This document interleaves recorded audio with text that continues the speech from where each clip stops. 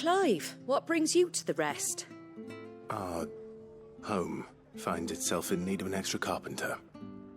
I wondered if I might be able to borrow Bernard for a short while. I don't mind if he don't. We're all friends here, aren't we? Thank you, Martha. Do you know where I might find him? He went up to Cressida on business. No idea what, mind. Place is a ruin. Far as I know, he's still there. I'll look for him there, then.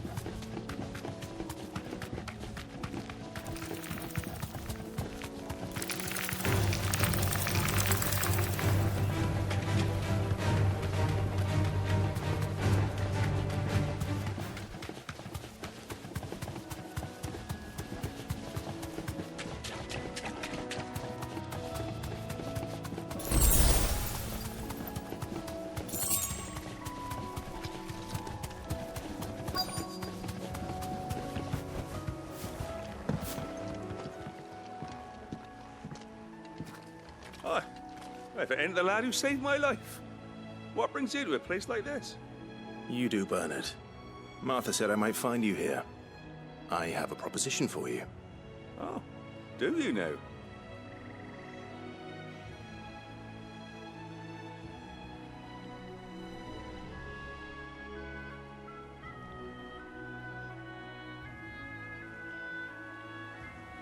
Building a workshop, you say? Well, that beats tacking boards to bridges, sure enough. And if Martha didn't mind me being gone a while, then neither do I. You just tell me where you want me. That's the spirit. I couldn't ask a favor, though, could I? Before we go? Of course.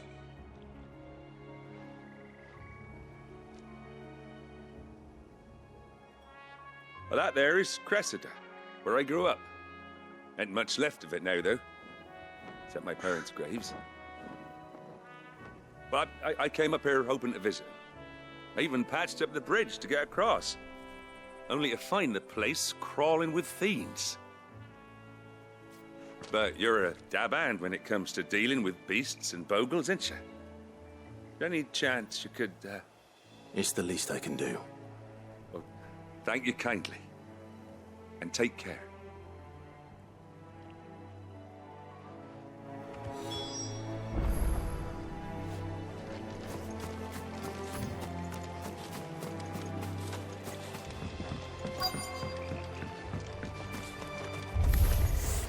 This shouldn't take long.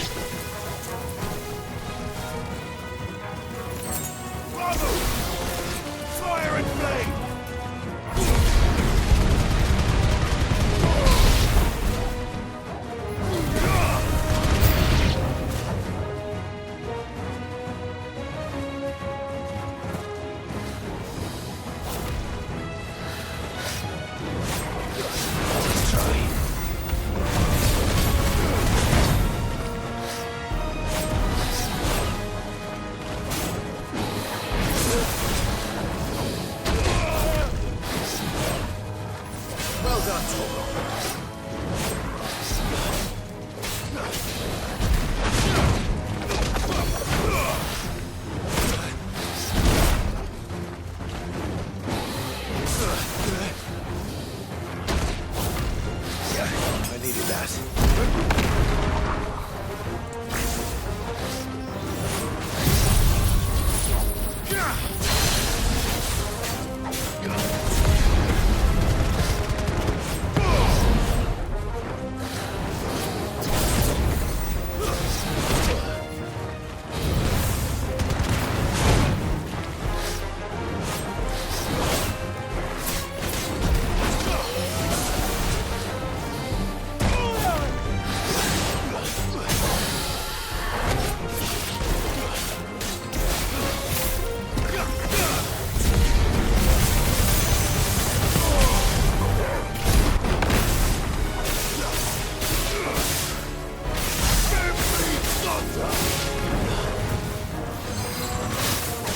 Nice try.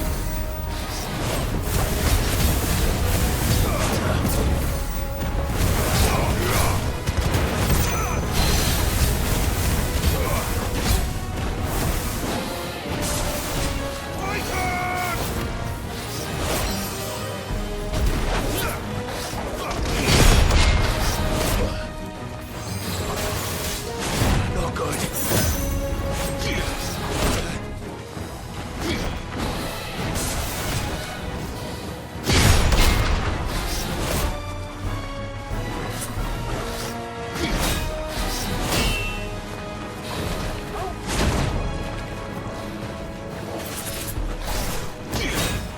Farewell.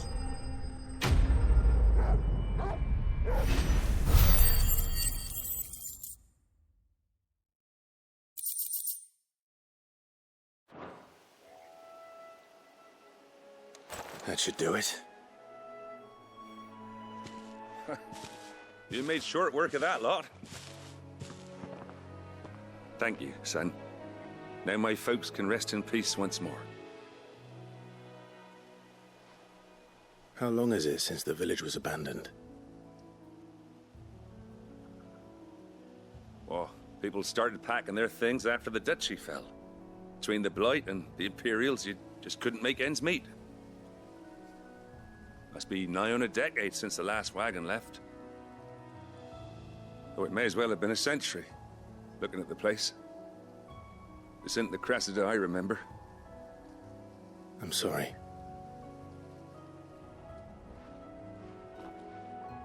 Ah, don't be. Can't live in the past, no matter how nice it might have been. Soon as I'm done saying a prayer for those that raised me, it's onto your hideaway. I'll meet you there.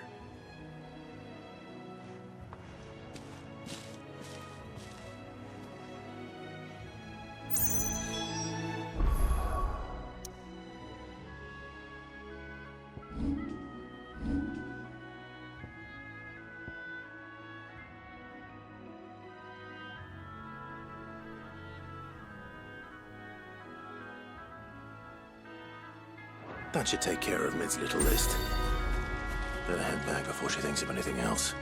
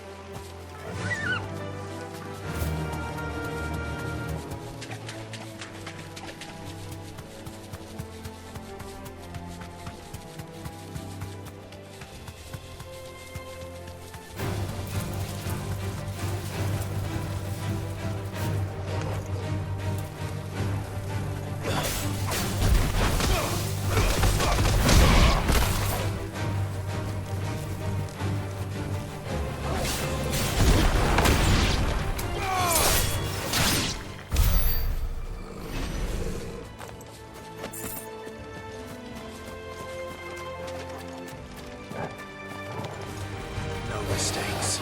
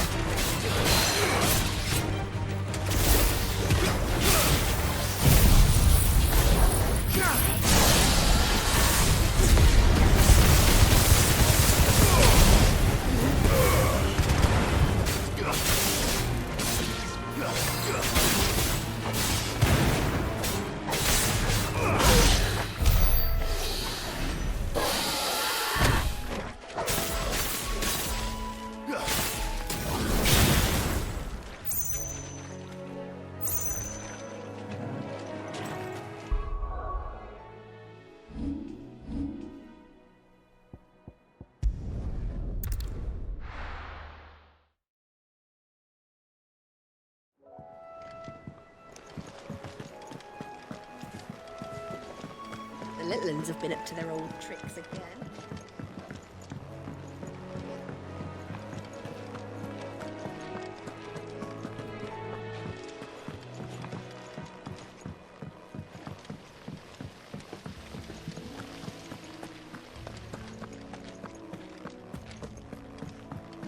Shouldn't you be getting some rest? All right, Clive. You've all done then? I am. I've placed your various orders, and a carpenter by the name of Bernard is on his way from Martha's Rest. That's brilliant. Thanks, Clive. Is there anything else you need? Nope. Blackthorn and Lady Karen have already sent over everything I asked for, and I've got all my plans drawn up. So as soon as Bernard gets here, we can get to work. I can't wait.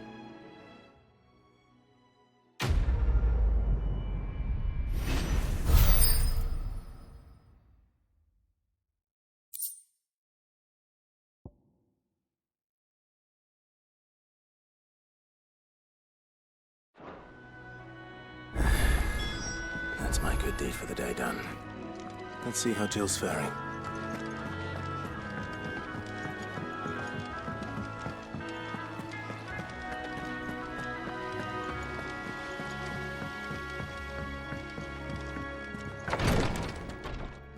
Ah, Clive. Talia, how's Jill? Recovering, but she still needs her rest. Of course. Take good care of her, won't you? I'll do my best. Oh, Gav was looking for you. He said he had something to show you in the shelves. The shelves. Oh, that's right. He went to ask Harpocrates about Torgor. He must have found something.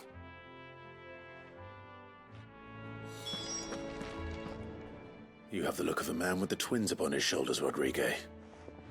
Talia has tasked me with removing a Cursebreaker's brand. But it's my first time, and I don't think I can do it. I'm afraid of what happens if I fail. You survived, I know, but there as many die as recover. Is it really worth the risk? You don't need me to answer that. You know full well what we're fighting for. I hope as much as you that one day bearers can walk among others as equals. But until that day, a brand is a burden, and we must lift that burden in order to go undetected. The operation may be dangerous, but it's also essential, and we undergo it willingly. I know. I still wish there was some other way. But griping about my lot helps no one, I suppose. Don't worry. I'll do what must be done. I know you will. Unfortunately, the first thing that needs doing is the preparation of a draft to dull the pain. Something I can't do with the infirmary's ammonia supply so low. What few leaves we have would barely be enough for removing a splinter, let alone a brand.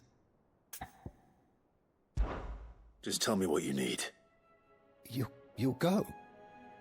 Oh, thank you. No one knows Herblord like Talia, and she swears by ammonia for easing pain. It's simple enough to find, if you know where to look. And fortunately for you, I do. Along the river near the village of Amber over in Rosaria. Just search for the bright blue blossoms.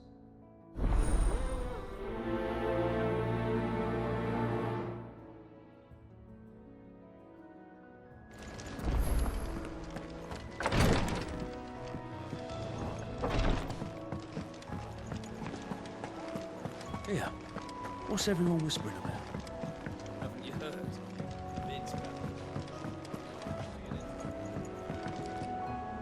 Do you have a moment, Sid? A team of Cursebreakers has gone missing near Northreach. Which team? Coles. They were sent to liberate a carriage of bearers before they could be smuggled to market. They were moving in for their assault when the carriage was attacked by goblins. A Cursebreaker managed to release a Stolas amid the confusion, but... this was days ago. They should be back by now, but I've heard nothing from any of them. I can't help but worry that... They know the work is dangerous. But I'm sure they're fine. But what if I've got them all killed? Before they go out, I always remind them why we're doing this, what they escaped, and what we're freeing people from.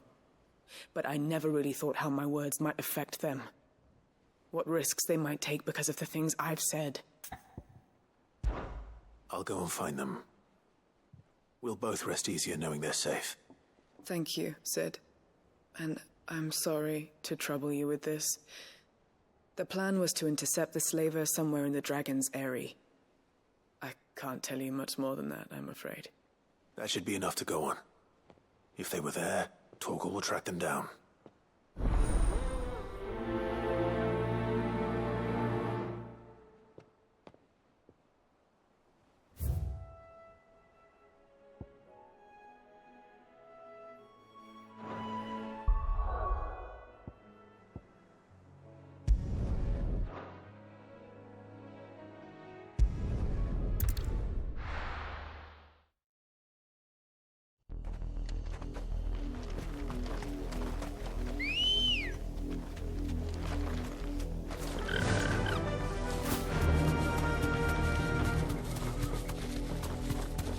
The river was easy enough to find.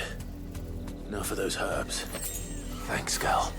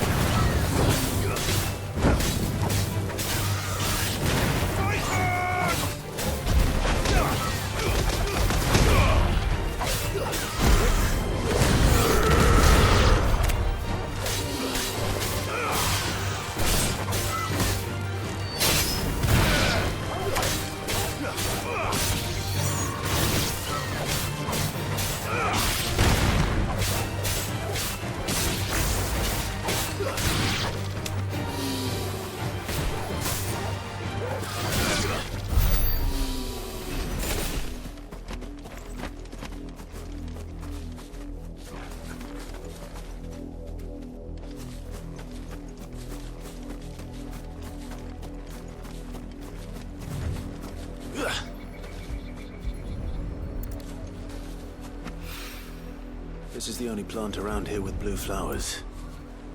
I hope it's the right one.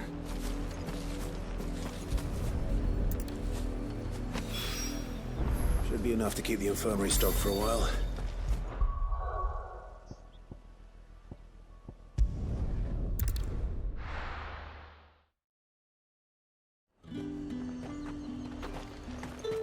There's talk at the glass gate.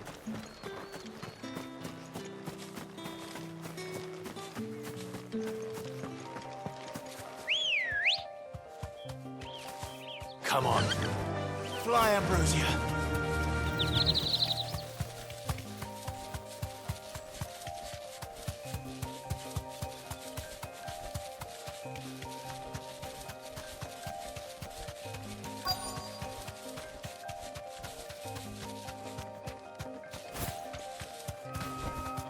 Be safe. Cole, I'm glad you're in one piece. Just about. Sid, if you don't mind me asking, what are you doing here? Doris sent me to find you. She hasn't heard anything since the attack. She's been worried about you. I sent a runner to the Dame in Northreach. The Hideaway should have learned of our survival yesterday. Well, I'm here now. And it looks like you freed the bearers. Only some. The rest locked themselves in the slavers' carriage rather than fleeing when they had the chance. I want to help them, Cid. But we're barely in any state to protect those few we did save. You made the right decision. Now where's the carriage? The goblins may still be out there. You have duties to attend to here. See to the injured. I'll handle the rest. All right. Just follow the path to the south. You'll come across the carriage soon enough. And please, hurry. If the beastmen get to those bearers, the poor souls will be eaten alive. I won't let that happen. Thank you. And Cid, it's good to see you. Don't thank me just yet.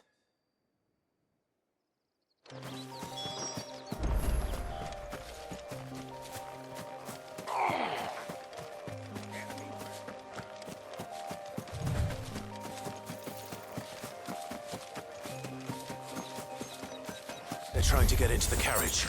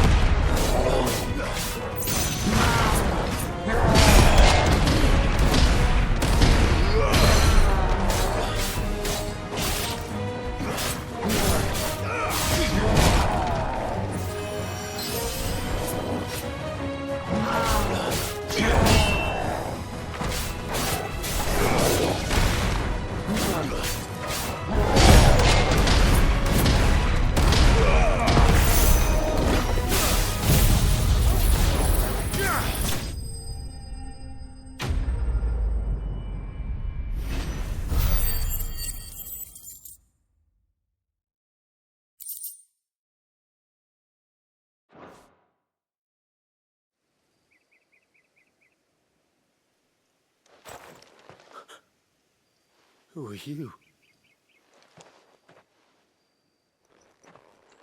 A friend. Are there any more survivors?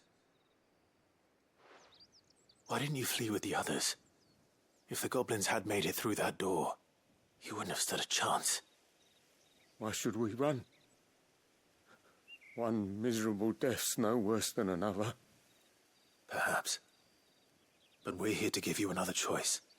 Freedom, safety. The life you've been denied. Come with us. Let us protect you. Cid, I couldn't just let you... You weren't too late then. Thank the gods. This man risked his life to save yours. To give you a second chance. Fine. Do with us what you will. What we'll do with you is take you to safety. After that, it's up to you. Your lives are your own now. You can leave the rest to us, Cid. We'll get everyone back to the hideaway. Thank you. I'll let Doris know we're expecting new arrivals.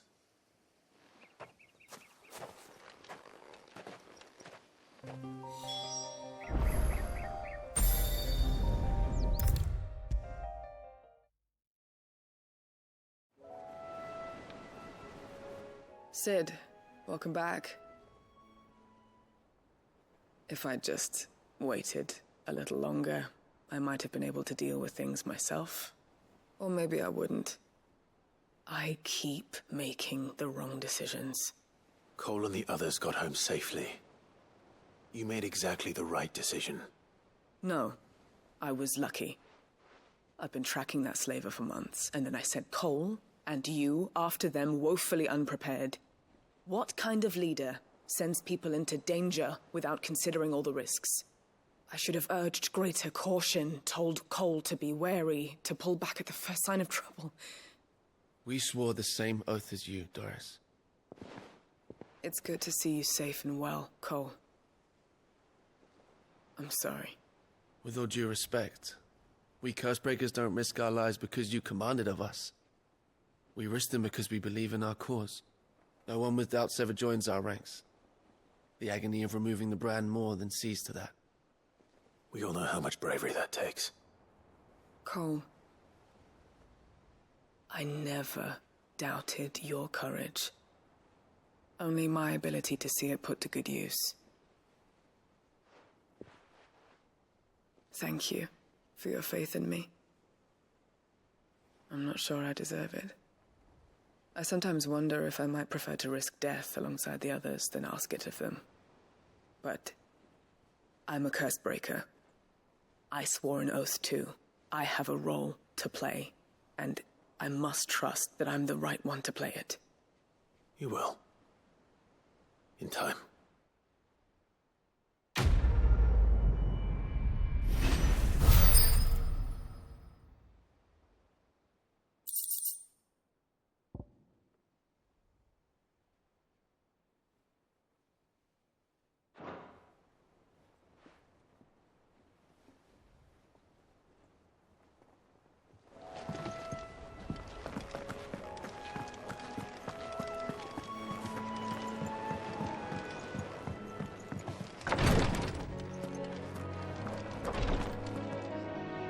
I hope you didn't have too much trouble finding the ammonia. Only the usual. Oh, yes. This is it. And more than I was expecting. I dare say the patient won't feel a thing. That is, unless I... You'll do fine. Taya trusts you. Which means I trust you. The hideaway would be lost without skilled physicers like yourself. Thank you for the kind words. Truly. But... I'm sorry. I'm still terrified. The brand is more than just ink on flesh. It's a death sentence. Milk of the wyvern tail lurking just below the surface of the skin. One ill-conceived incision, a single slip, and the poison fouls the patient's blood. Failure means death, and even success means tremendous pain. Days of agony as the wound heals. I became a physiker to help people, not to kill them. I don't want to kill anyone. Cursebreakers lead hard lives. And the operation is only the beginning. They toil in the shadows, risking life and limb, knowing their efforts will win them neither glory nor acclaim. And yet we have no shortage of volunteers. The day I decided that I would take Sid's name was the same day Taya took my brand. I remember. It wasn't long after we came here. What little medicine Taya managed to salvage from the wreckage of the old place had been used up treating the wounded. She begged that your operation be delayed until a new supply of antalgics was found. Procedure was even more dangerous back then. Only a few souls had undertaken it. Doris, Cole, a handful of other Cursebreakers, and those who are no longer with us. Those who lost their lives in the process. It wasn't something to be done lightly. No. But it was something I had to do, if I was to take Sid's name. He always led from the front, and never asked anyone to take a risk for his cause that he was unwilling to take himself, even if he knew that it might cost him his life.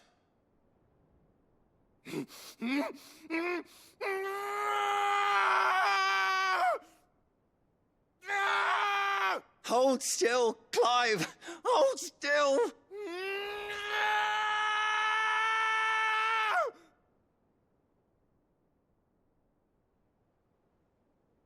I knew there'd be pain. That I might not survive. And I was afraid. But I also knew that if I didn't overcome that fear, that pain, then I would never be able to call myself Sid. I didn't know. We all want our brands removed.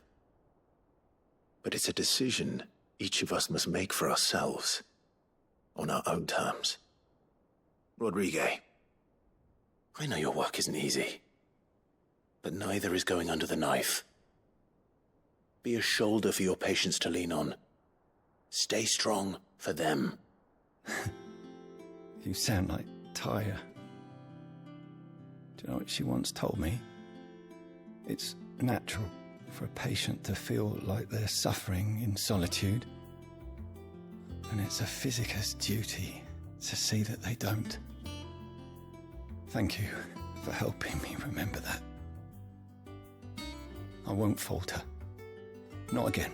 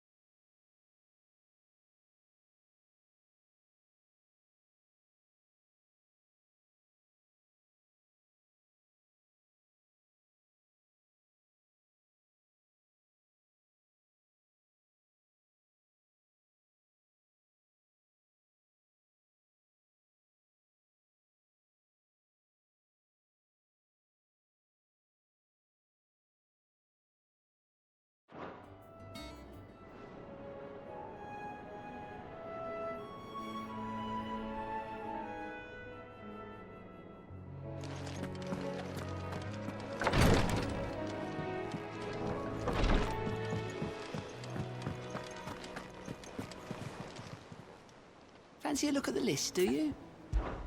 Quick look. Always something in there.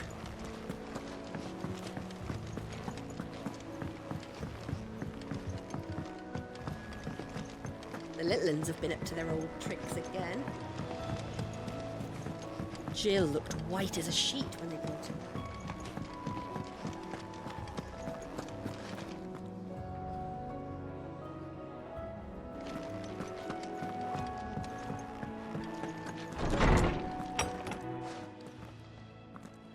Clive, where have you been? I've been wanting to ask you something about Torgal. Where did you get him, like, in the first place? My father brought him back from one of his expeditions into the Northern Territories. They were crossing a snowfield when they heard his cries, and seeing no sign of his pack, they took him in. What do you reckon, Tomes? It certainly adds weight to the theory. Clive, I believe that Torgal may be no mere hound, but a rare frostwolf, an animal native to the far northern reaches of Valisthea. In one of our oldest bestiaries, I found reference to a frostwolf who served as guardian to an ancient queen of the north. Such was his mastery over ether, he could cast magics on command. His name was Fenrir. Fenrir the Frostwolf. Now, the annals do not state it explicitly, but I have reason to believe this queen was a dominant of Shiva, a girl from the Northern Territories and her faithful hound. One awakens as the dominant of Shiva, and the other? You're saying that Jill granted Torgal his powers? What? Just like Fenrir. People called him my hound, but Torgal and Jill were inseparable. He grew up as a faithful companion to the dominant of Shiva, and years later, his powers awakened, just when his master needed him the most. You're right.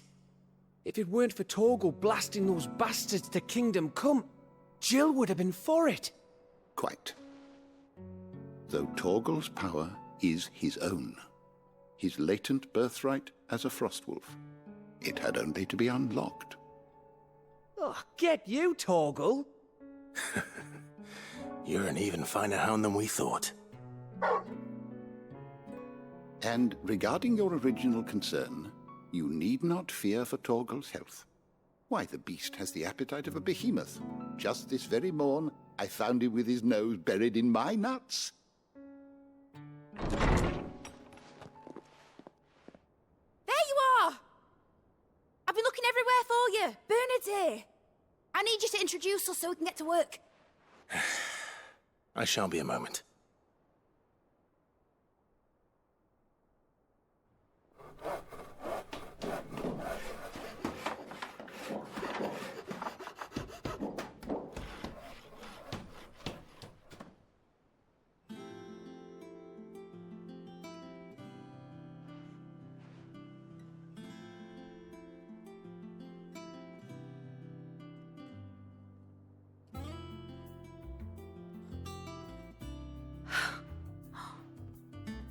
Brilliant. It is. Well, I couldn't have done it without you. You and everyone else. But I promise I'll pay you back. I'm gonna work my fingers to the bone for you lot, starting right now. Just you wait. I'll make wonders like this world's never seen. Then I look forward to seeing them.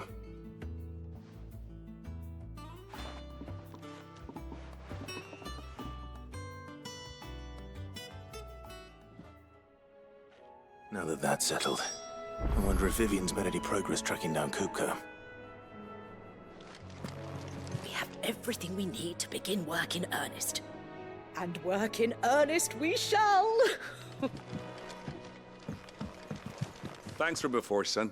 That was a good deed you did me. Only right I do you one in return.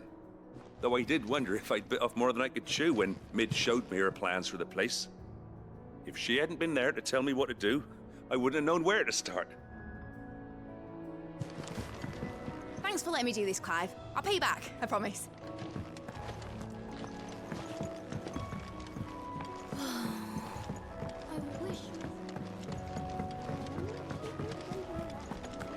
I think I'll wait till Mid's away to take a tour of her dungeon. Don't get those gentlemen.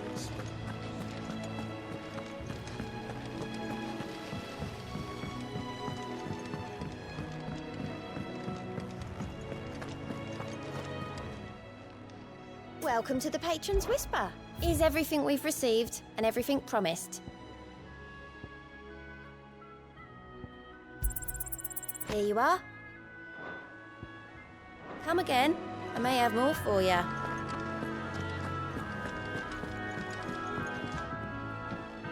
How goes the hunt for Kupka? Largely in circles. We have myriad sightings of strange soldiers in unexpected places, but nothing definitive as yet. If only we knew for certain by what route he left Rosalith. Well, keep at it. If anyone can piece this puzzle together, it's you. And I'm willing to wait as long as it takes.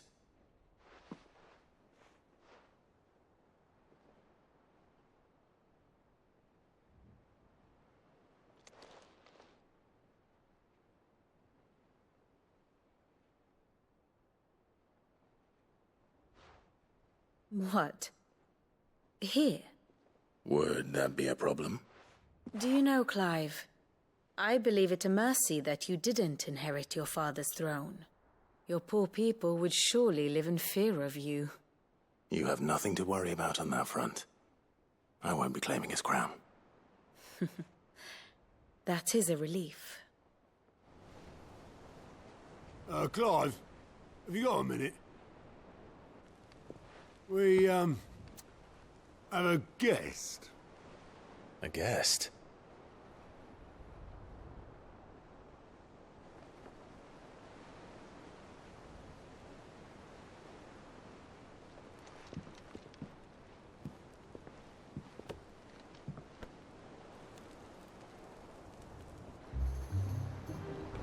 For your trouble. It was a pleasure, in hindsight. Uncle Byron? Clive, my boy! Tap a cask and stoke the ovens for your favourite uncle is here!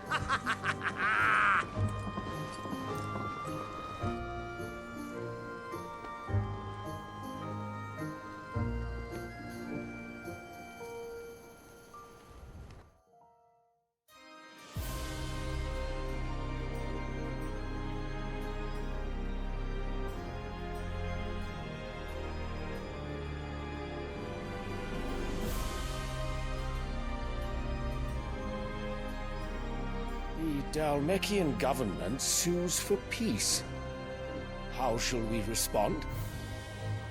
If they're willing to accept their fault in the matter, I see no reason to refuse them.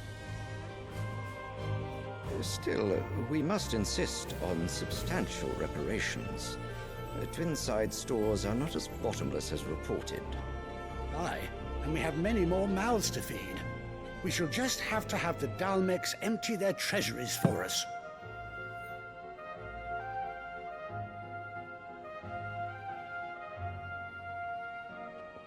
Of course, none of this would have been possible without your timely intervention, Prince Olivier. Indeed, I doubt any of us would have had the courage to trade words with the mighty Titan, nor less the wit to win him over. The Empire owes you a great debt. May the blessing of the crystals go with you, Your Highness. May the blessing of the crystals go with you.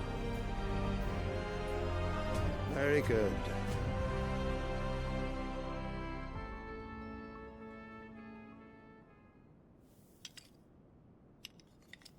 Now, let us come to the question of precisely when the Dalmex will withdraw their troops. Dion's fire could rid us of them in mere moments. The men of the Fist will not withdraw until a peace treaty is concluded.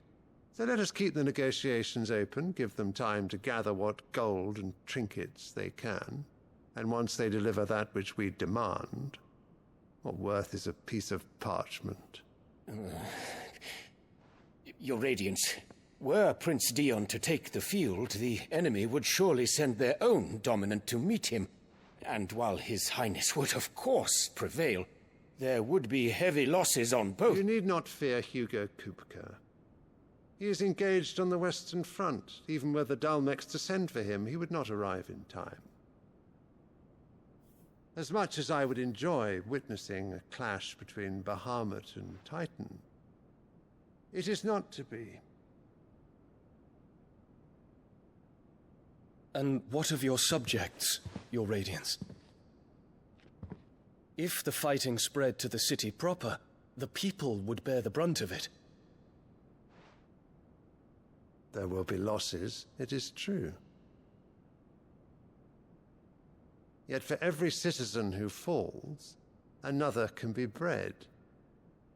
For every home that burns, another can be built. The Empire will live on.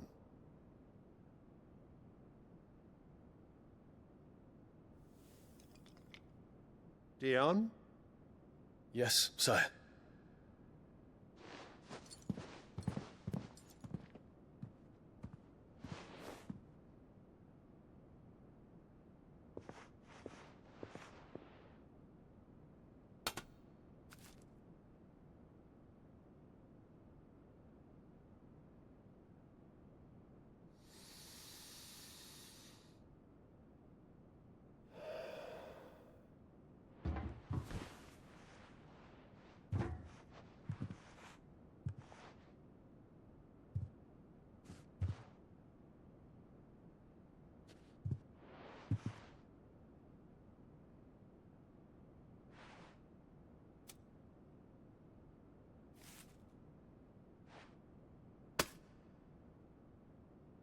prepare for battle. But sire... Do not make me repeat myself. Return to your camp and await my orders.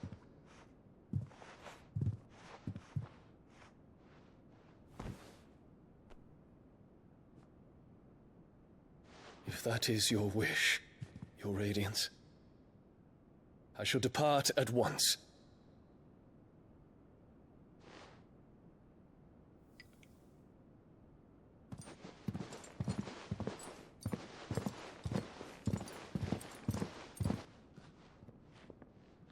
MacGregor forgive you.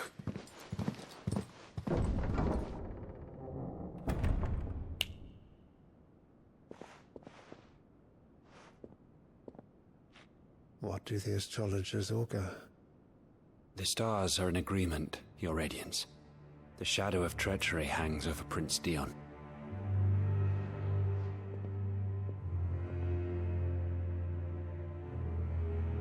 So Annabella's tales were true. You disappoint me, Dion.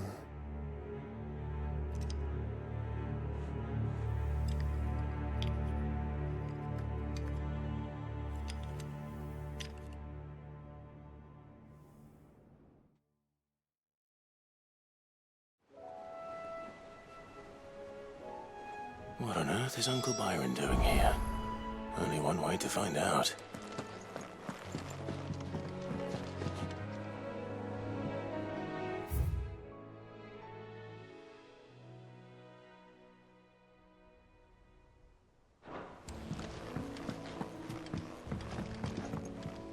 Ah, my favorite pupil. We met under curious circumstances.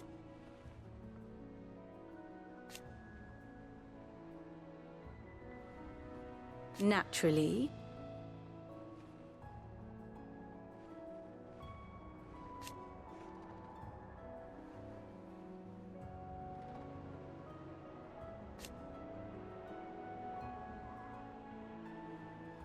Still.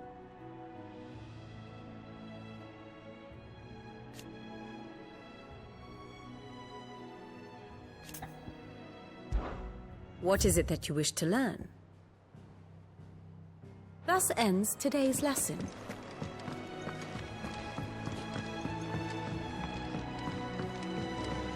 The little uns have been up to their old tricks again. Lid's moved into the storeroom. Made a wish.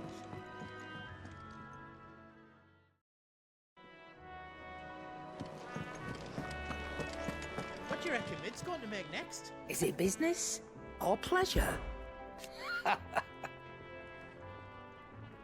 Quite the opposite. Like father, like daughter.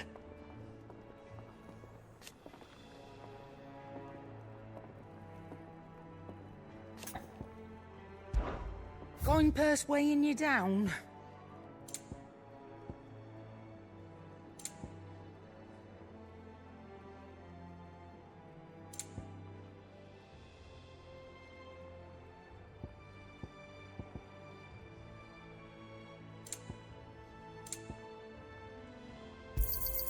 It'd better all be here. You're rubbing me blind, you know.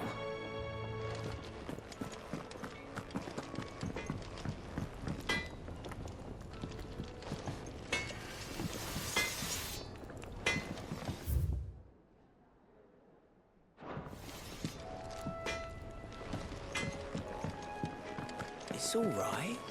Sid has nothing to fear from Lid's moved into the storeroom.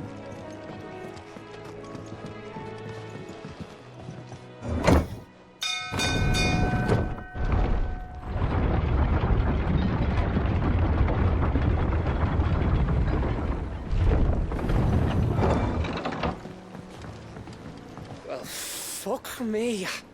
Never thought I'd see the day Lord Byron Rosfield of the Seven High Houses came to tea.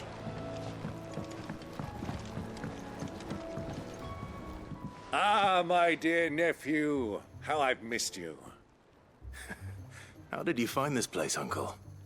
through the good offices of young Sir Wade. He really is the most helpful fellow. As are you, I hear.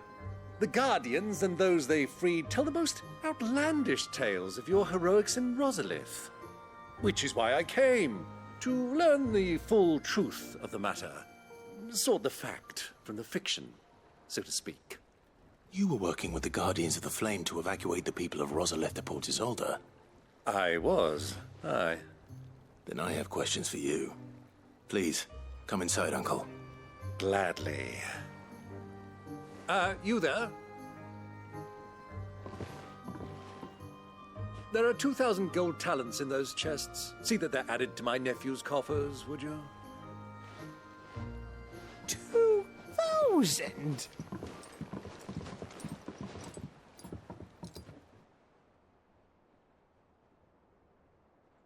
And I'm afraid that is all I know.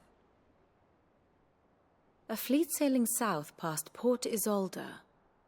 Most intriguing. Forgive me for not being able to tell you more. I hadn't the faintest idea Kupka withdrew wounded from Rosalith. Still less that my own nephew dealt the decisive blow. What do you think, Vivian? I think, with this news of the Dhalmekian fleet and recent reports of the Royalists' movements, that the final piece of the puzzle has fallen into place. Come here and I'll show you.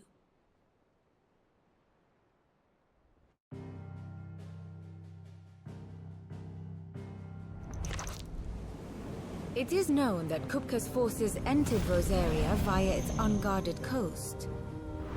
So can the same be said of your visitors from Waloed? Certainly, her Royal Navy is famed for the efficiency with which it bears her knights from one battlefield to the next. And in the Einherjar, or Black Galleon, she boasts a vessel nigh as swift and every bit as feared as the kingdom's legendary cavalry.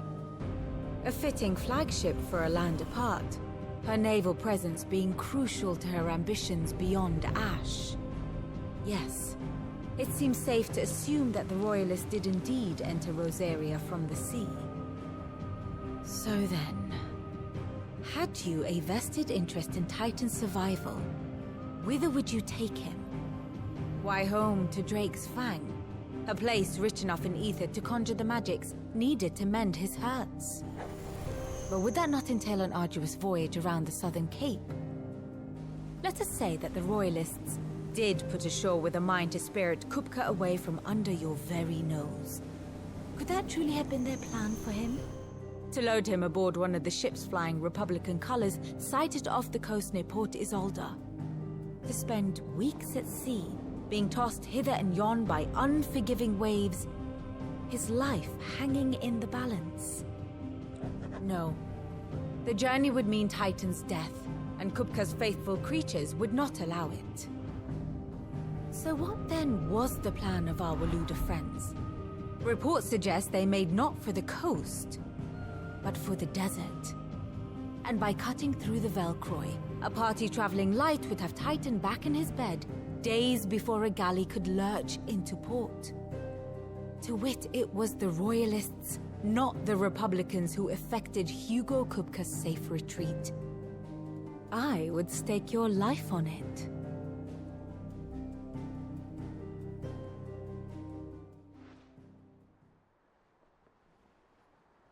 So it was the Waloeders who spirited the wretch away. Now I think about it, there was something a little strange about the ships I saw. The men seemed almost crestfallen, as if in mourning, as if they believed, or were made to believe, that their master was dead. You have a keen mind, Lord Rosfield. And you have your answer. To find Kupka, you have merely to follow the Royalist trail across the Velcroy. It may well have gone cold by now, but as they say in the Republic, all roads lead to Drake's Fang. Allow me to accompany you part of the way. As luck would have it, I had intended to journey Canverward on business after visiting you here. The Fang would be but a short detour. I'd be glad of the company. Give me a moment to make ready. I need to tell my friends what we've learned. And where we're going. Very well, but be quick about it, my boy. Time waits for no man.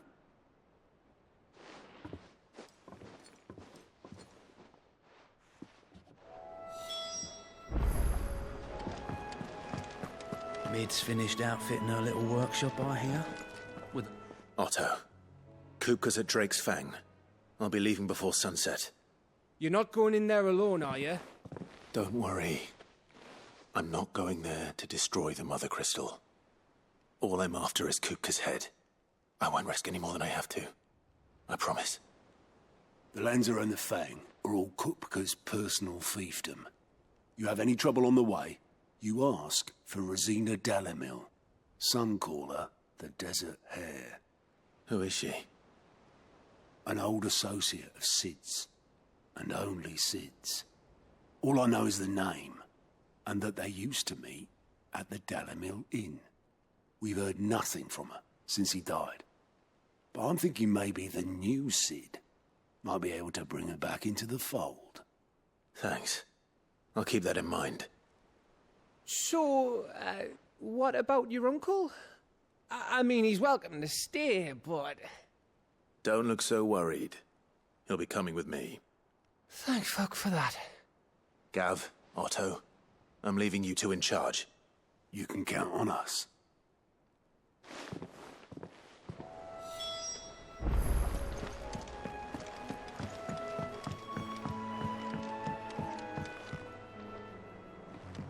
All right, Uncle. I'm ready to depart. Shall we? We shall. Come, let us away to adventure.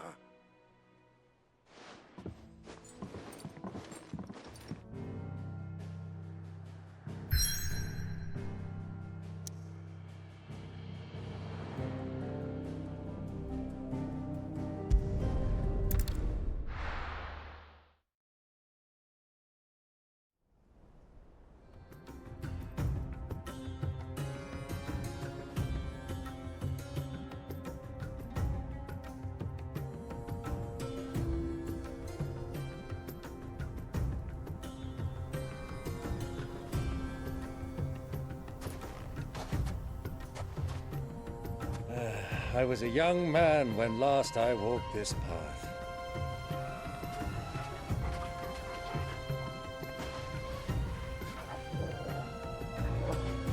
There's an old trading post not far from here.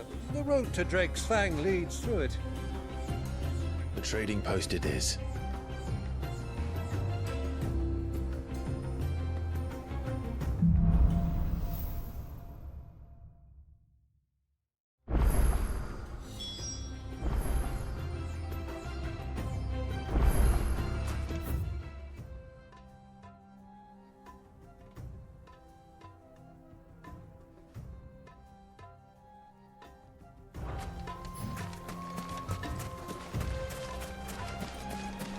Our destination lies over that dune, beyond the ruins. Mark 'em well, Clive. It's all too easy to lose one's bearings in the sands.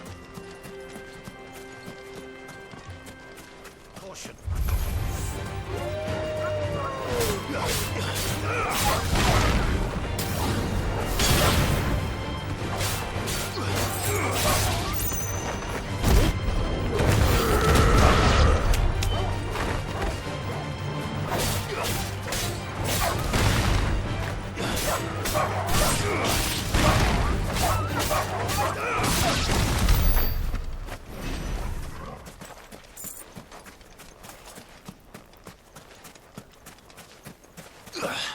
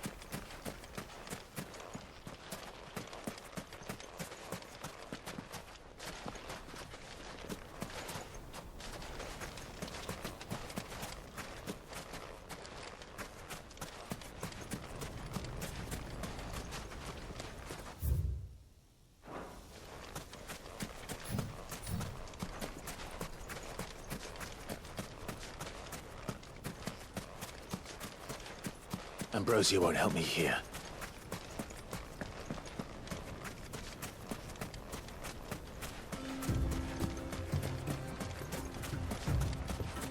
I can't see a thing. Come, Clive! Let us turn back before we lose our way!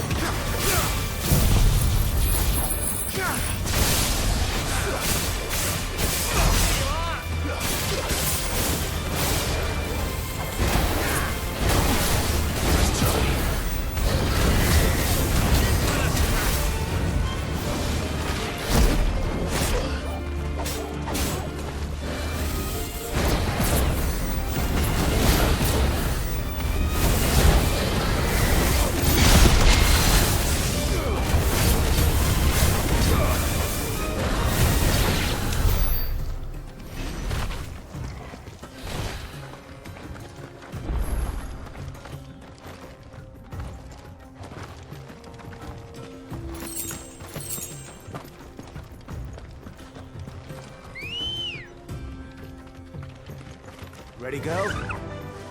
Fly, Ambrosia.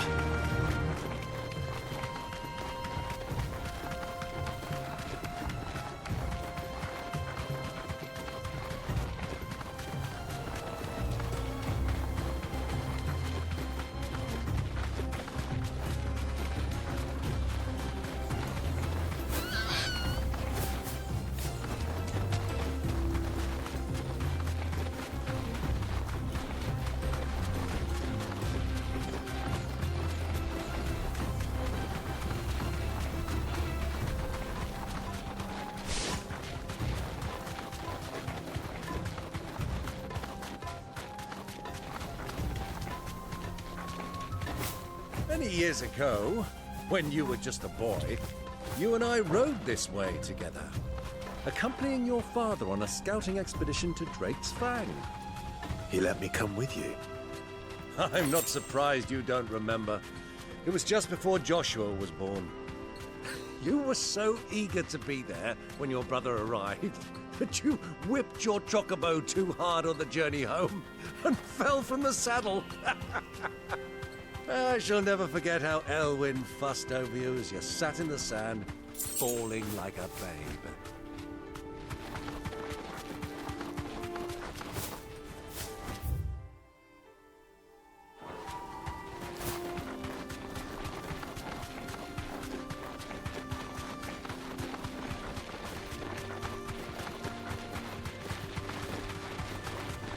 Have you lost your way already, my boy? The ruins mark the road to the inn.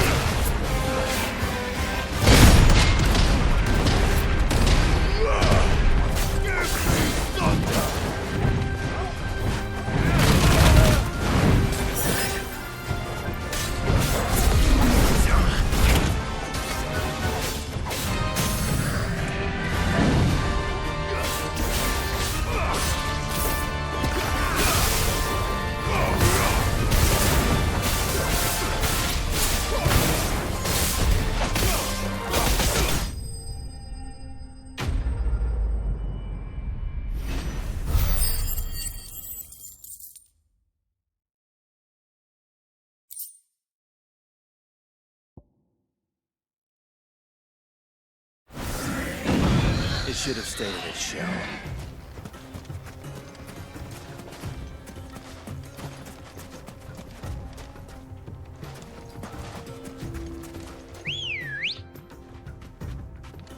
Come on. Faster!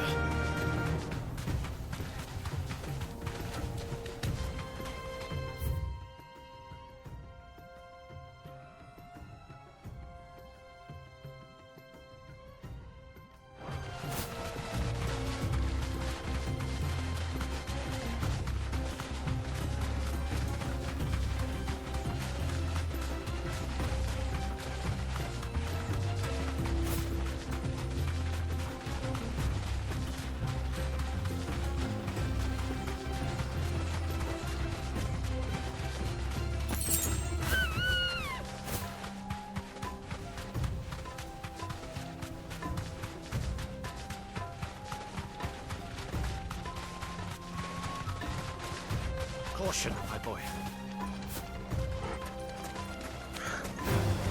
This won't be easy.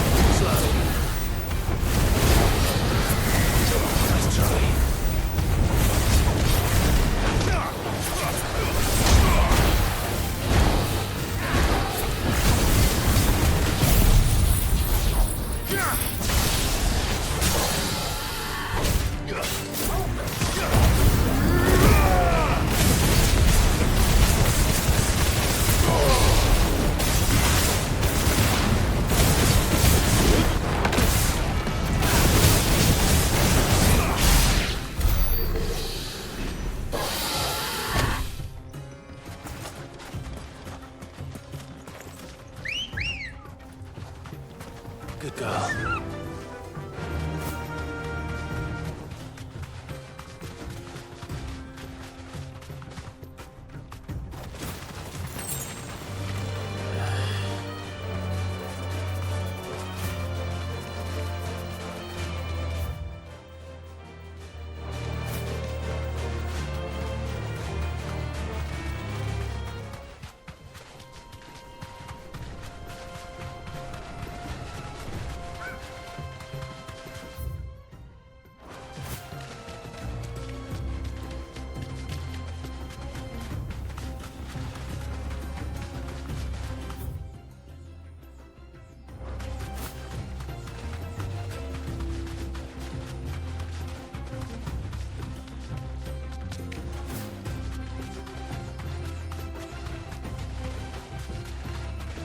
Ah, there she is.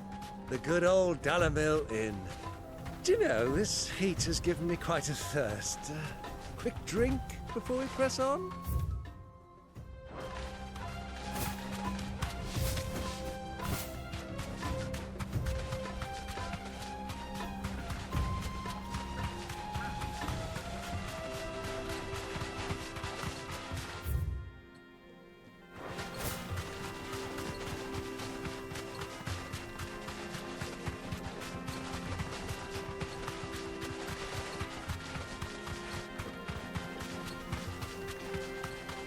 Who do you think those soldiers were? Friends, I wager. Not that they looked very friendly.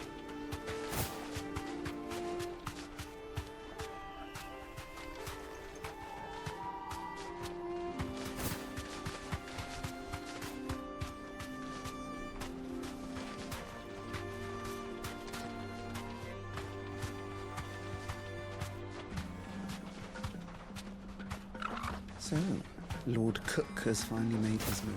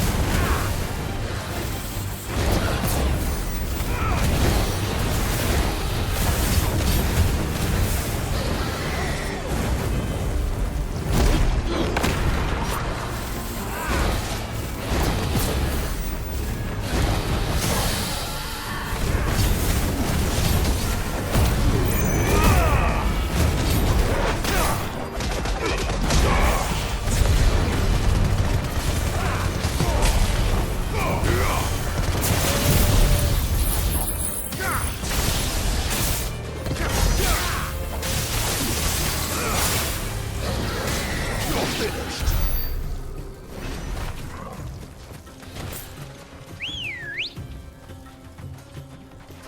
Ready, go?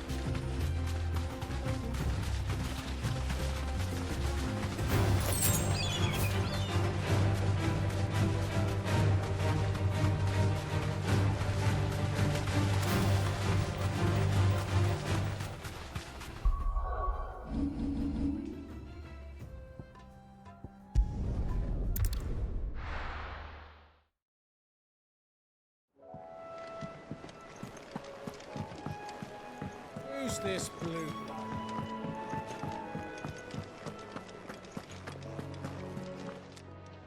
Well, don't just stand there gawping.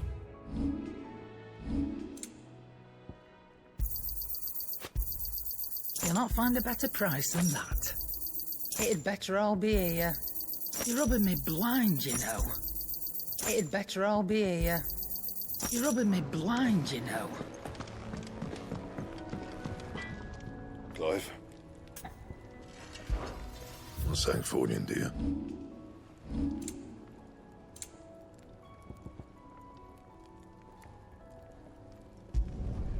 Not bad, if I do say so myself.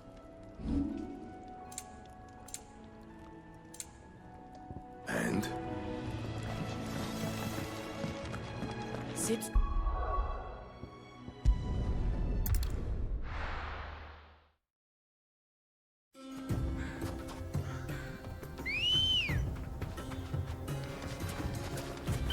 Ready, go? Fly, Ambrosia.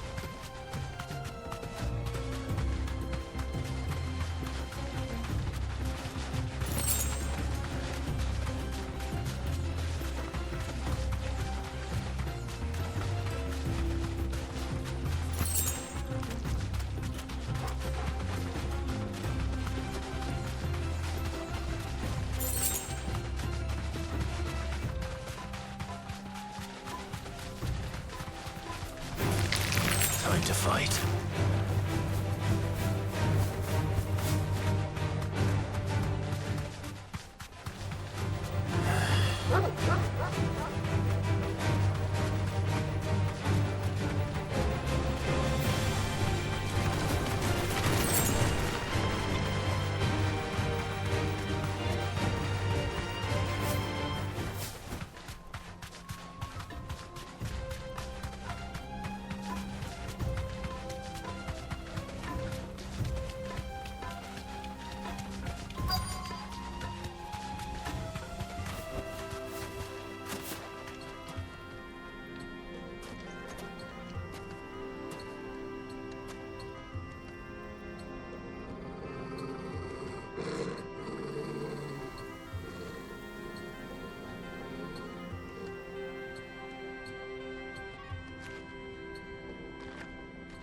Look, there.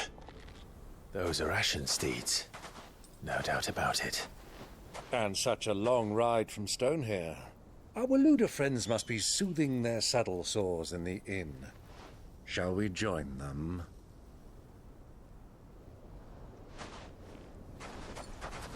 Run along and play now, Torgal. Dogs aren't allowed inside.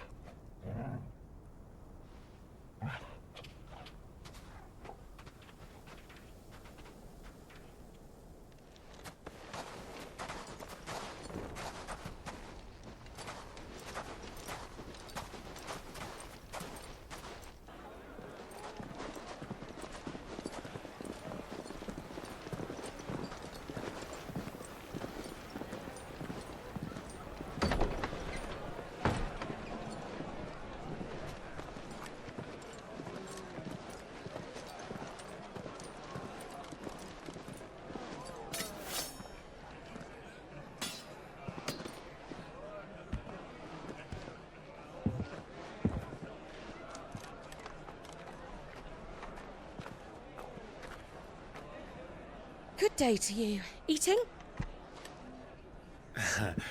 Sorry about my pal. He only talks when his mouth's full. What do you recommend? Well, if you're after something light, we do a fine chocobo soup with lentils and honey. 2 bowls of that, then. An ale. Right you are. Hey, girl! Coming! Your pal? Would you rather be my squire?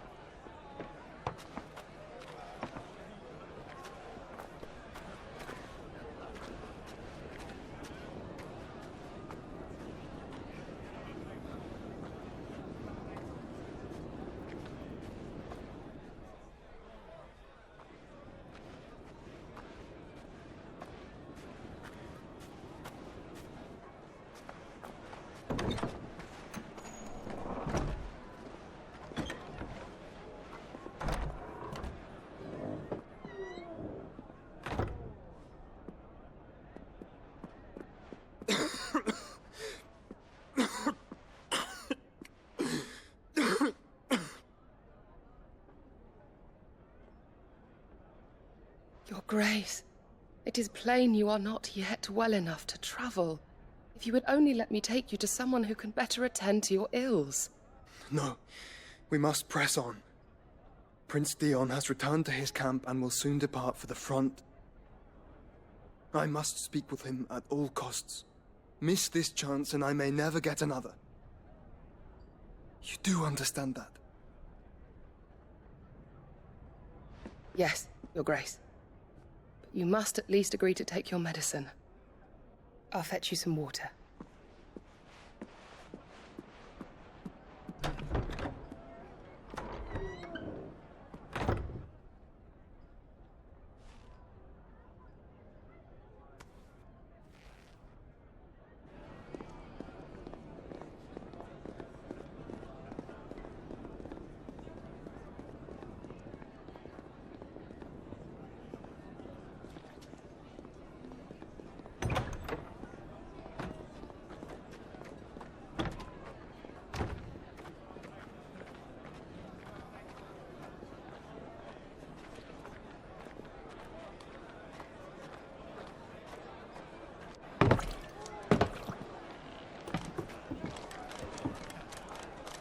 Keep watch, they tell us.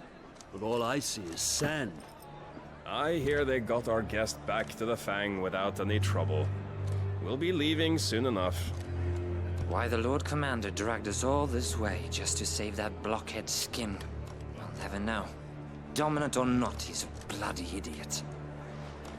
That'll be Cooker, then. Well, let's get this down us. We've a long way to go. Hey, you.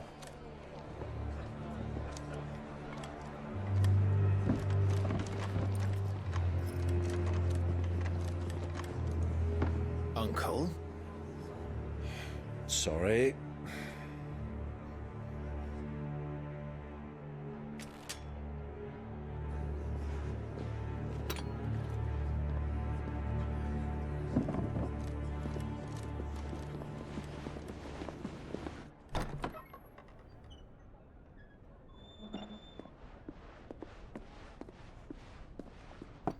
Can you walk, Your Grace? What's wrong?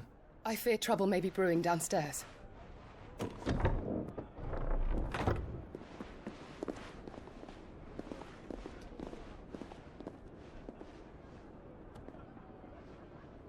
You two are travelers, are you not? Me and my companions are strangers here. Perhaps you'd be good enough to accompany us a while. Help us find our way. Sorry, lads. But we've got business in camera that can't wait. Ah, I'm sure you could spare us an hour or two. Come on. Friend.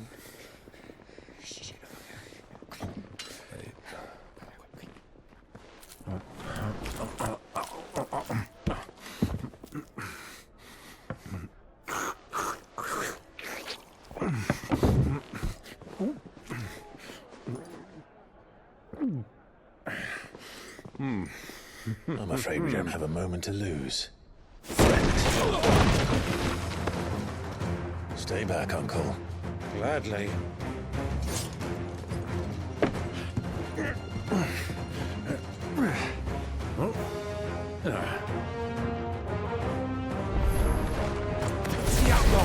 Take it! Try it.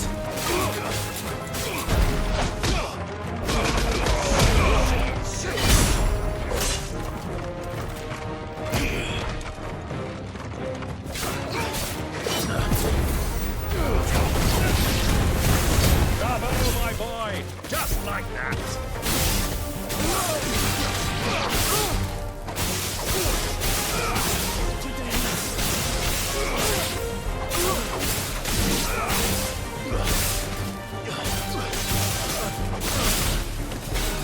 It's you.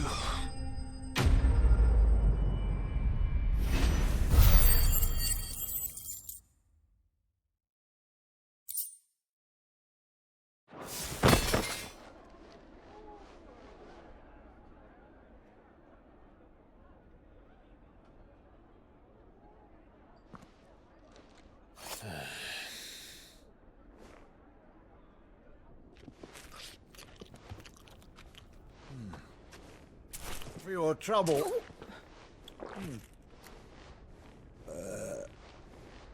Word of advice, miss. That soup could do with a touch more salt.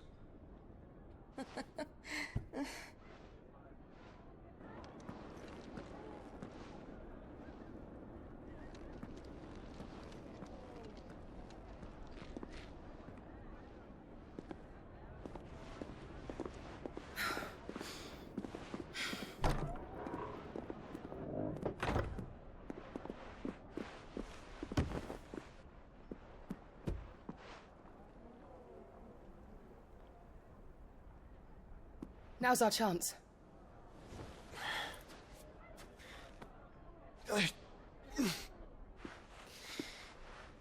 Your Grace? I'm fine. Yeah.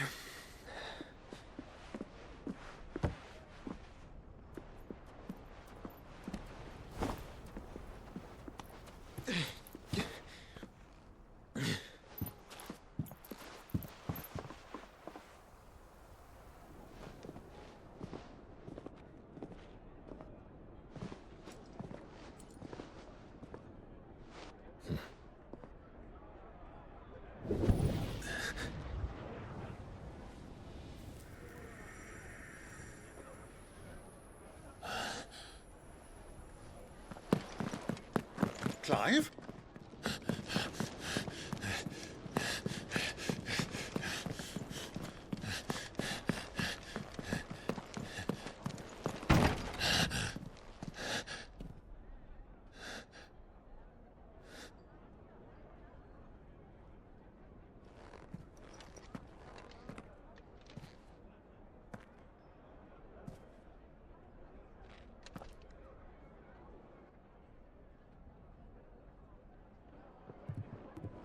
What is it now?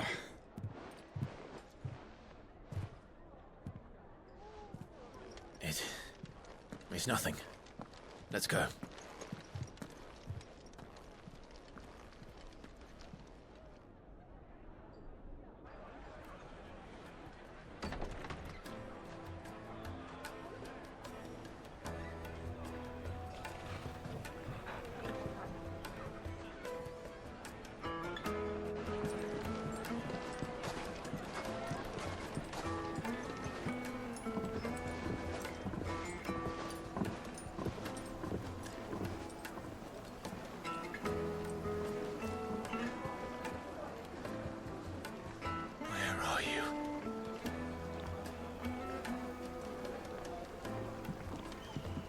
Well, we didn't know where to find Kupka before. We do now. Ow. The Royalists said it themselves. Their guest is in the Fang. We should press on before any more of their friends turn up. Needed to a silken soft... Like eating a cloud with a crust. Take a sniff, good sir. The finest fabrics! Another... Sorry, but the Master's not here at the moment. All orders have to go through him. Melt butter in that furnace, did it? right away.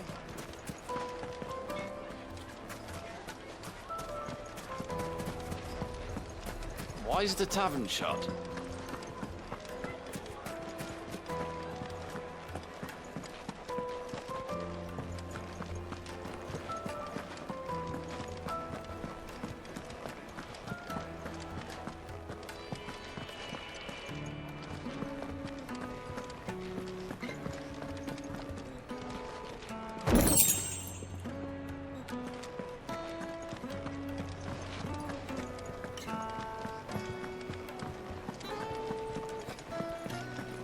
Let me.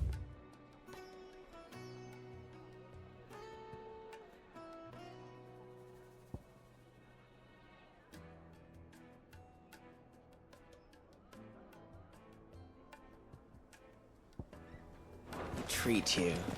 I'm pretty. I need a drink.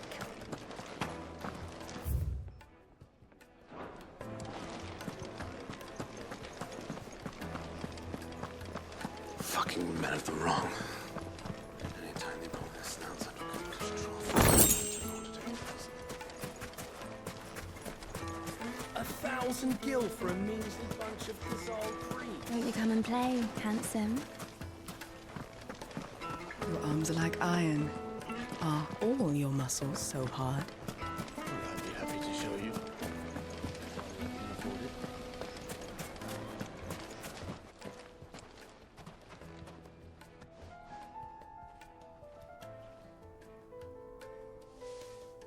Ah, they've closed the road.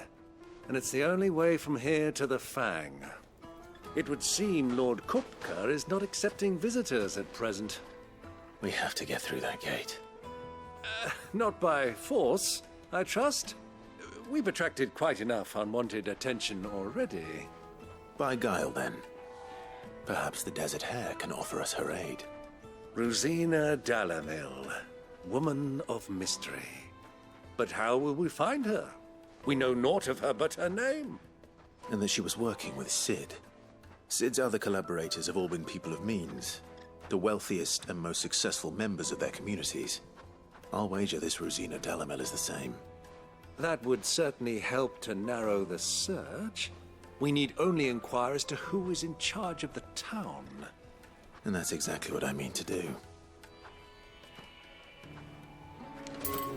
Looks like we won't be getting back to Drake's Fang anytime soon.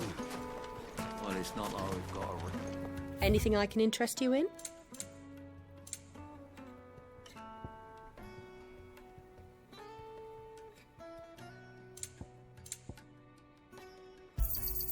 My thanks.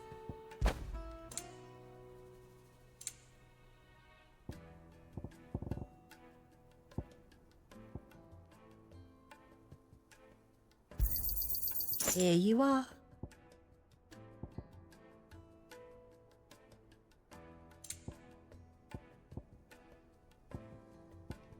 Fare you well.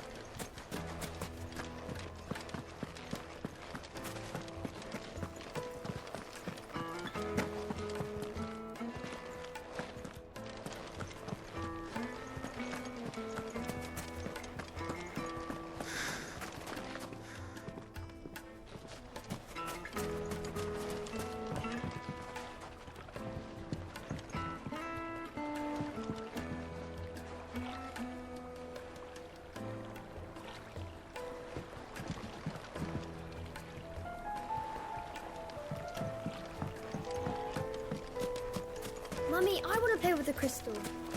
How many times do I have to tell you?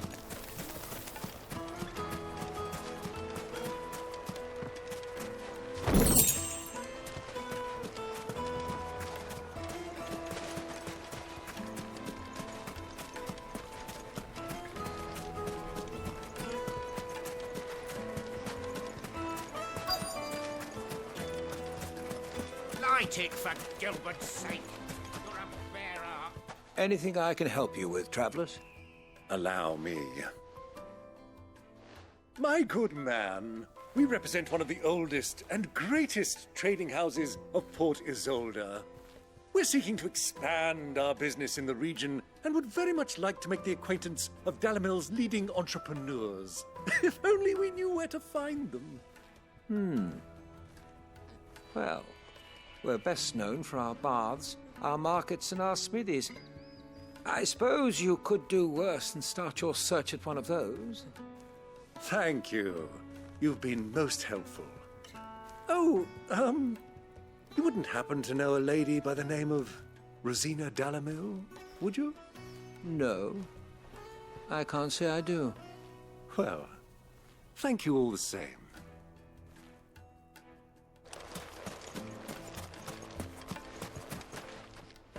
What do you want? Can't you see I'm busy? I won't keep you long. I'm looking for someone. A woman by the name of Rosina Dalimil. Do you know her? Never heard of her. Is that all? One more question. If I wanted to find the richest trader in town, where would you recommend that I look? Oh, that's easy. The Briar's Kiss. Won't find a finer smithy this side of the strait. The owner's only a young sprig, but he's got all the right ideas. The Briar's Kiss, you say? Thank you. I doubt this young sprig is the person we're looking for. You said Sid's contact was likely to be an influential sort. Influence comes with age and experience, believe you me.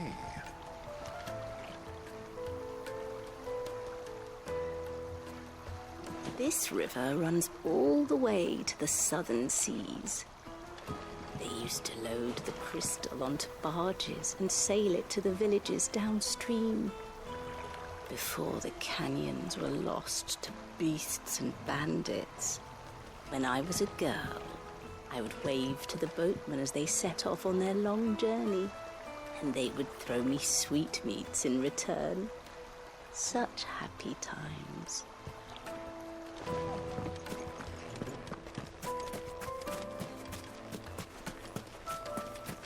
A 1,000 gil for a measly bunch of Khazal breeds. It's all the fault of this blasted war. The moment they find out you're from the Empire, they flat out refuse to do business with you.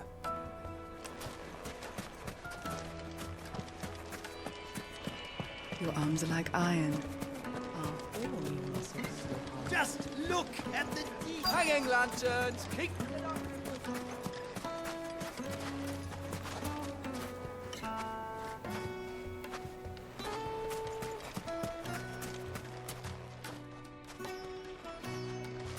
Mummy, I want to play with the crystal. How many times do I have to tell you? It's not a toy.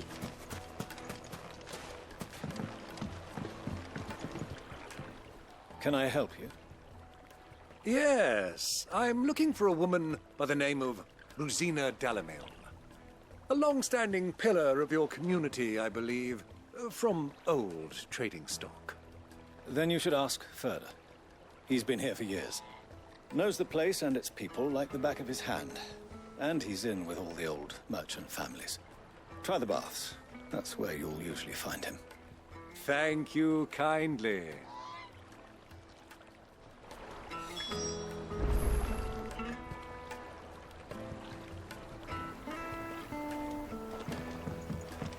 Well, it sounds like we have our man. Perhaps. Let's go and find out exactly what this Ferda knows.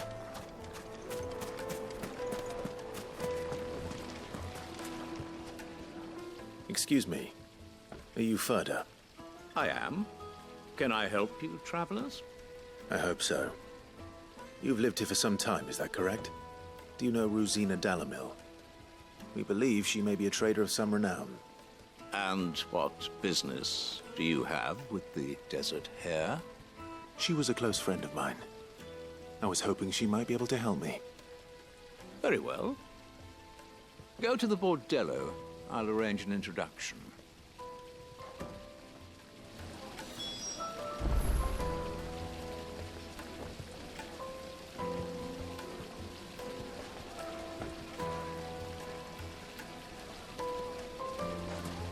Do you think we can trust him? Only as far as I think he trusts us. So you're the ones who've been sniffing around? I beg your pardon? don't play the fool. Stick your nose in our business and you're likely to lose it.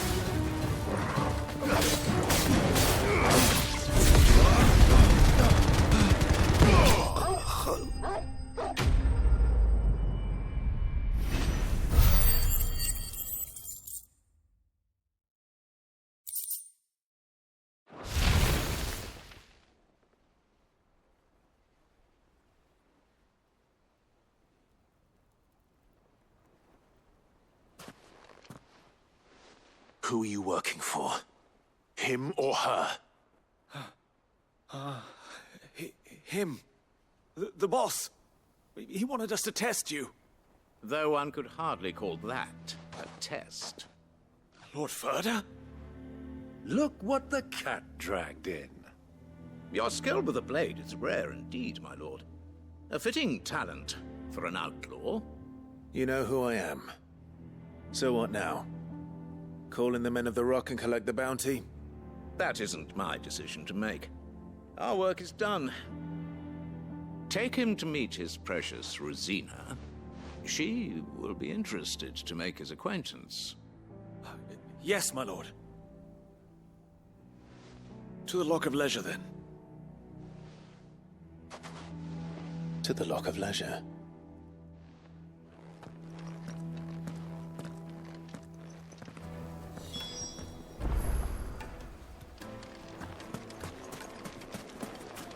Plates and pots! Bowls and basins! Fresh bread, warm from the Juiciest oven. meat from Greece. It would make a fine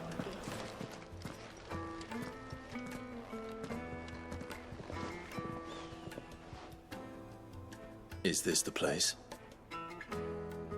Lubor's Forge. The Briar's Kiss.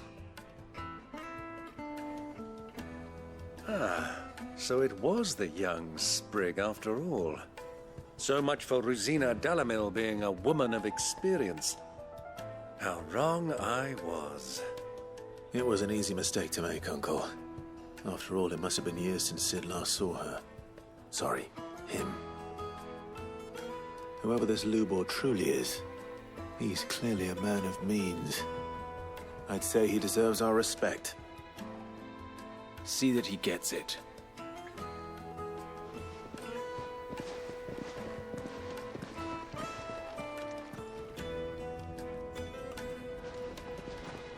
Lubor, Lord Ferda told me to bring them to you.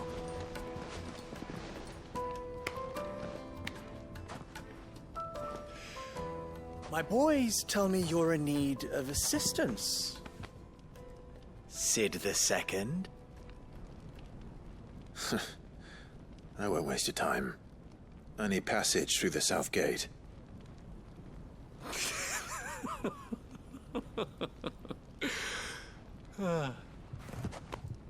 Tell me, what do you think is a merchant's most important commodity? Why, trust. Everyone knows that.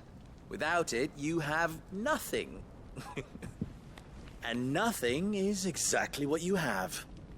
And so, for you, I, too, have nothing. I'm not in the business of helping every lost puppy that wanders in off the street. I'm a busy man, as you can see. Let's leave this mummer to his farce. By all means. Find someone else to help you on your way. Just be sure to tell them you're not the two travelers from the inn the guards are looking for. Don't want them jumping to conclusions, do we? Why, you... So, what do we need to do to earn your trust? I like this one. Willing to do whatever it takes to get what he wants. Ha! Men like you have a special place in my heart. Why, you ask? Because they get me what I want. Always. Fine. So what do you want? Don't tell me you're going to listen to this swaggering scruff! We might as well hear him out. It's only natural that an ally of Sid's would seek assurances of strangers. Assuming he is an ally, of course. 5 years ago, he would have still been a boy. And yet even then I had more good sense than a man, 5 times my age? But enough of the pleasantries. We were speaking of what I want. I want you to put an end to the trouble in Dalimil. Return to me when you have done so, and you shall have my aid. Until then, I bid you good day. What trouble? If you're going to give us orders, be clear about them, damn you! Manners, Greybeard. One catches more damselflies with honey than with vinegar. What did you call me? My apologies. A word of advice in recompense. Follow the crystals. Oh, but that was 3. Oh, I'm making this too easy for you. Ha!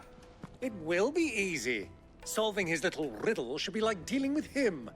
Child's play.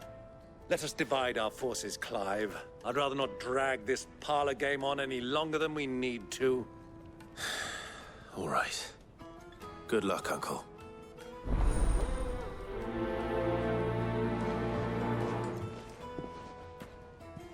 I thought we were the only ones causing trouble in Dalimil.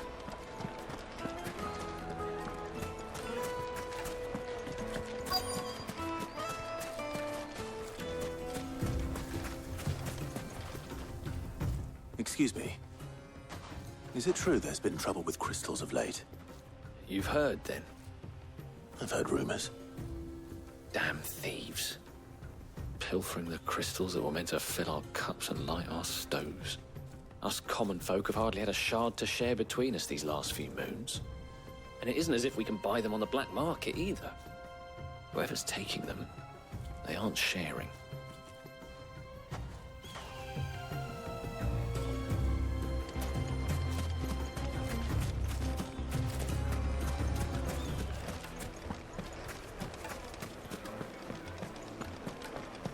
A deposit? The most fragrant herbs. Light, meat and dark. Fresh from the grill. You wouldn't believe how much he gave me. What can I do for you, soldier? Need that sword polishing? I'm not a soldier. Ugh, then be off with you. I serve the men of the Rock and the men of the Rock only. You have an agreement with them? Don't be stupid. I just know which side my bread is buttered. Don't want to be stuck under some pauper when they come knocking.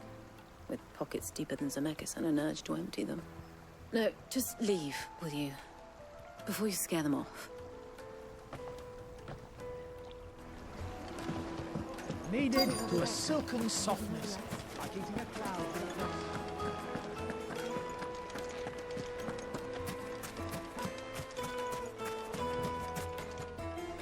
Do you have a moment? Depends what for. Just a question. Dalimil seems to be thriving compared to the other villages I came through on the way. Is there a reason for that? Well, we're a stone's throw from Drake's Fang, for one. The soldiers guarding the Mother Crystal and the shipments need a place to spend their hard-earned gil. The men of the Rock throw their money about like there's no tomorrow. Is that so? Well, thank you. Don't let me keep you from your work any longer. I think I'm starting to get an idea of what's been going on. I wonder if Uncle Byron's learned anything of use. He'll probably be back at the inn by now.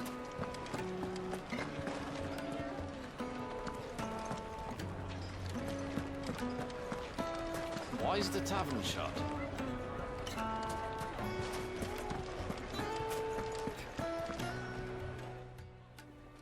It's you, the one who broke all our furniture. What do you want? Haven't you caused enough trouble already? I'm looking for my pal. Have you seen him? The gentleman who was with you? Yes, he's upstairs, but...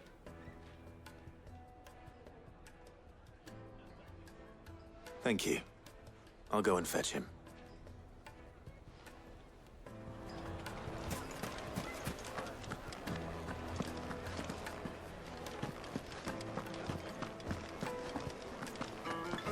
Let me treat you. I'm pretty flush these days. Are you now?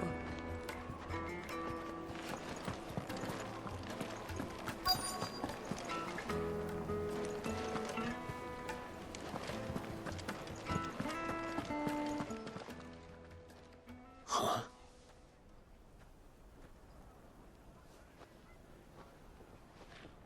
Will this suffice as a deposit?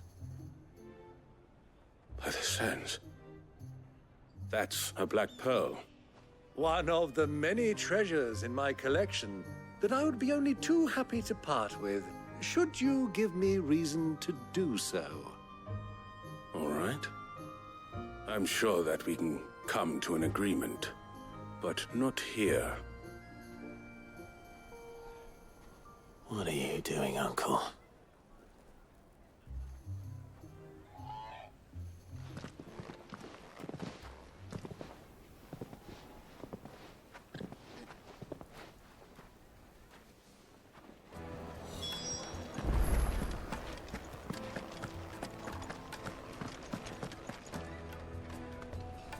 Care to explain why you're giving gifts to Kupka's men? Bait, my boy. One cannot catch one's prey without it. And I do believe I've snagged us quite the quarry. I started by asking around the markets as to where I might purchase crystals. I had no luck, of course. It's forbidden to trade in such things. But my uncharacteristic indiscretion just happened to attract the attention of those uniformed ruffians. They took me aside and said they could procure the crystal I sought if I proved I could pay for it. So the pearl was your proof? I thought they'd ask for more. A second-rate specimen like that would only fetch 500,000 or so. A small price to pay for admittance to the underworld. But enough about my little act of subterfuge. What did you discover? That the supply of crystals has dried up of late. And some people seem to think they're being stolen. Meanwhile, members of Kupka's private guard have been spending money all over town. I'll wager those soldiers you've been talking to have been siphoning off crystals meant for elsewhere, and pocketing the profits. I'll wager you're right. We'll meet with them then, just as you arranged, and put an end to the trouble Lubor spoke of. Ha! That preening popinjay thought this would be difficult. It just goes to show, one should never underestimate a Rosfield. We'll soon wipe that smirk off his face. I arranged to meet with the soldiers in a secluded corner of the Velcroy, far from prying eyes. The perfect place for a spot of double dealing. I trust I can count on your support, if things turn sour. Of course.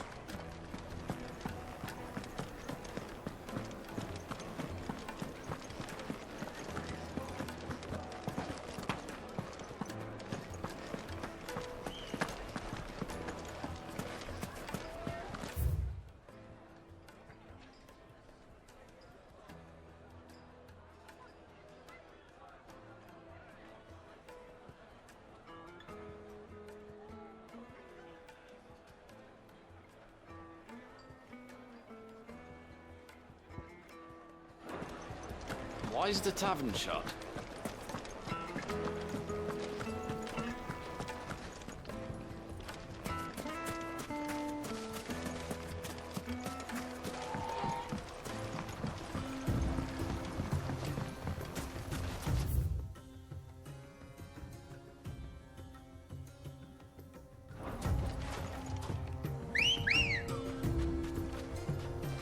Good girl. Run like the wind.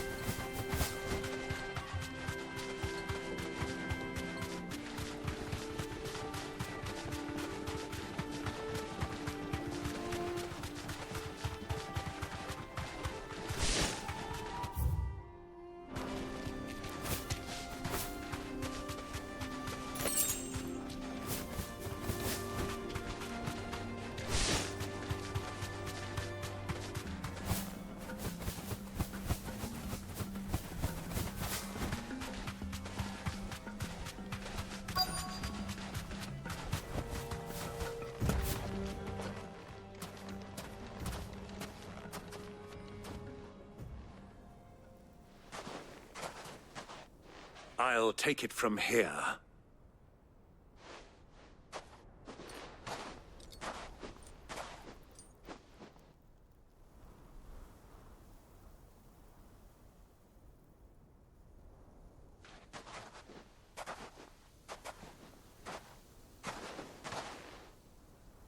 I was beginning to think you weren't coming, my lord. You've brought your contribution? All the silver and stones I could scrape together at such short notice?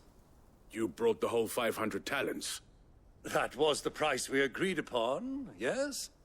If you've no objections, I'd like to see the crystal. Of course. Right this way, my lord.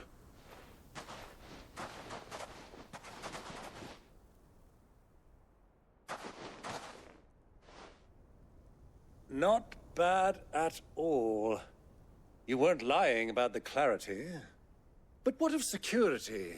If I were to be stopped on the road, what guarantee have I that it wouldn't be seized as property of the Republic?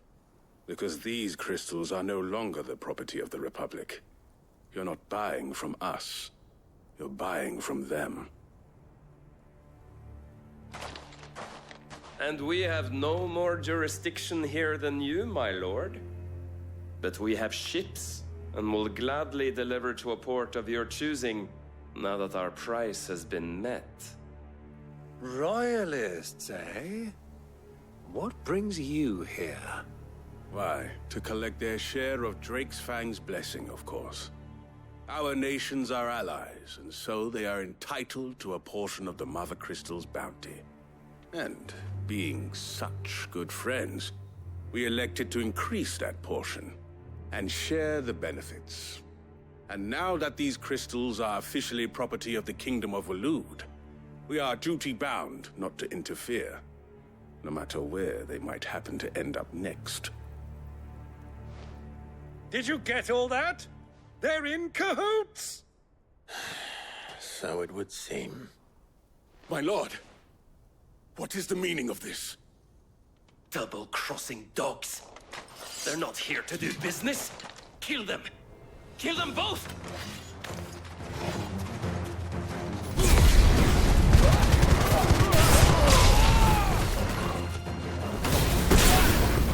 Soil and stone!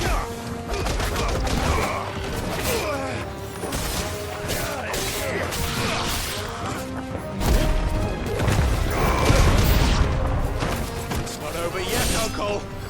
Good! I'm just getting warmed up.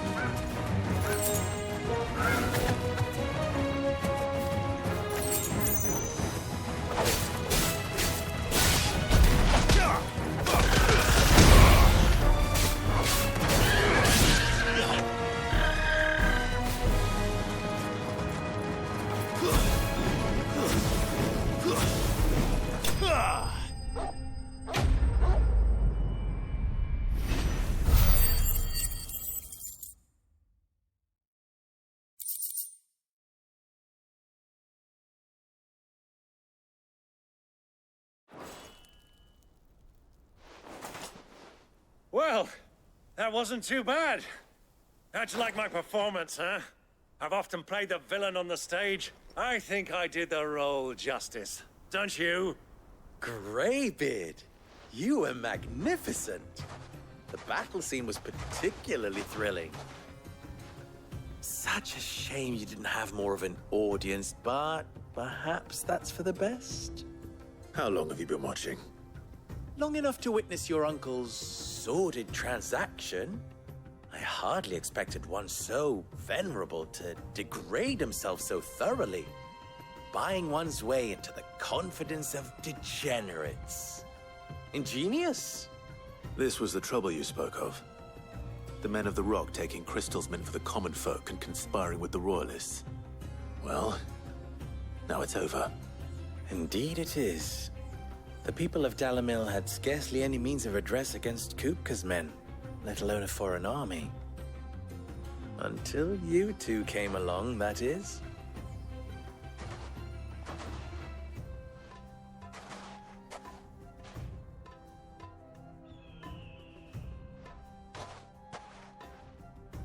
Well, we'd better get these crystals back to town.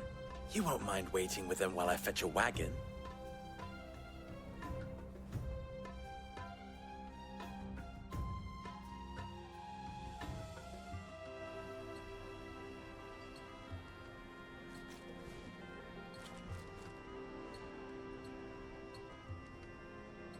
It occurs to me that I still don't know your name. Clive. So, Sid the Second is a Clive. I suppose it could have been worse. Well, Clive, you held up your end of the bargain, so I must do the same. Passage through the South Gate, was it not? To tell the truth, you've helped a little there too. Many of the guards have already been redeployed to deal with the issue of their missing comrades. And those left behind have been encouraged to look the other way should you attempt to pass through. Thank you. And please allow me to cover your costs. You still have the purse I gave to the soldiers, I trust? I saw you pluck it from one of the bodies. Oh, dear. Was I really so obvious? And my name is not Greybeard.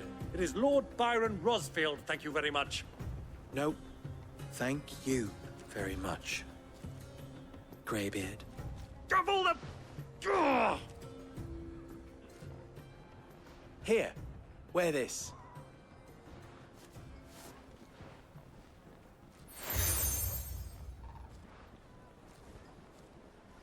Any friend of mine who sees you with it shall be a friend of yours. Thank you, Lubor. And please, feel free to send one of my Stoluses back to your people. Tell them that Rosina Dalimil is back in bed with Sid.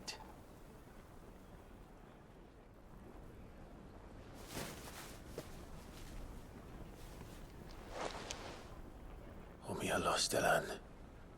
Tu Isakelis.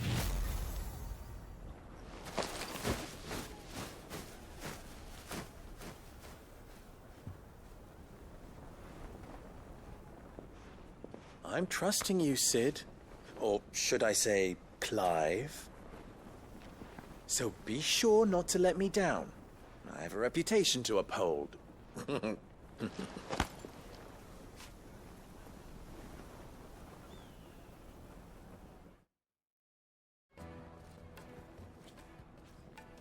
Well then, I wish you a safe journey south.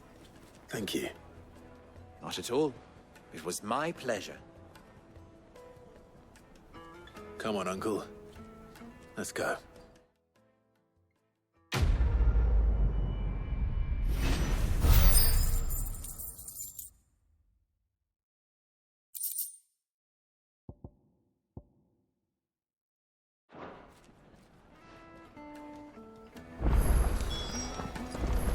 Is it true what I'm hearing?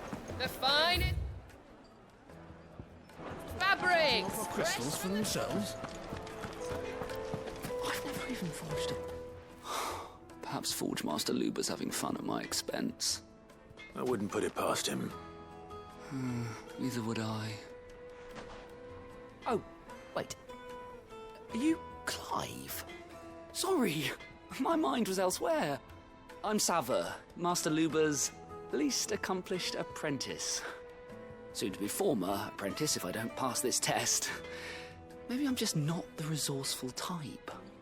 People are buying up weapons faster than the Briar's Kiss can forge them, and here I am, unable to make a decent bit of kitchenware. He wants me to make a carving knife, one that embodies the spirit of Dalamil.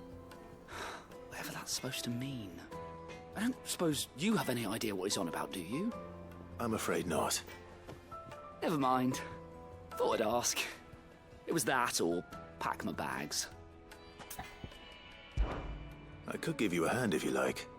I know how busy the Briar's Kiss has been, and that Lubor needs all the capable hands he can find. I'd be a fool to refuse. So, where do we start? Good question. If I'm honest, I've never made any kind of knife before. And then there's this little riddle to keep in mind. The spirit of Dalamil.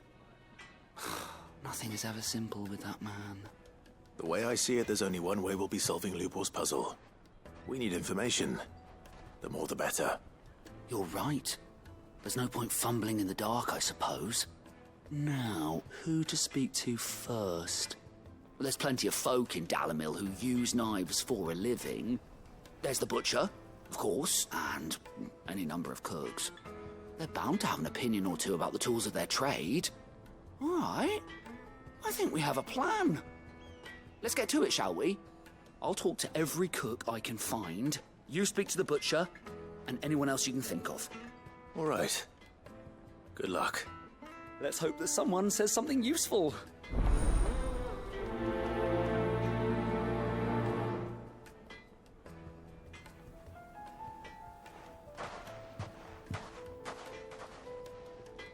Trust Lubor to take a simple test and turn it into a riddle. I'd better get to it.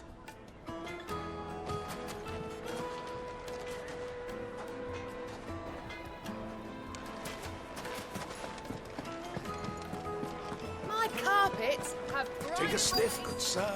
Be transported. Welcome, sir.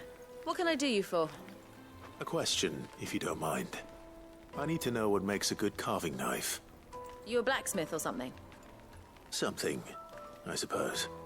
Fair enough. Knives, is it? First and foremost, it's got to hold an edge. Most knives will make it through fat, no problem, but sinew dulls cheap steel in no time.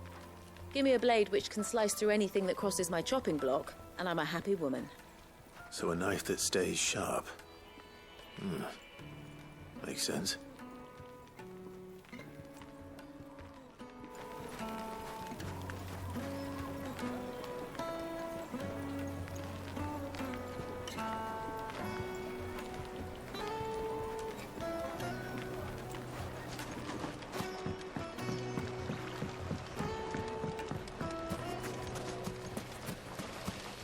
Everything I've worked for. All those years of toil. Every coin I've ever earned is tied up in this place. Are you all right? The baths are closed. Leave me be. On second thought, perhaps you are just what I need. Might your services be for hire? That depends on the job. I'd have you save my business, the baths. The water's turned scalding hot and all the crystals in Dalamil wouldn't be enough to cool it. I've no doubt that my woes stem from the water's source. But I can't go and investigate for fear of my customers thinking I've abandoned the place.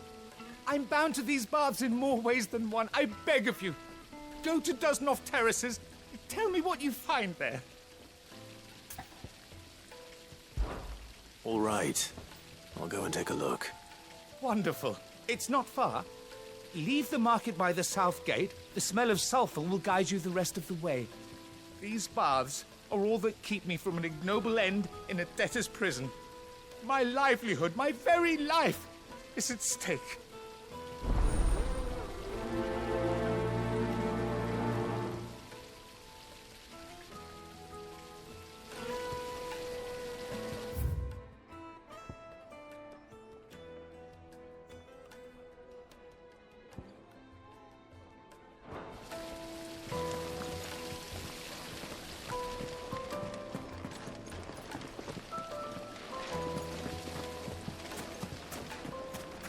Sweet incense! Ha! They've opened the gate! Lubor is true to his word. We can make our way back to the Fang now, at least. What is it? I'm in no mood for chatter. Sorry. Do you mind if I ask your trade? Hunter, why? I have a question. Can you tell me what makes a good carving knife? I assume you use one out in the field. Has to be able to put up with some punishment. Can't be dealing with a brittle blade, not while I'm on the hunt. If your knife snaps every time you use it, you'll be spending coin as fast as you make it. Times are hard enough as it is. Thank you. I won't keep you any longer. All business, eh? Man after my own heart. So, a carving knife should be hard-wearing and hold an edge. Hardly a revelation. Let's hope Sava had better luck than I did.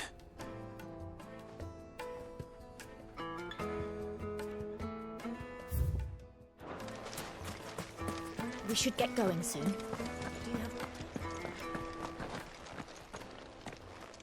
Ah, I'm not too late. What is it, Lubor? A question that I neglected to ask earlier. Where is it that you're bound? To Drake's Fang.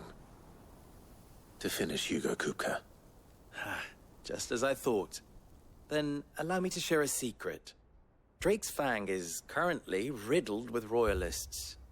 Talmeki and Waloed are allies, and as you have seen, their soldiers work hand in glove. But no nation has ever before allowed a foreign army to make a barracks of its holiest of holies. Not by choice, at least. And there's more. My man on the inside of the Fang has failed to report for several days. I fear there may be more trouble lying in wait for you on the road ahead. Isn't there always? If you're determined to beard the lion's den, then promise me one thing. That you will enter via the mines, where the guard is lightest. I've lost one Cid already. If I lose another, people will start to think me careless. I don't plan on dying. Not before Kupka does, anyway. Well, so long as you have a plan.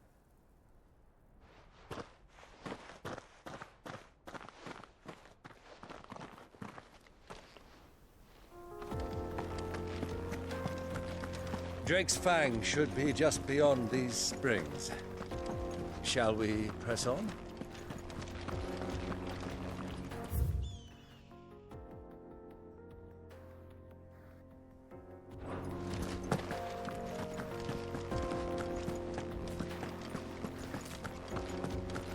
Come on, girl. The gate's open now. We can press on.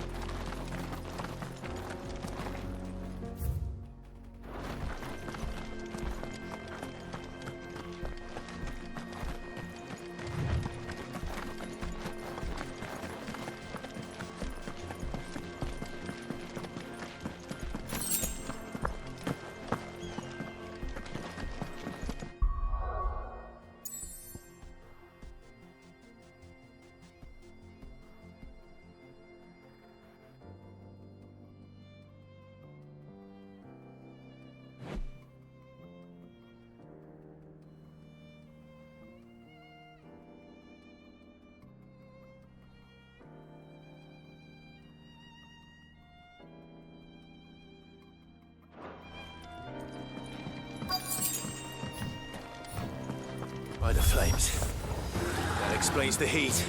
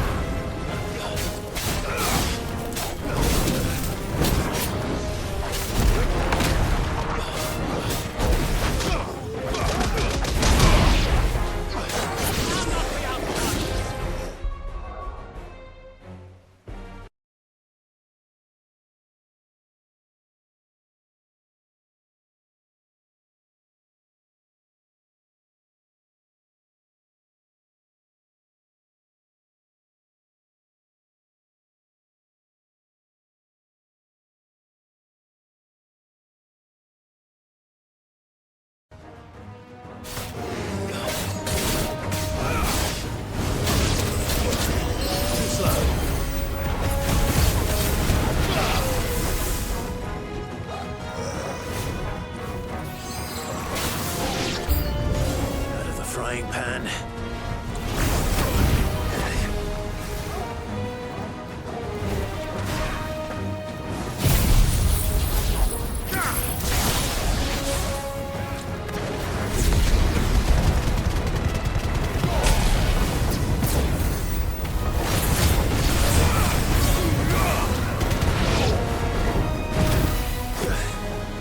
Guess we're all ready.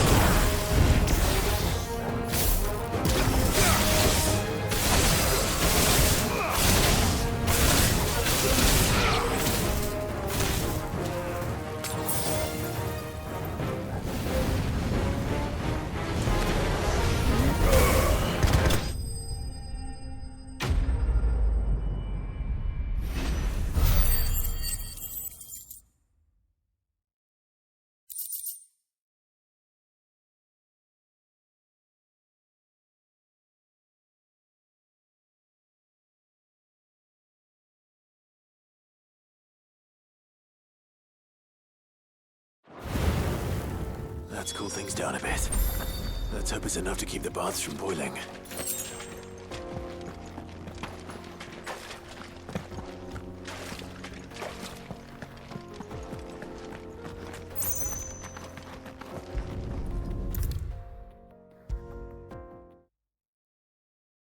There he is. The man who saved my business. I was hoping we'd be seeing you again. The baths grow more bearable by the moment. It won't be long now before we are back to business as usual. I'm glad to hear it. Now, tell me this. What did you find at the terraces? What threatened to make me a pauper? Not what I expected, that's for certain.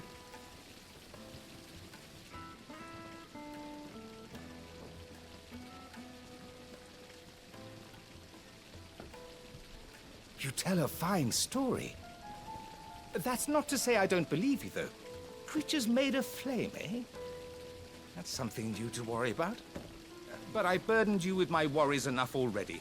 Here, a small something by way of thanks. Right. It's high time I got back to work. With a little luck, the day might yet be salvaged.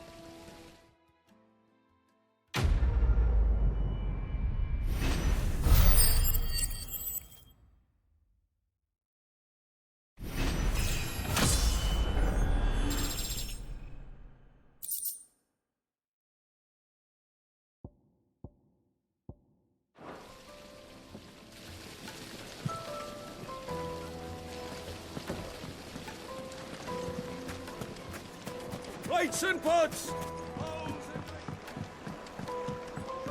Fresh bread, warm from the oven. The most fragrant herbs and... My carpets have pride of place. So, how'd it go? You learn anything useful, or should I be looking for a new trade? Only that a blade should be durable and stay sharp. But I don't see how that relates to the spirit of Dalamil. I didn't have much luck either. All the cook said was that he needs his knives to be light. Too heavy and they do his shoulder in.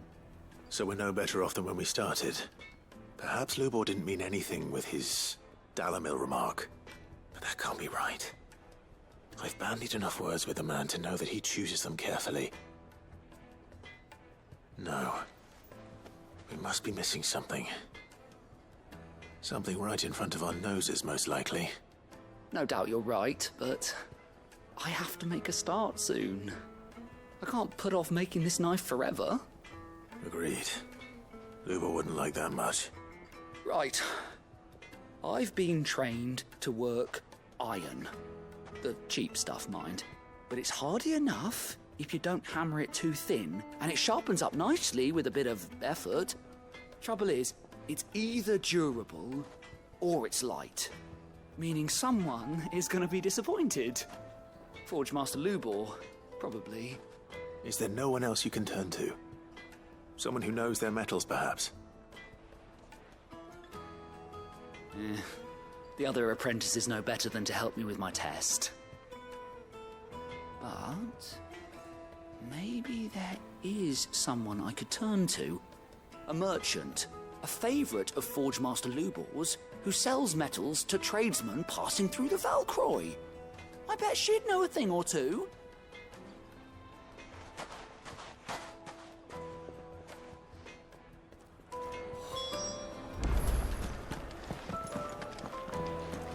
Is it true what I'm hearing? It would certainly explain why we haven't been getting our fair share of late.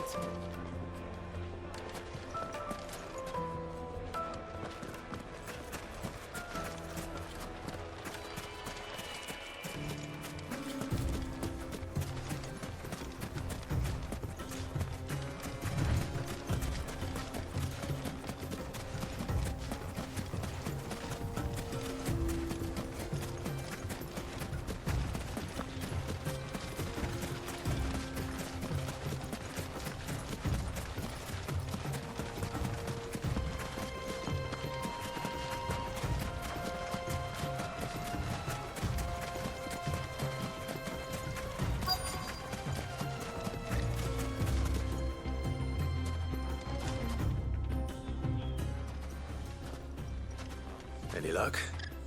Or will you be needing help with your bags? Well, I asked her, but... you tell him.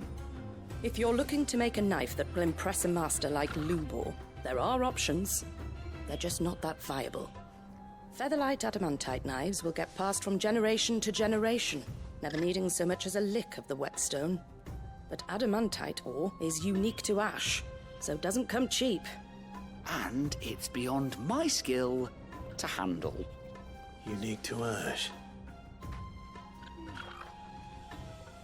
Are there any materials unique to Dalimil? Something which could be mixed with iron to refine it.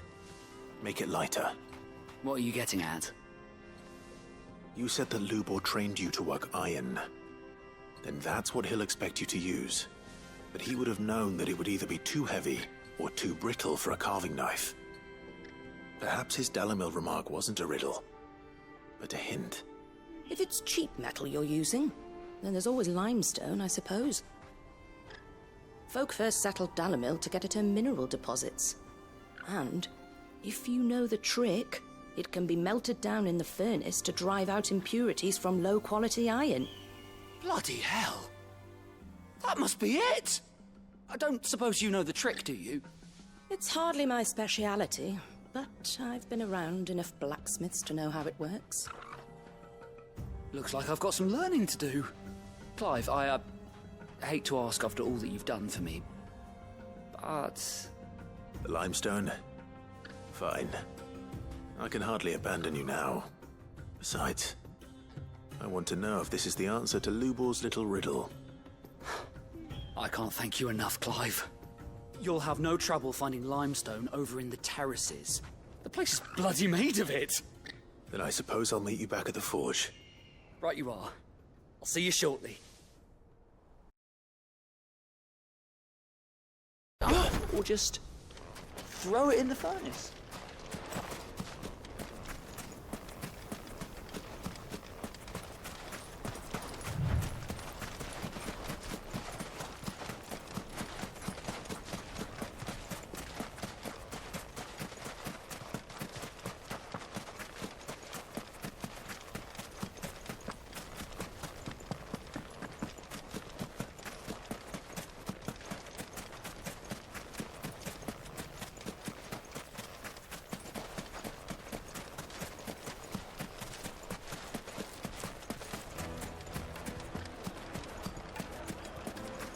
Is it true what I'm hearing?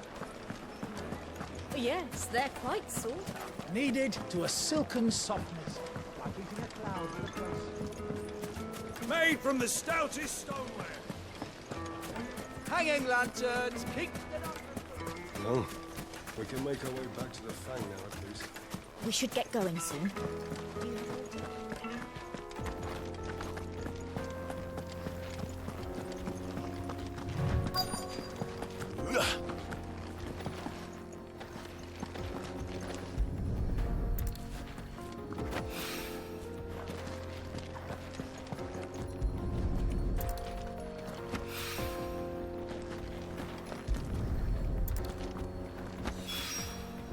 One rock looks a lot like another. But hopefully this... I wasn't sure how much you'd need, but I hope this is enough.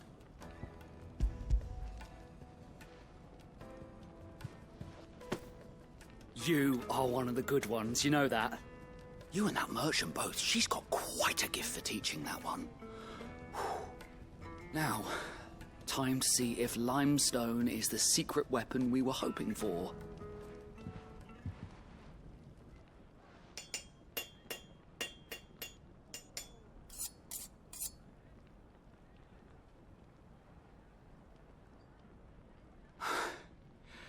That'll do, I reckon. A knife forged from the very rocks of Dalimil. Her spirit, if you will. It's a fine-looking blade. I only hope Master Lubor agrees. That sounds like my cue. And just as well. I was getting tired of waiting. I'm sorry, Forge Master Lubor. Let's take a look then, shall we? First things first, Sava, do you think this is a carving knife worthy of the fine people of Dalimil? I'd like to think so.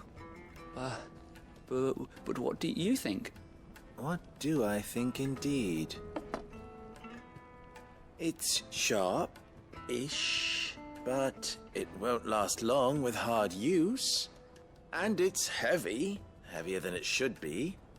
You might not think it just to hold it for a moment, but sell that to a cook and you'll never hear the end of it. It looks like someone paid a visit to the terraces. The limestone was a step in the right direction, granted, but one that still leaves you short of the mark. And I was so certain I had it all worked out. I don't know who you found to teach you that little trick, but it certainly shows initiative. Next question. How much do you think I would charge if I'd made this?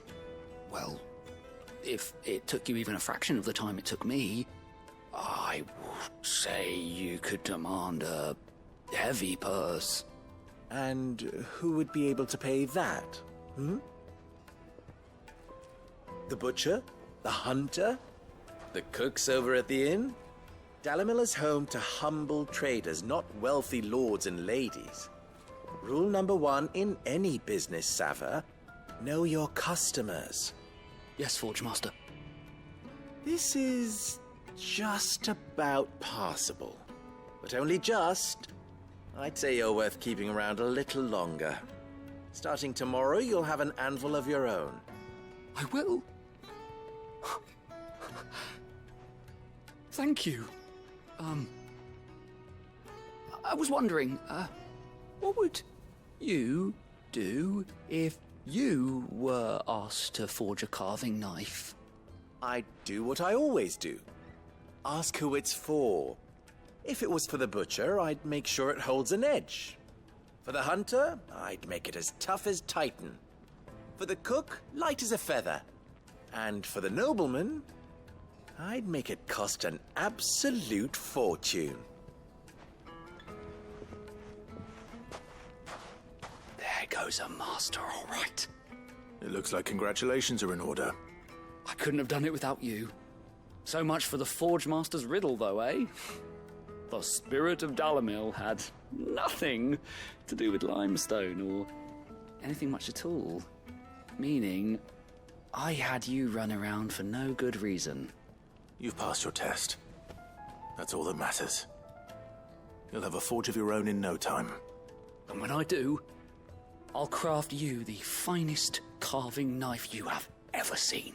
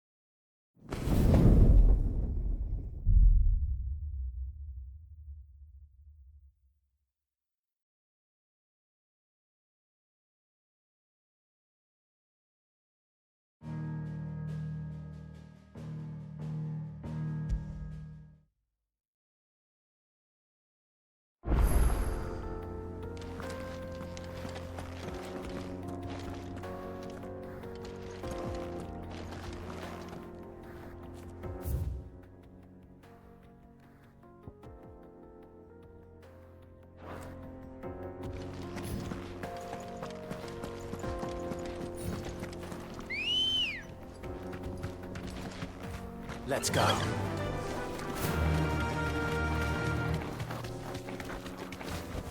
We should get That'll going. do, girl. Do you have water? I've got a crystal. Wheat incense, wax candle, made from the stoutest stoneware. Fresh bread, warm from the oven. Take a sniff, good sir. The finest fabrics. Fresh from I wasn't sure how much you'd need, but I...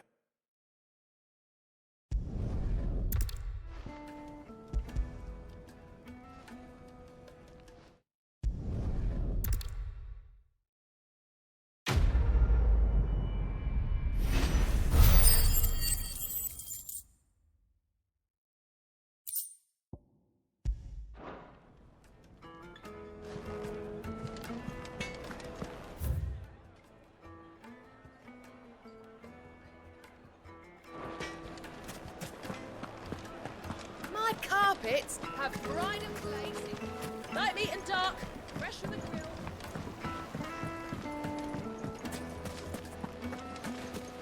Silver platters, hanging lanterns, keep the doctor. Finally, we'll be able to get what's owed us.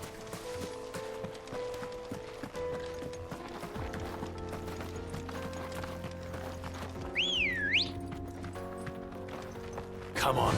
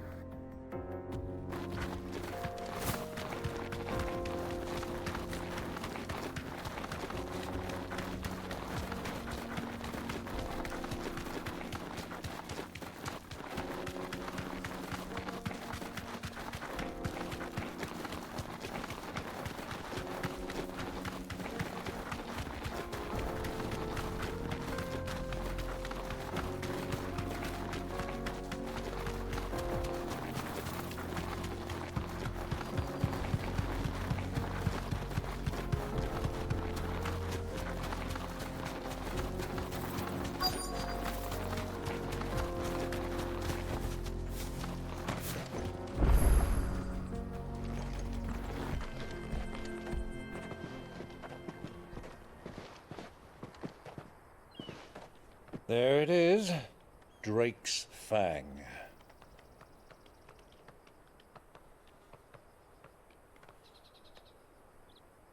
Kupka will be hiding inside. Along with goodness knows how many guards, all on highest alert. You'll need to keep your wits about you if you're to reach him. So be careful. I will, Uncle.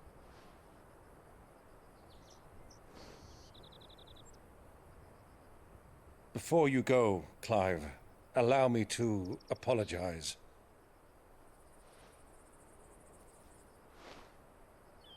After what befell at Phoenix Gate and the crisis that followed in its wake, I fled. I retreated to my counting house and danced attendance upon the vicereine in the hope it would bring me favor.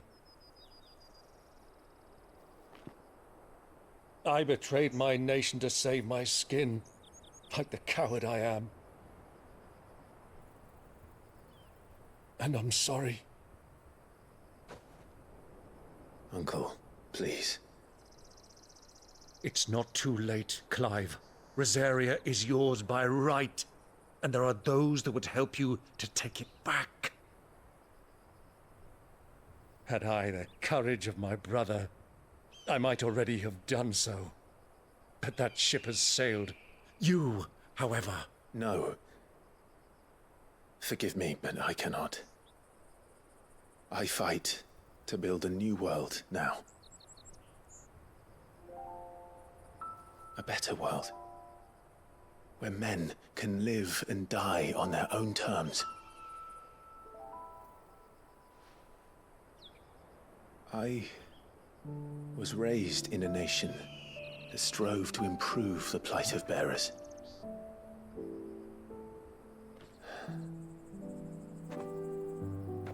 Only later did I realize that spark of freedom did not arise by chance, but was kindled by my father,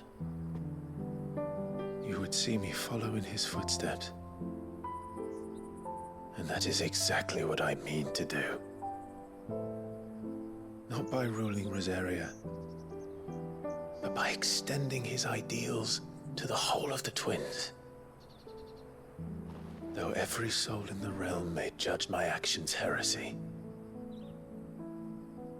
I am certain my cause is just. You really are just like him, you know.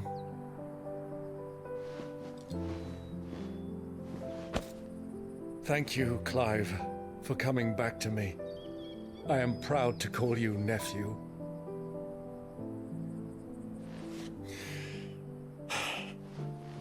Well then, this is where we must part ways. Wish me luck in convincing my Canvarian friend to share his considerable talents. I mean to plunder his coffers and prove myself worthy of a place in your merry band. Till then, my boy.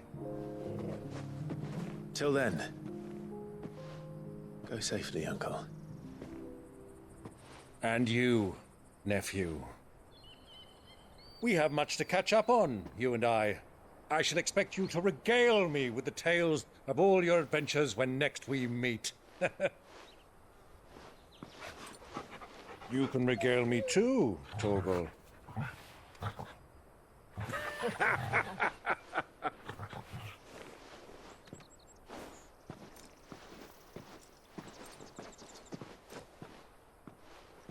I'm coming for you, Kupka.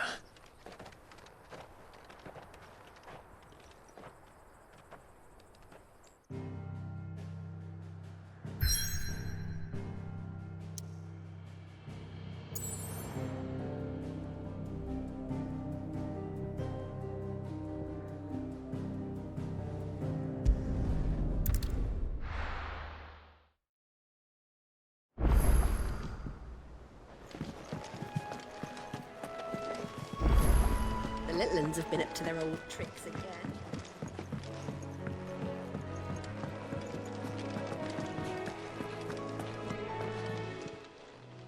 Fancy a look at the list, do you?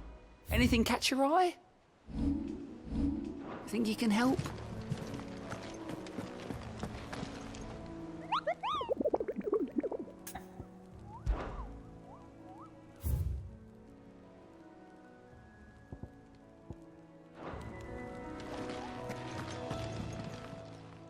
Welcome to the Patron's Whisper. Come to claim your just desserts?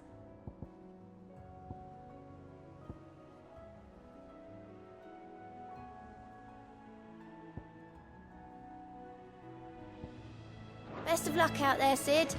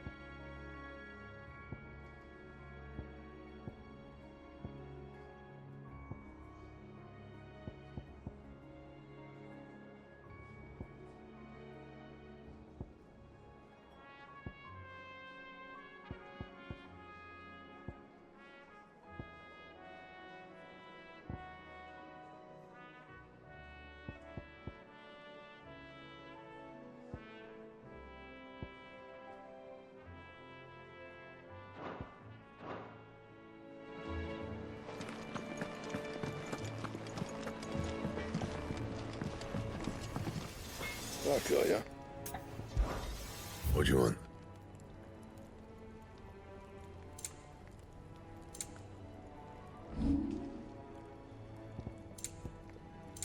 Anything else? Sid's going to find Kupka and finish the job. That's right. He's safe here.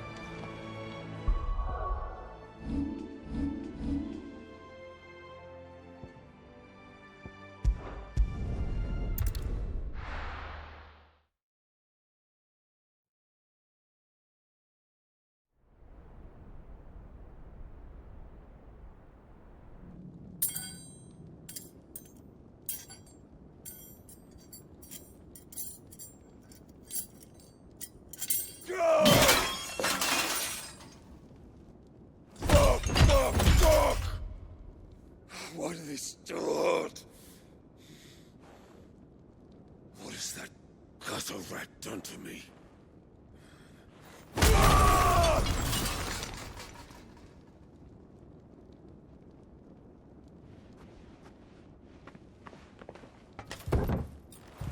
Out of my sight, witch!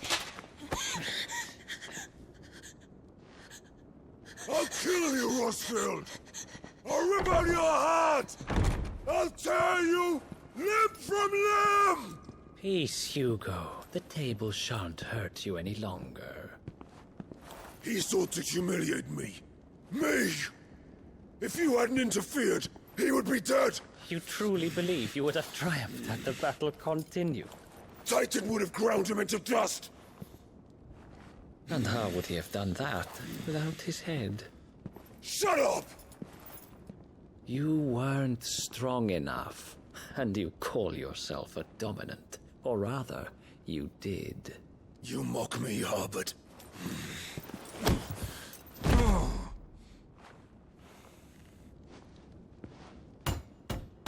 Do you see, Hugo?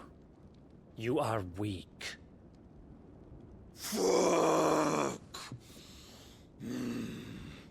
But so long as that fire burns within you, there is still hope.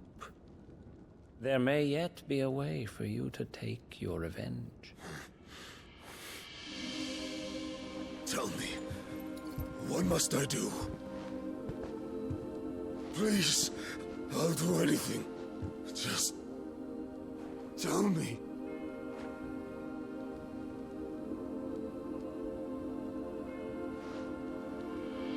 The heart.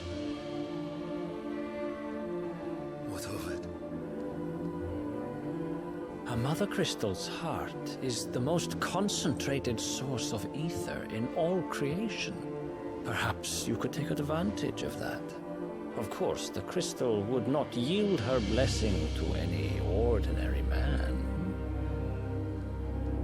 But then, you are no ordinary man, are you, Hugo? Clive Rosfield stole your power, but others have suffered a similar fate, and still managed to find the strength to conjure their icon.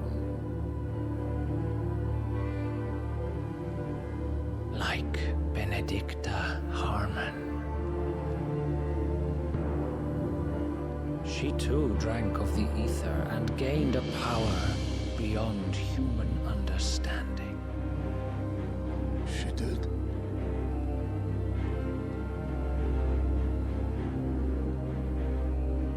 Benedicta. Benedict.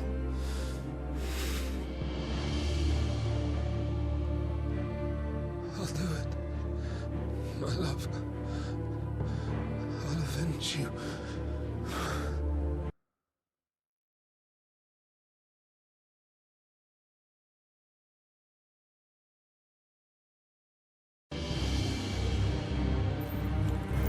Run along now, Hugo. You need only follow the light.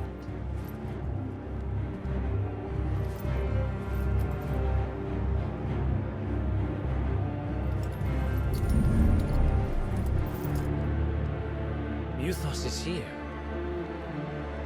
Very well, it shall be so. You may leave everything to me, Your Majesty.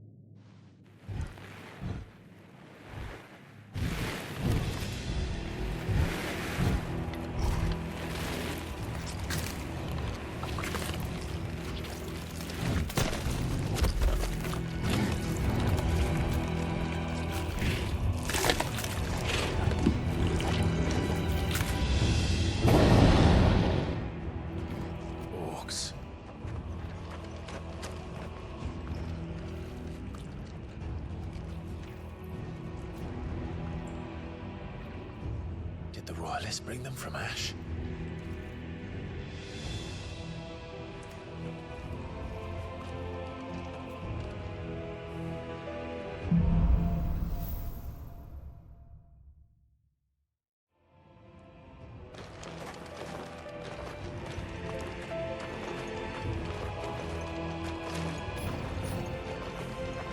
The Beastmen part of the Waluda army now. How the hell did that happen?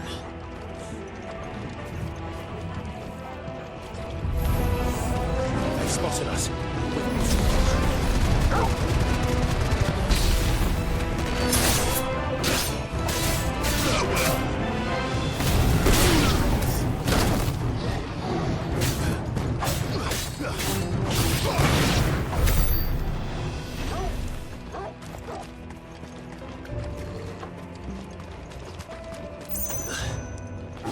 Taken over the entire mine.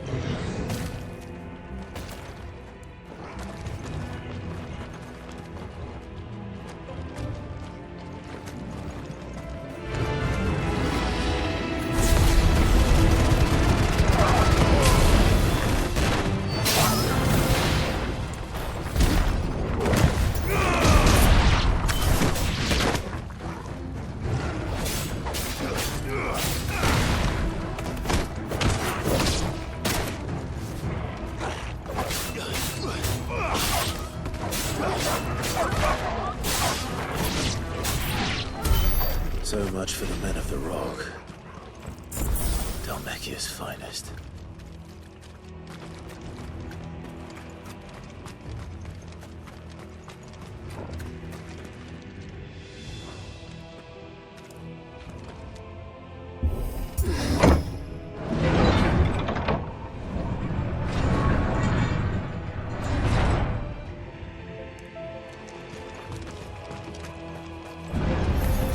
All right.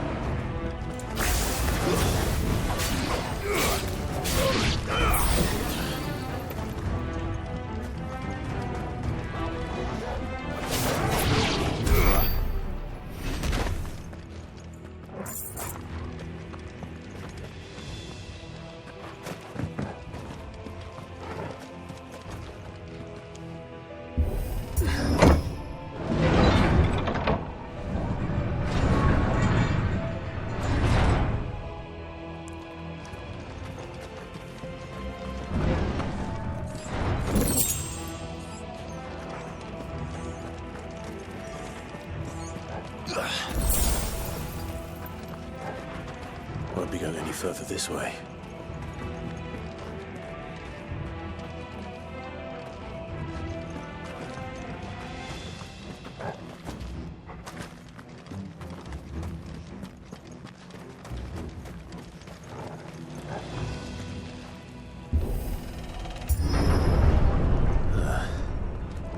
Stairs. This must be the way out.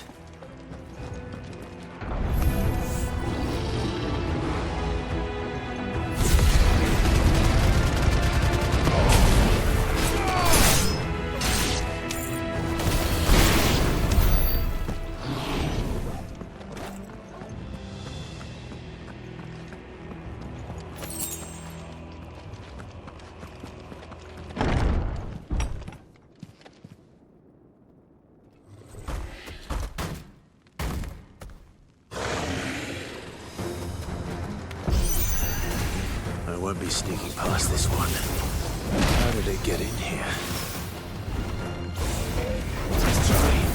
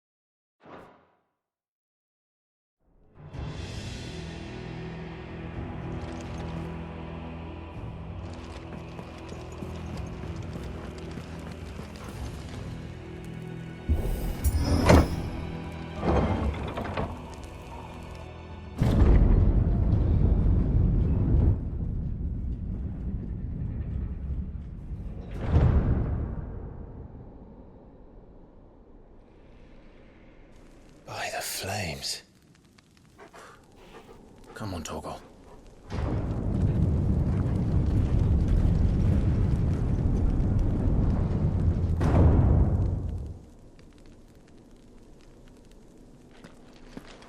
Kupka never did do things by halves.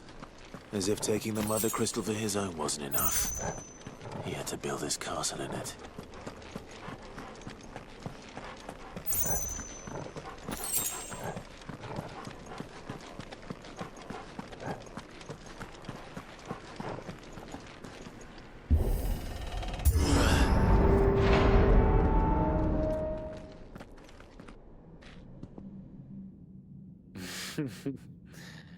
Let the trial begin.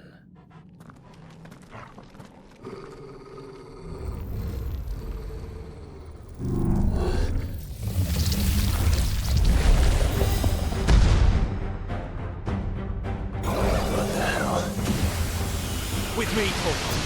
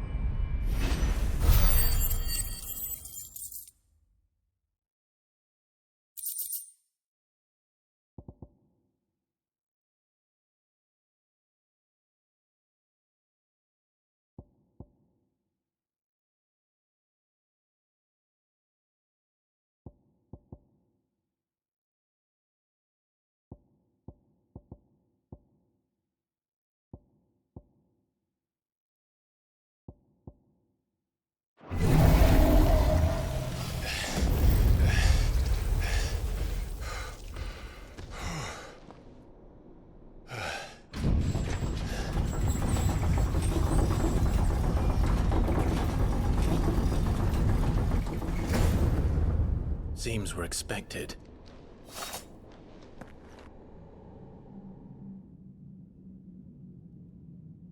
So this is the power of Muthos.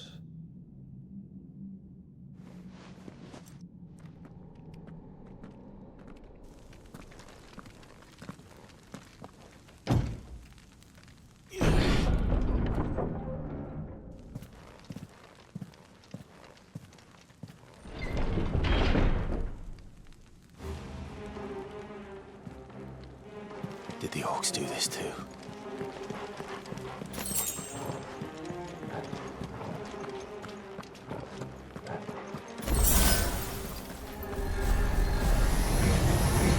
More of them.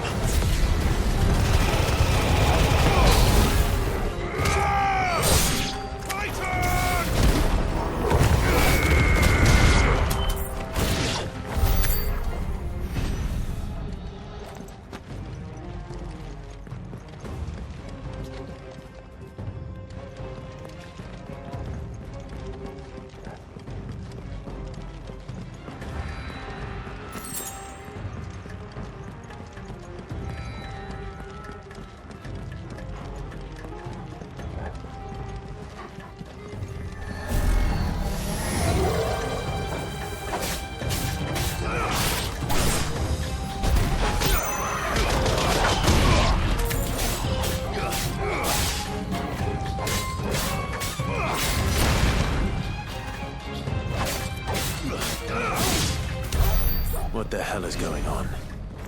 Are these things here for me? Or for him?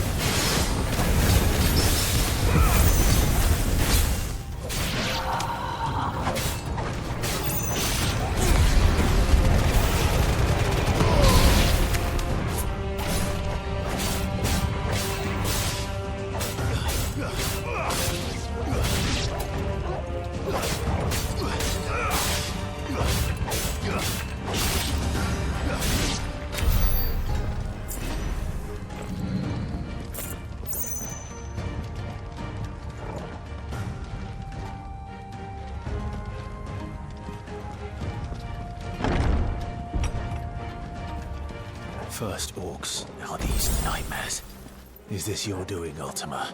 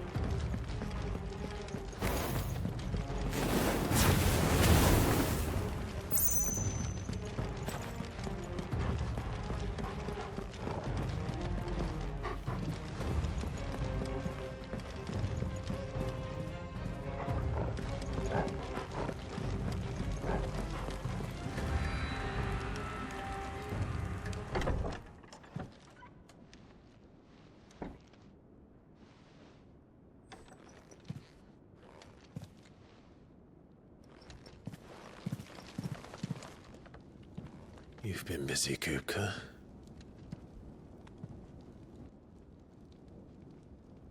But where did you go?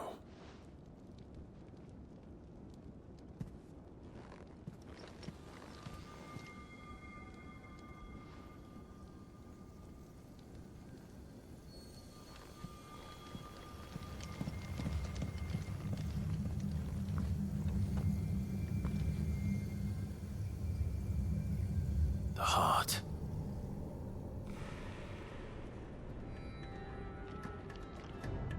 He's in the sanctuary. I can feel it. Come on, Torgal.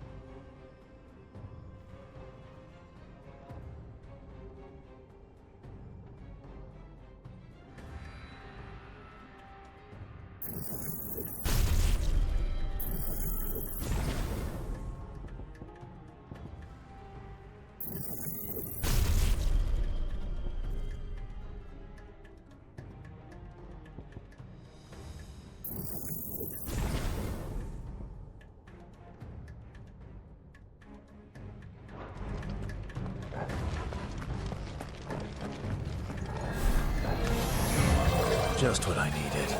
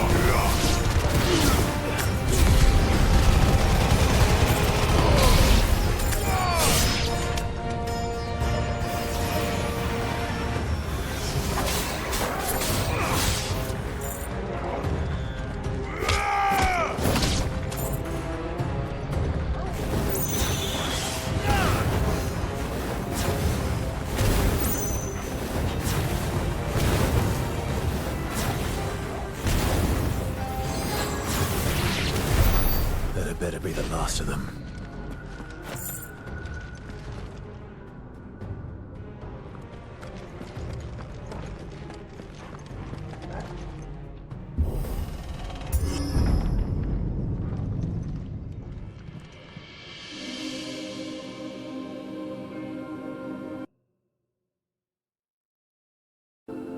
Benedicta, my everything. I've missed you so much. Kuka!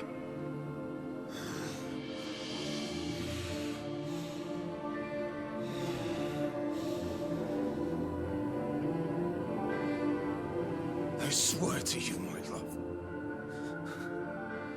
we will never be parted again. What's wrong with him?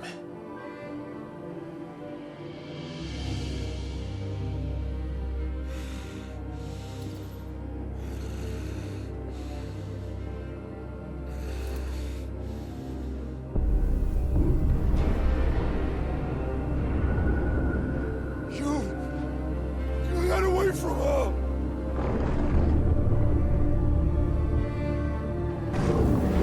Benedicta!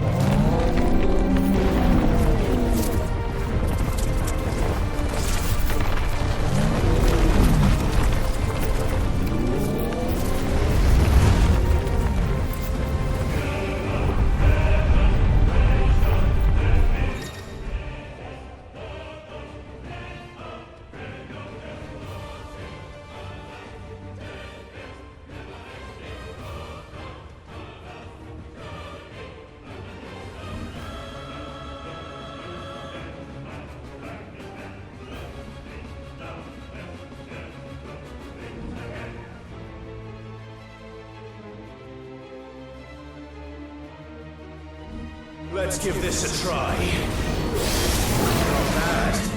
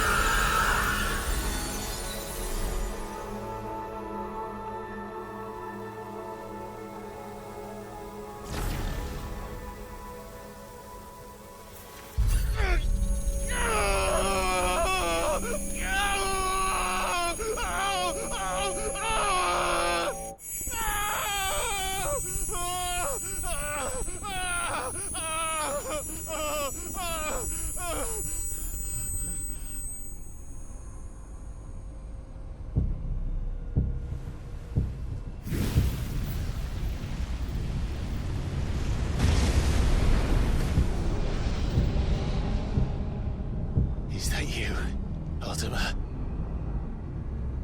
What do you want? Your soul is tainted with worthless human will, yet your thirst for power remains undiminished. With every sip you take, you grow in strength, and soon you shall achieve perfection. I don't know what you're talking about. You will accept us, Mythos. It is inevitable. You were created for this purpose, and you shall serve it. Never!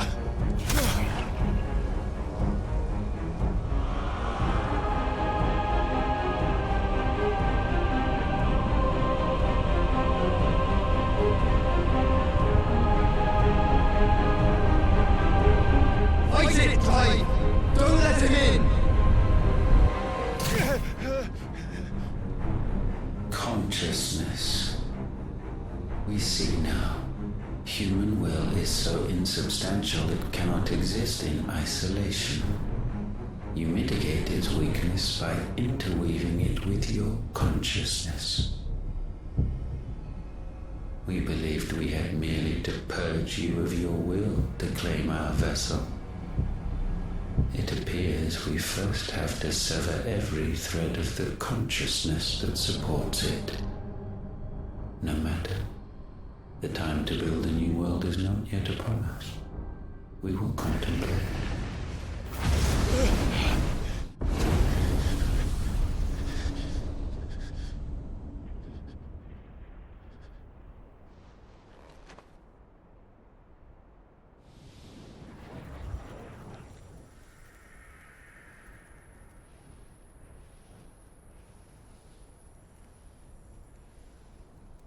Thank you, Joshua.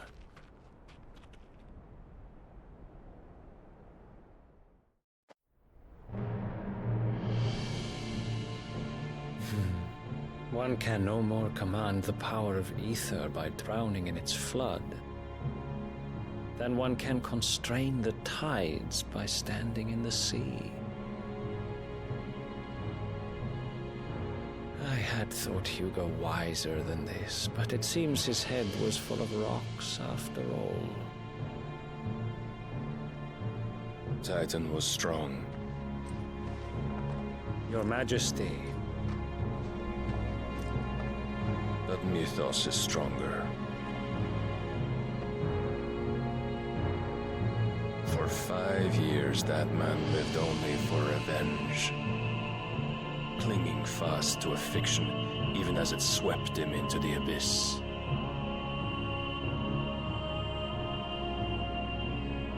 One cannot change one's nature through force of will alone. Only the Almighty can do that.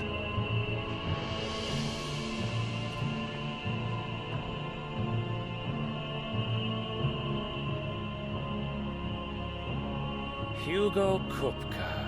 The man who gave his life for a woman's head. A fool like all the rest.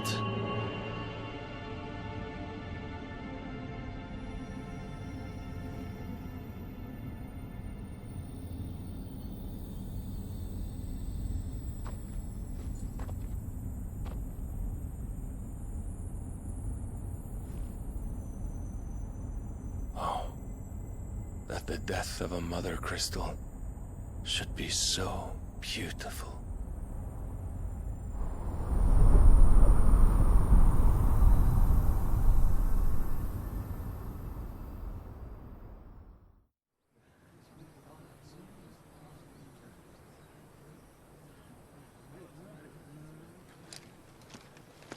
Some medicine, my lord?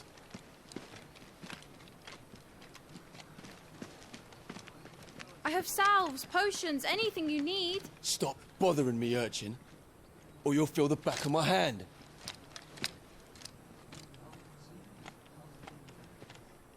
You must consider your health, my prince. If a show of force is needed to keep the Dalmex at bay, you may trust in your dragoons. I beg you to call on Bahamut only as a last resort. His strength comes at too great a cost. The Empire agreed to an armistice with the Republic, and yet the Emperor still plots its ruin.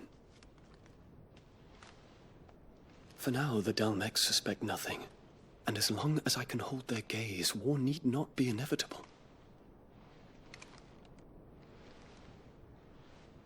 But more than that, Bahamut is the champion of the Empire. When our people look to the heavens, the sight of him gives them hope.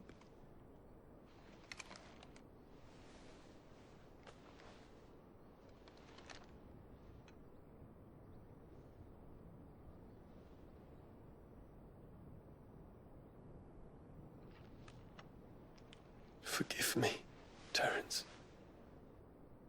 Would that you were my master. But alas. I will always be your loyal servant.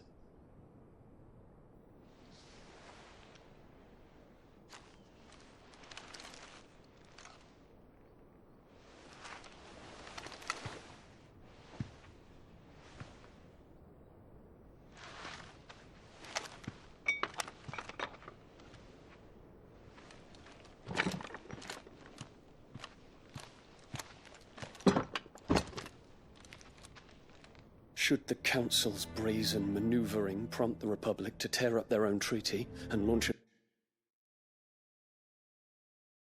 chance to meet them, cutting across the Central Isles, but not in time to prevent their forces from breaching the southern defenses and storming Twinside. And so the capital would become a battlefield.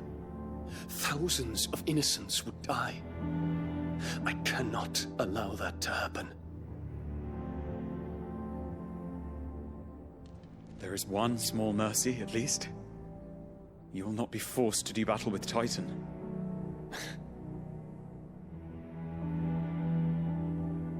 Would that I could avoid doing battle at all. 1,000 pardons, Your Highness. What is it?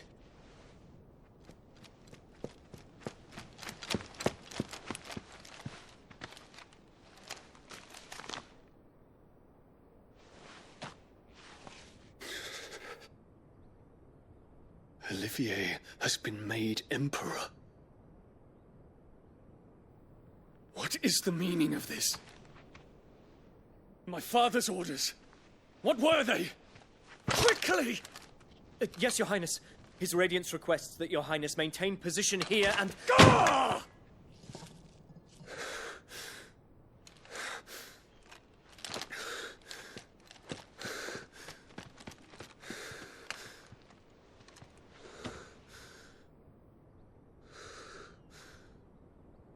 Terence. Yes, my prince. I must go to the palace. I'll ready your steed.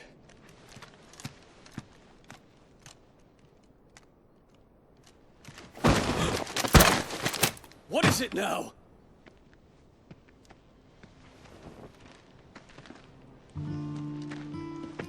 Forgive the intrusion, Your Highness.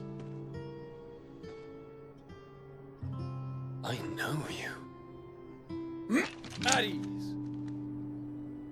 We stand in the presence of the Phoenix. You wouldn't want to get your fingers burned. I hope I'm not interrupting. Not at all. Though I admit, I did not expect such a distinguished guest. How many years has it been since the Remembrance ceremony? 20? I thought you long dead. Do I address a ghost? Many have told me that I look like one. But no. I'm alive. Just. Prince Dion of the House Lesage, I have a tale to tell you.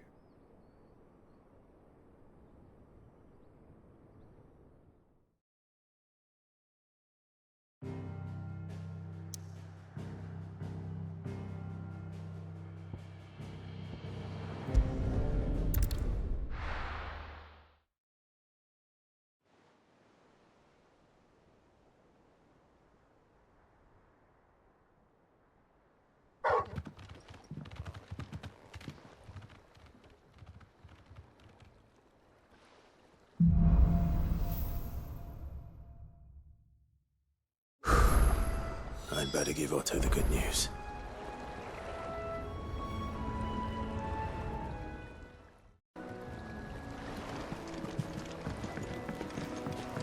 Walkways need Welcome home, patching up. Sid.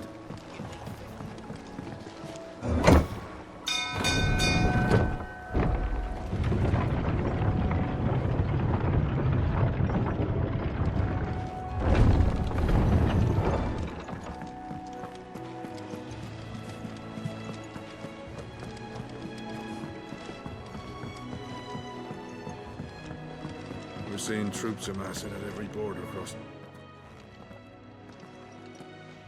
Clive, you're back.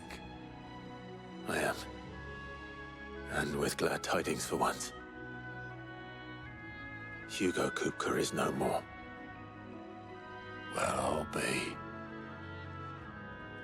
All of our comrades who lost their lives back at Sid's place be smiling down at you right now. We had a Stolas from Lubor saying Drake's Fang had fallen. I expect that was your doing as well, was it? It's a long story. One for the history books, I'll bet. Welcome home, Clive. It's good to be back. You look better. I feel it. Which means I'm coming on your next little adventure. You're not leaving me behind again. Wouldn't dream of it. Otto, any word on the Royalist movements since I've been away? Shouldn't you be putting your feet up? If you really want to know, go and have a word with Vivian. Thank you. I will.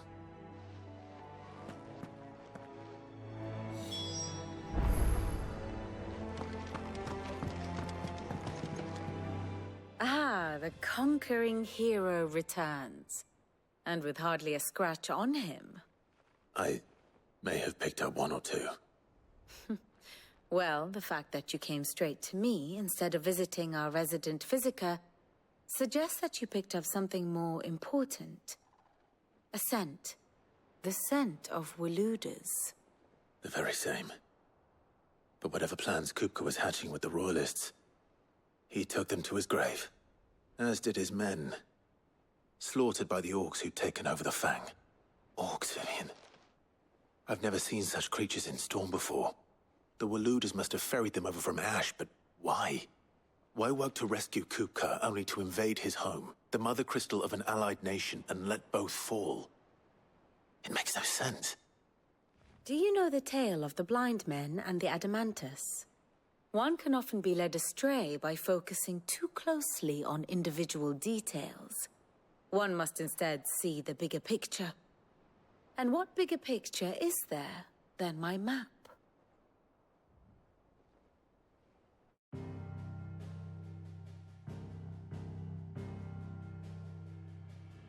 The Kingdom of Waloed claims dominion over all of Ash. It is a nation forged by the bloody conquest of Barnabas Tharm, the dominant of Odin. The Canvarian War of Independence in 849. The Battle of the Twin Realms in 865. The Battle of Belinus Tor in 873. Wheresoever his armies fought, Odin was found where the fighting was fiercest. But of late, the warrior king appears to have laid his sword to rest. Battle rages for control of the crystalline dominion. Yet Tharm sends not a single ship in support of his Dhalmekian allies. Meanwhile, the Blight ravages great swathes of Ash. Yet warlike Waloed shows not the faintest interest in laying claim to untouched lands. So why go to the trouble of sending an army of orcs into the heart of Drake's Fang, only to make no attempt to claim the Mother Crystal for Waloed? It can hardly be for lack of men. Tharm's armies rival any in the Twins. No. We have not seen the last of the Waluda standard. Odin will ride again. It is but a question of when. And on that day, who will be trampled underfoot?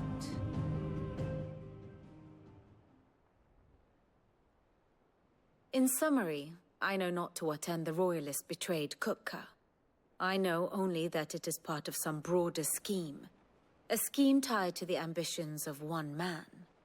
King Barnabas. But there is no need to wallow in confusion. If one is to cure a sickness, one must first identify the symptoms. And your Lord Uncle has volunteered to do just that by keeping an eye on the Royalists' movements. He's really throwing himself into this. Indeed he is. Which means all that remains for us to do is await his reports. Well, not quite all in your case. The people of the Hideaway must hear the news. Justice has been done. Hugo Kupka is dead. The wounds he left that night are still raw, especially for those who lived with Sid the longest. Tell them that those wounds might finally begin to heal. Consider it the price of today's instruction. I've never known you to be sentimental. What can I say? I am only human. And we are, all of us, sentimental animals at heart. I suppose we are. Very well. I'll go and spread the word.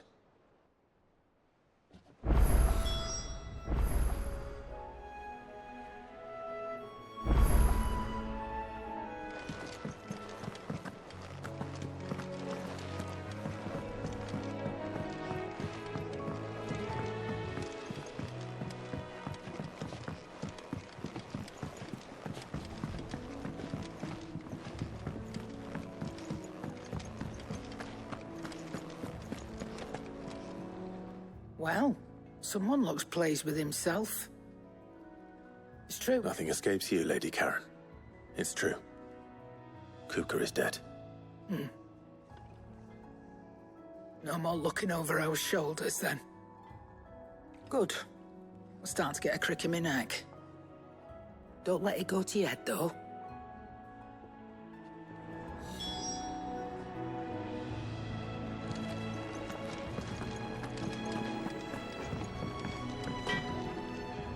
Blackthorn, do you have a moment?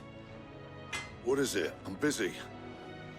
I wanted to tell you that Hugo Kupka is dead.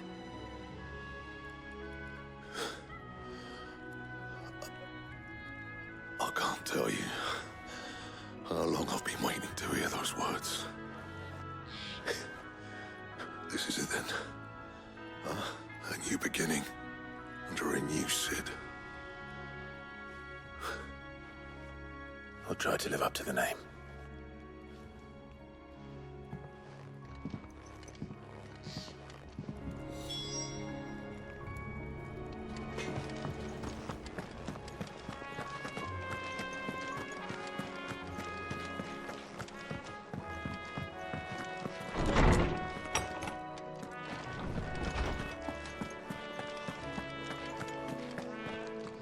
Ah, Clive. Have you come seeking the gift of knowledge? No. To share mine, actually. Hugo Kupka is dead. Oh my. Can it really be true? Look, he's crying. He is. The big baby. And with good reason, children. These are tears of joy. We must offer up a prayer to your parents that the heavens might weep with us. There shall be no lessons today, only thanksgiving and merrymaking. Go, put away your things. All right. Brilliant.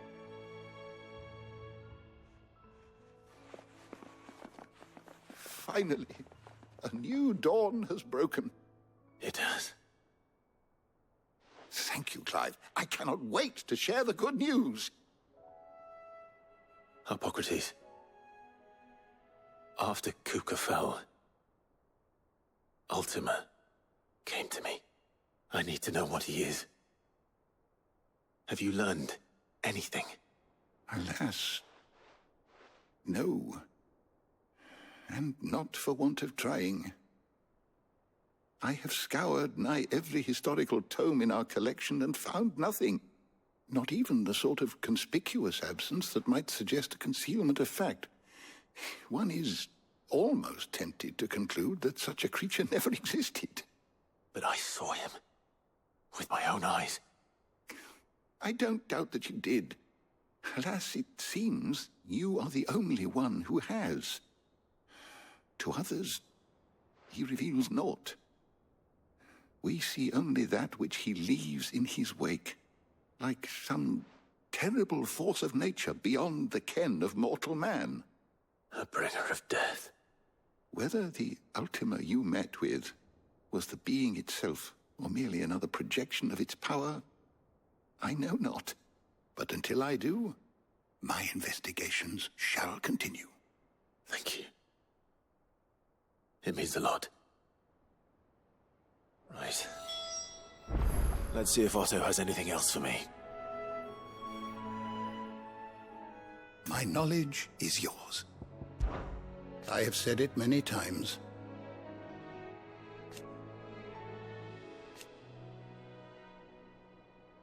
His story is ended.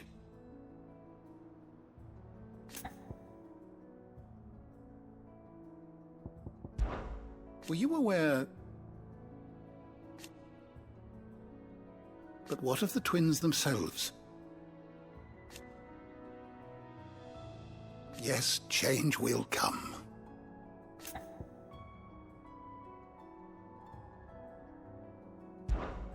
I have compiled some new entries, if you would like to see them.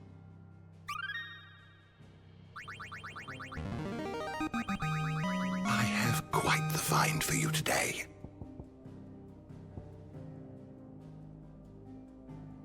If you have a question for me, I should be happy to answer it.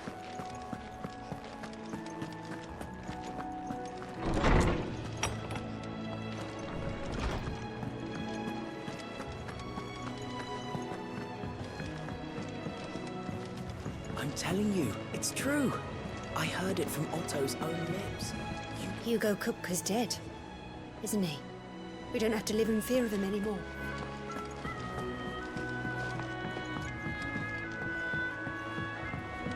We're seeing troops amassing at every border crossing. You barely sat down since you came home. Vivian got you running errands or something? Just spreading the word.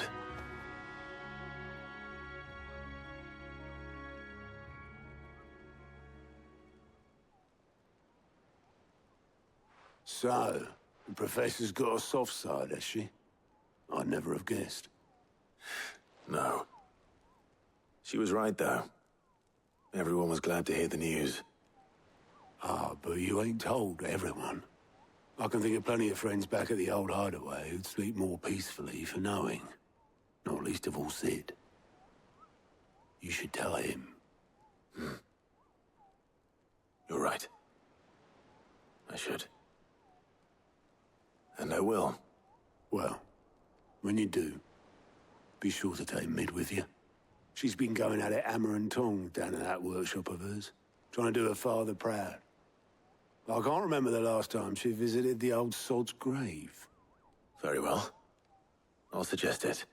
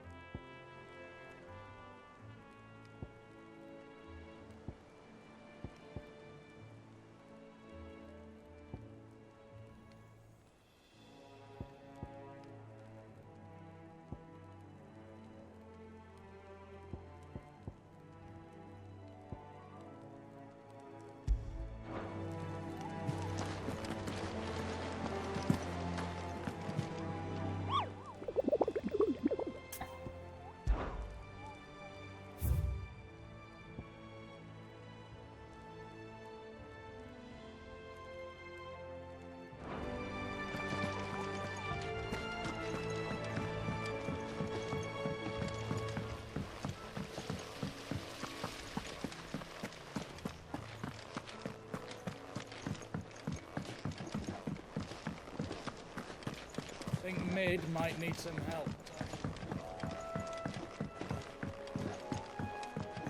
If I don't come up with something soon. All right, Clive? What do you want? I'm going to visit Sid, and I thought you might like to come with me. Sorry, I'm too busy for all that right now. I've got to get this thermal displacement stack sorted. Thermal... Displacement stack. Here. And this is for... Only the fastest, finest ship the world has ever seen. The Enterprise. Me and my dad designed it together. Where other vessels rely on the fickle winds to drive them through the water, ours is fitted with mithril engines. And those things have got more push than a behemoth in a bad mood, and more heat than all the hells put together. Which is where the stack comes in. I may have already talked some tight-lipped shipwrights into putting the hull together for me in a little dockyard in Canva. But the stack's a bit more involved, so I'm building it here.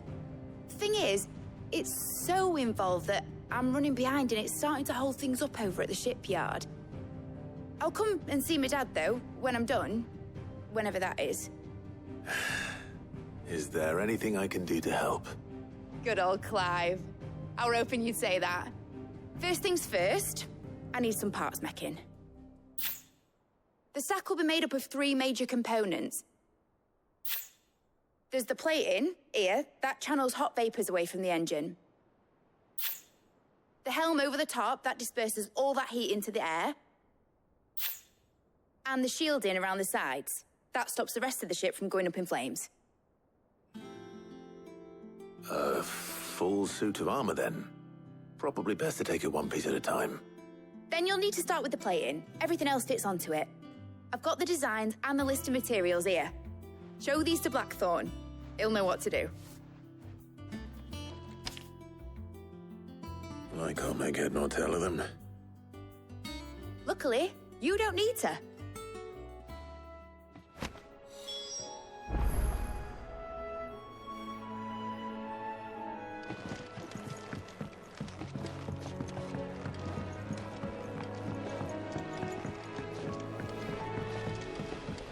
Editors started reading books that don't have any pictures in. Mid hasn't been.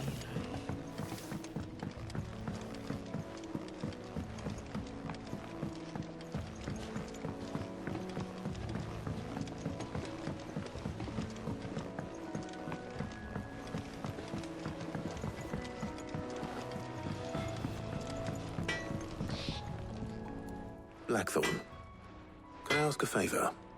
Out with it. It's for Mid. This my last chance to say I'm otherwise engaged. Spare myself the arseache. Go on then. What is it this time? She said you would know. Here.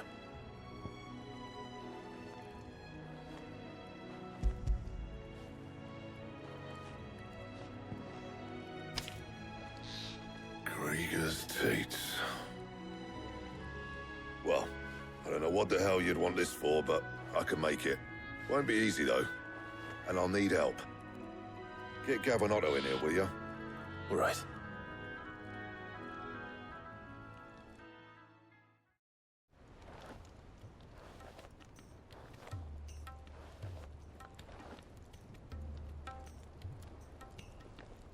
So Mid's roped us all in here again, has she? Typical. Still, if that's what it takes to get her to visit Sid's grave, I'll do what I can. And, what is it we need to do, exactly? Take a look at this. It's this plating. The usual sword-grade steel won't work. We need something that can get very hot, very fast, and still keep its shape. That means an alloy. Something that won't break or buckle at the temperatures she's talking about.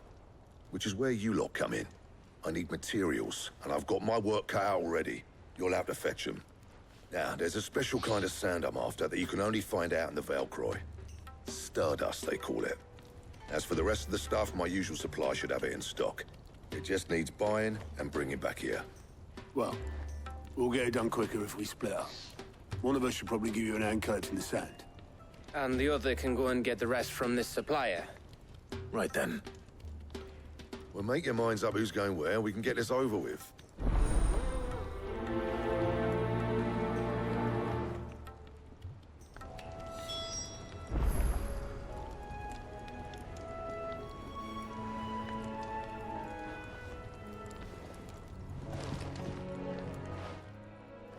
You going after the Stardust then, are you?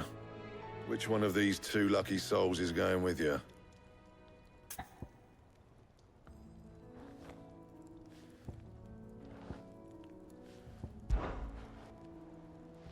Gav, you're with me. All right then. So, where do we find this Stardust stuff? There's a river that runs through the southern reaches of the Velcroy. It's the black sand that washes up on its banks that you're after. Southern reaches of the Velcroy, eh? That's down past Dalamil. I'll go and scout the place out. See about hiring us a wagon to bring the stuff back to. All right. I'll meet you by the river. While you're off having a paddle, I'll pick up the rest of the stuff from Blackthorn's supply. Take care. You two, eh? Don't go letting him fleece ya. Fleece me? I'd like to see him try. In your own time.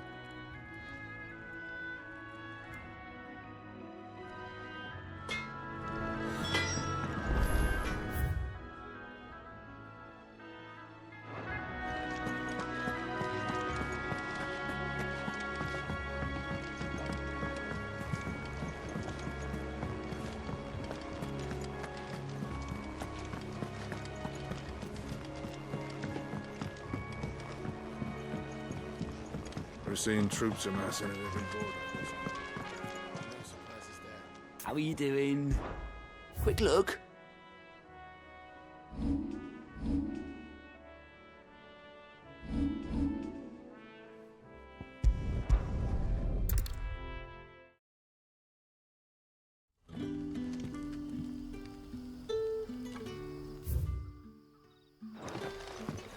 Good day to you.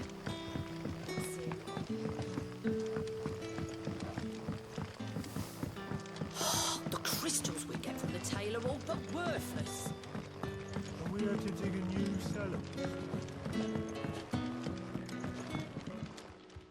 Ah, Clive. Your timing is exquisite, as always. I have a concern which you may be able to assist me with. Go on. There are whisperings afoot of shadowy figures having been sighted outside the village. Rustlings in the undergrowth, suspicious noises. My people fear that they are being watched. It may be no more than a surfeit of nerves, understandable in the current climate, or it may be the prelude to something altogether more dangerous. Given what I hope you'll forgive me calling your nose for trouble, I wondered if you might investigate. Of course. Excellent. You might begin by speaking with the good citizens of Lostwing. Listen to their tales, and make what you will of them. All right. I will.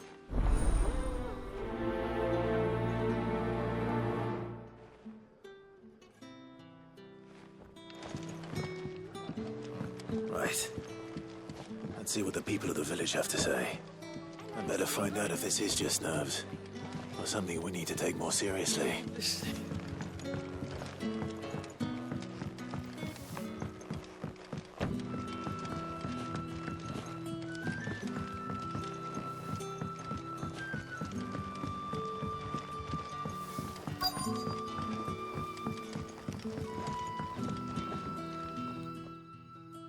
You all right, Sid? Something on your mind? There is actually. Can I ask you something? Quentin tells me people have mentioned shadowy figures out in the woods. Have you noticed anything unusual? Oh, that. No, sorry, can't help you. I heard the rumours, mind, from the lads working over at the vineyard, but none of them has seen anything either. All right. Thanks anyway.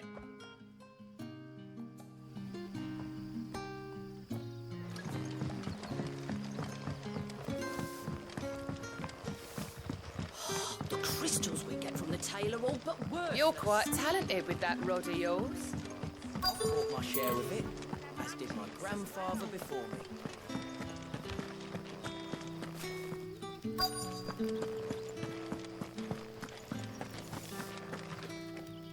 Do you have a moment? There's talk of suspicious figures in the woods. Have you seen anything out of the ordinary? No, but I've heard something. Sound of scraping metal, like someone sharpening a sword. Where was this? In Lorbert's Pass. Was out foraging for herbs when I heard it, screeching out from between the trees. Ran back here as quick as my legs would carry me, and I ain't been back since. I see. I'll look into it. Thank you.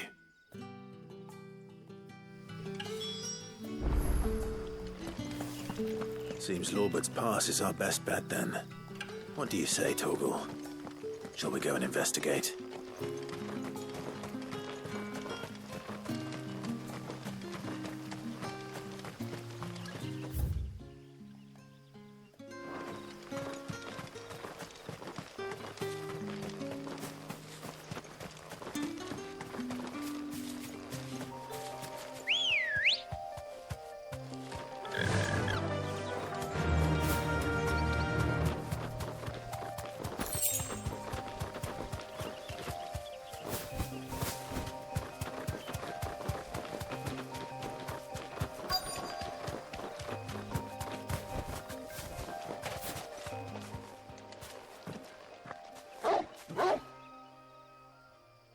You there? Fuck! He's seen us. Get them before they escape! Black Shields. Here. What the hell are you doing here? What is it to you? Not that we give a damn. All that matters to us is that you don't leave here alive.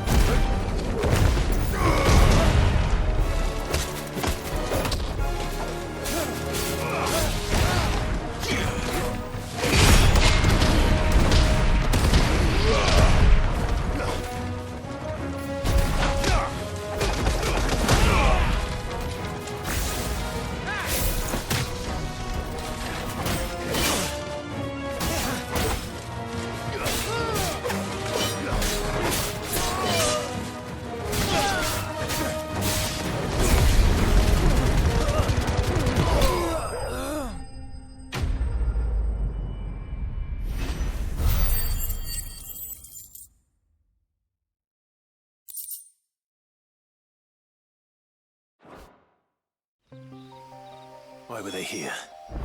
Were they planning an attack on Lostwing?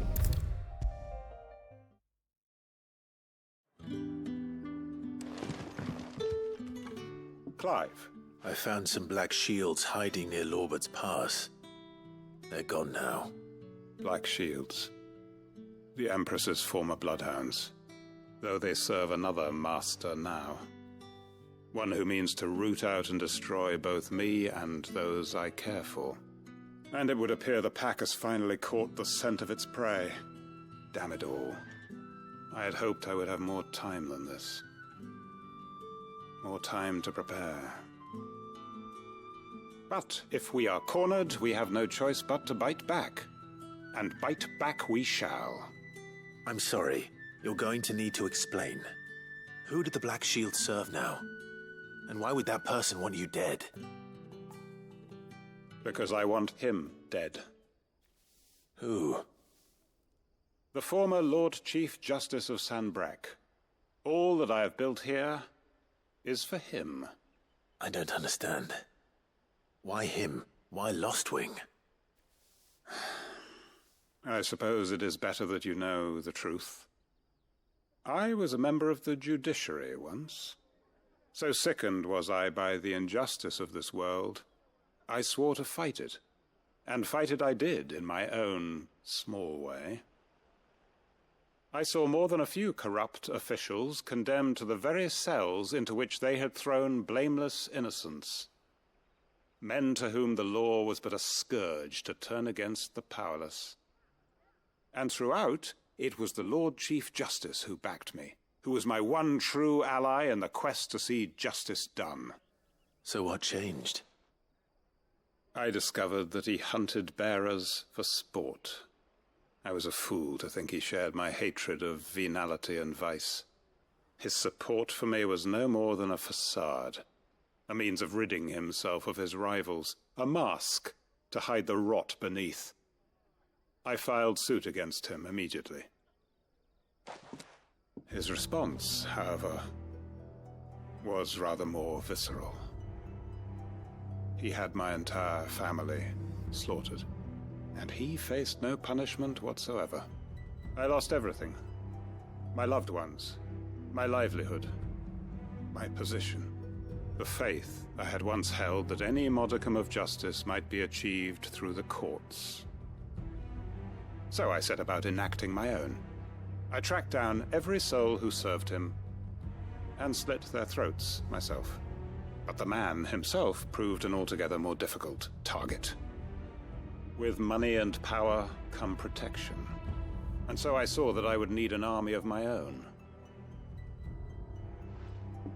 I came here to Lostwing and began recruiting like-minded individuals. And everyone here knows this is why you do what you do. Of course. They too have lost loved ones to the bearer hunts. Seen faultless friends sent to the gallows to spare the guilty. All under the watchful eye of the Lord Chief Justice. Our wounds are the same. And our cause is the same. We are comrades. And our revenge is already in motion. We know where he hides, how numerous and well-trained his guard. What we did not know until now, however, was that his plans may already be in motion too. Quentin. Our time is short. He may move against us at any moment, unless we move against him first. My friends and comrades, it begins. Make ready for war.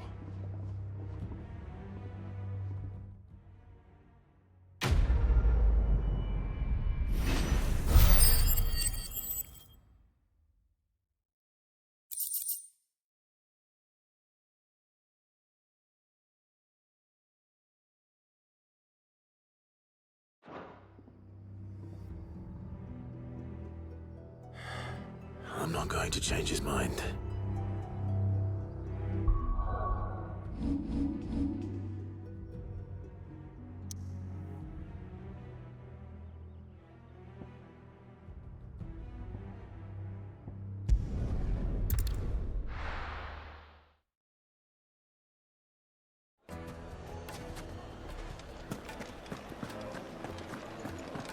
My carpet! Take a sniff, good sir. No, gone, just like that. And without so much as a by your leave. What's the matter? It's my apprentice. He up and vanished while my back was turned. I'd go and look for him myself, but I've got a bakery to run. A bakery that's now short one pair of hands. Loath though I am to rely on the kindness of strangers, I'm at a loss. Please, will you see if you can find him? I'll see what I can do. Do you know where he might have gone? I wouldn't be surprised if he was off somewhere mooning at Drake's Fang. He used to work there, you see. Poor fool left his heart in its hollow. All right. Then that's where I'll start.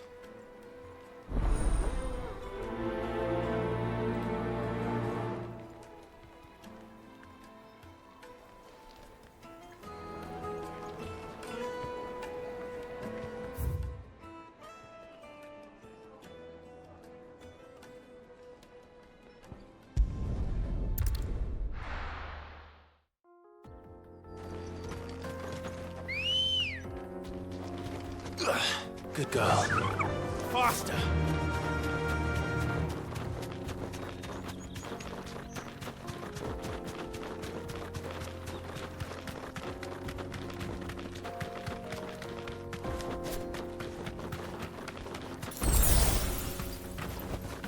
Be safe.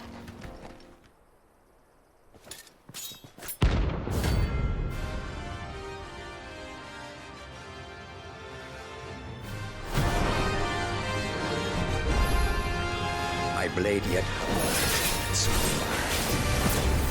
Come, let us feast on your flesh. Your feasting days are over. Want some more?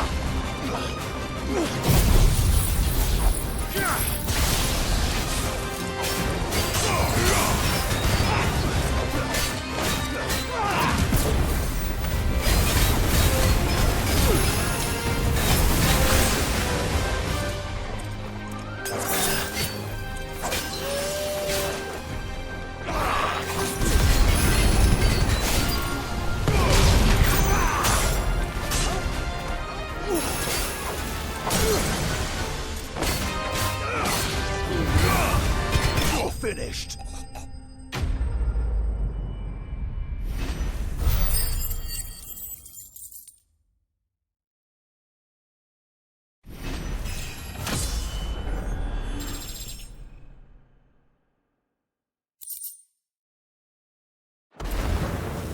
Those who kill for sport deserve no better.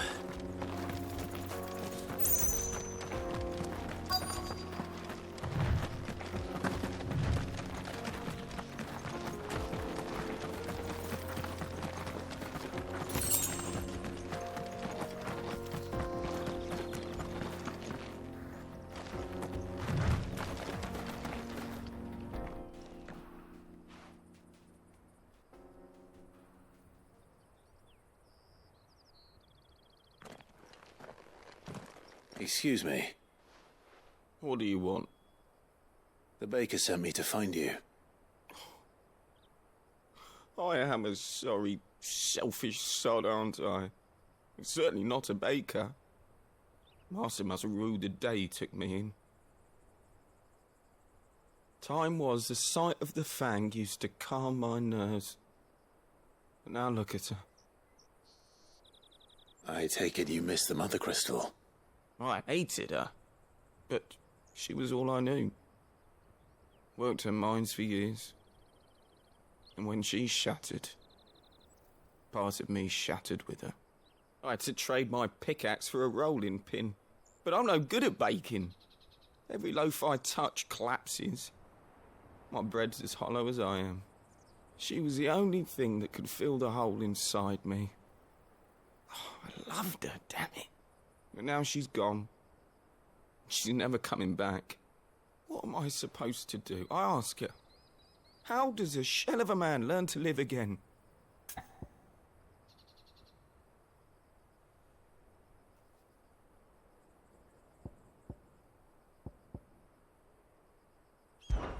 Perhaps you could express yourself in your work. If you missed the Fang, maybe you could recapture it somehow. Recapture it? I'm a baker, not a...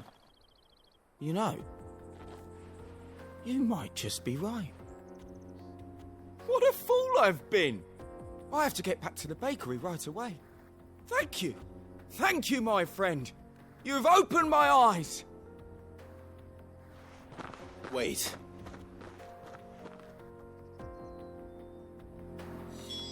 Suppose you won't be needing an escort then.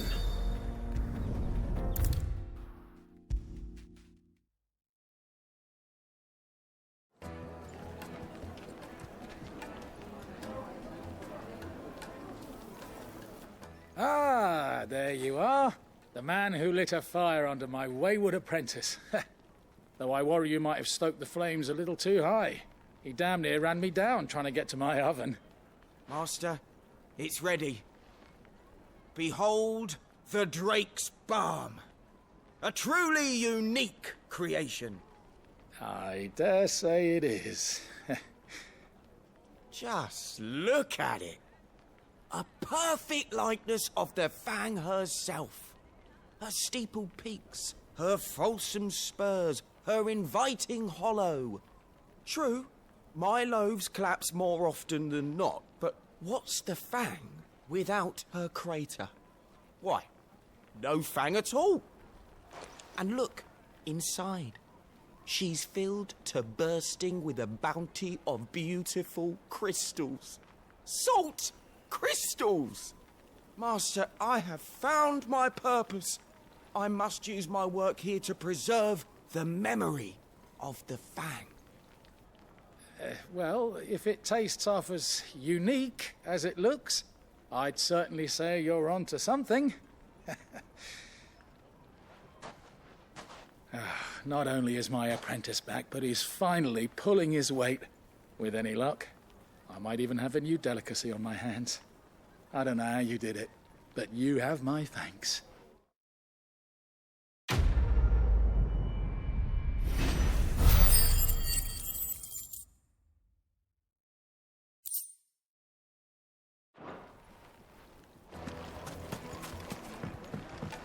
Oh, well. All the men of the rock go. Probably ran out of gear. The most fragrant herbs and My carpets have pride of place in...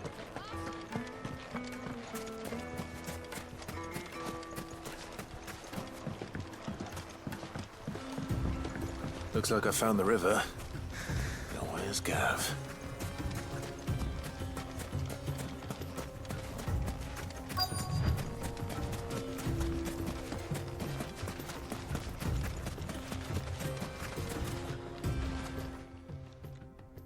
Sorry to keep you, Gav. Better late than never. I've had a quick scout about, and I reckon round here's our best bet if we want to grab as much of this Stardust stuff as we can. Don't know what Blackthorn's planning to do with it, though. I asked over in Dalamil, and they seem to think it was worthless. But if Stardust is what Blackthorn wants, Stardust is what he'll get. There's plenty of this stuff lying about, just begging to be bagged. Then let's get bagging, shall we? We shall. Race ya.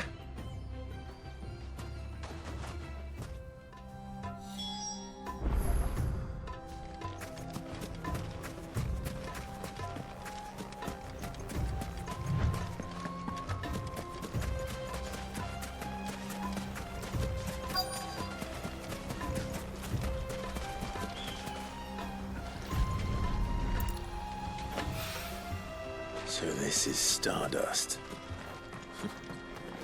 It just looks like black sand to me.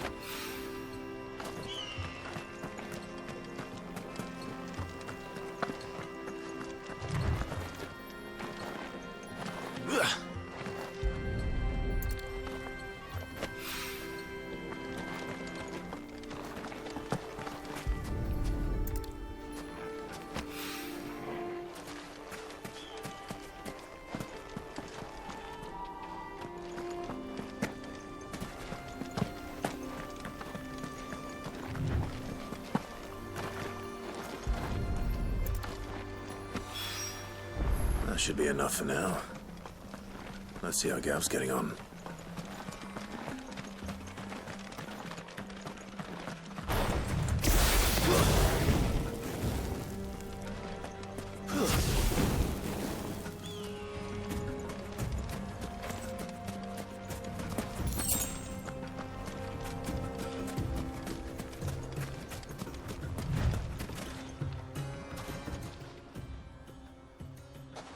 You finished? How much did you get? Enough. I hope.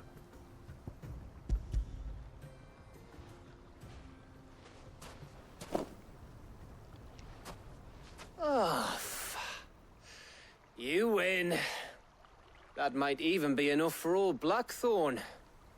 Hey, before we go, do you mind if we have a chat?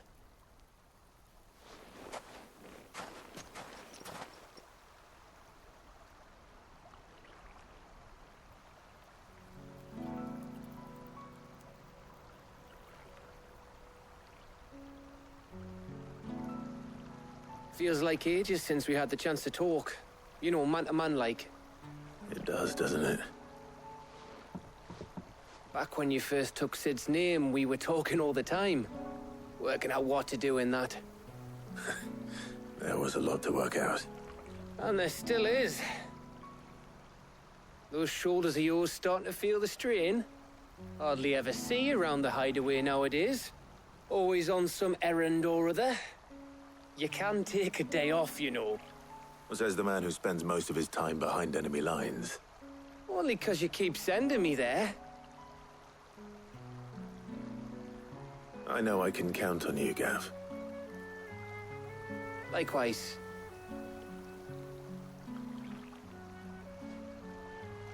So you keep sending me wherever you need to, and I'll keep going. Safe in the knowledge that I have a home to come back to. Thanks to you.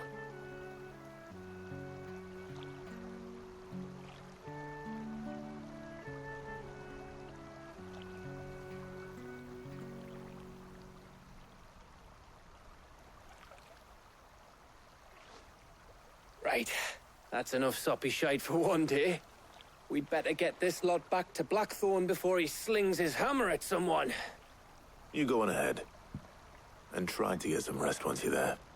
Oh, I plan to. Believe you me. After Blackthorn gets what he needs, of course.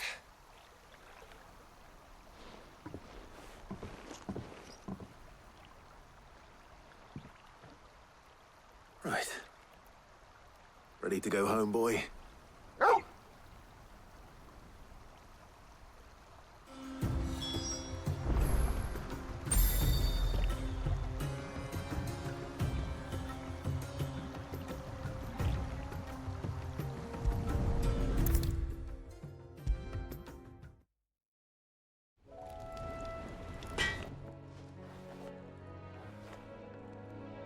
Blackthorn, got everything you need? Yeah. Yeah, I do. Cheers for the Stardust.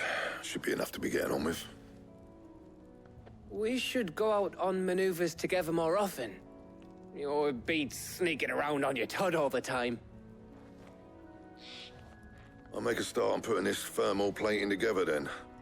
It'll take some time, mind. So if you've got other things to be getting on with, I could do without you breathing down my neck. Thank you, Blackthorn. I'll let Mid know construction's underway.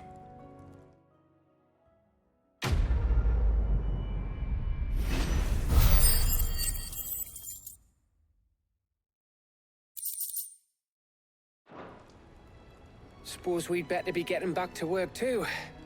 Give us a shout if you need anything.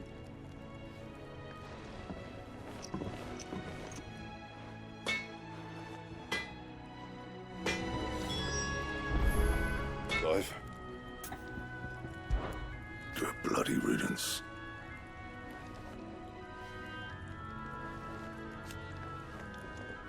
Mine included. So, what'll it be?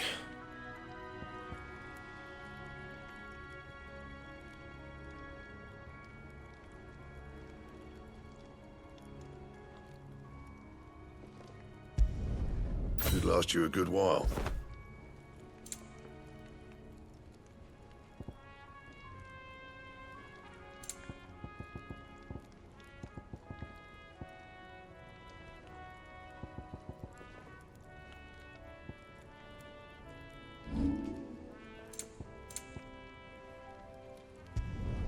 You can thank me later.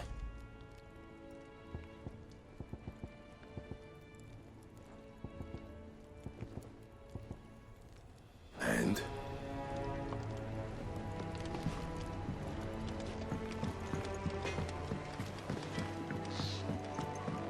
I went up to give some greens to the chocobo, and do you know what it...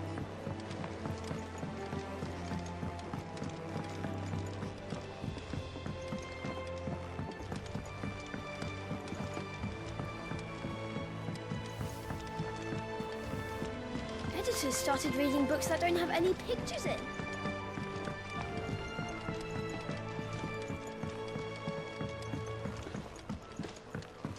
If I don't come up with something soon. You'll be pleased to hear that Blackthorn's started work on the plating. Excellent. 1 down, 2 to go. So, what's next? The helm, of course. For this, we'll be repurposing fallen scrap. Salvage from the ruins? I thought that material was all but impossible to work. Ah, but we don't have to. I'm sorry. Just so happens there's one particular ruin that's broken into exactly the right shape and size pieces for what we need. What's the name back there? I'll give you all the details. What's her name? Right.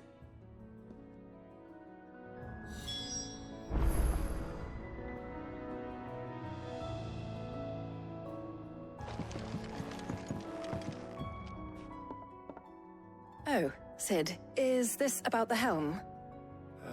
Yes. Mid said I should speak with you. I'll show you the plans then. Here you see the mithril engine, in which mithril is burned to generate heat. That heat is then harnessed to produce motive force.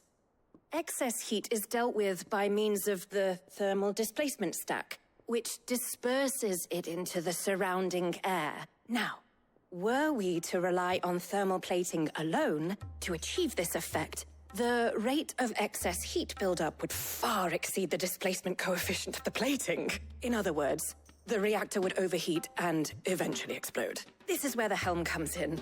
It connects to the plating, you see, and serves as a sort of thermal sink to absorb all that excess energy. Our experiments have shown that fallen ceramics are remarkably thermophilic. They can withstand and absorb levels of heat far above anything we are able to make today. And not only that, they're also waterproof and immune to rust, making them the perfect material for our protective hood. Why, if sea or rainwater were to enter the reactor proper, it would vaporize instantly.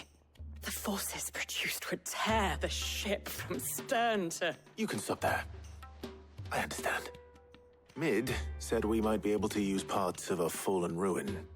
Where would I find it? Ah, yes. It's in Lorbert's Pass, near Lostwing. The thing is, well, I probably should have arranged to have the pieces we need brought here sooner. You see, a certain unwanted visitor has taken up residence there. It's no longer a matter of just walking in and taking them. It's, going to be considerably more dangerous than that. I see. Then I suppose I'd better deal with this unwanted visitor for you. Would that help? Oh, very much. Thank you, Sid. I'll gather my team and head there right away. We'll meet you outside the ruins.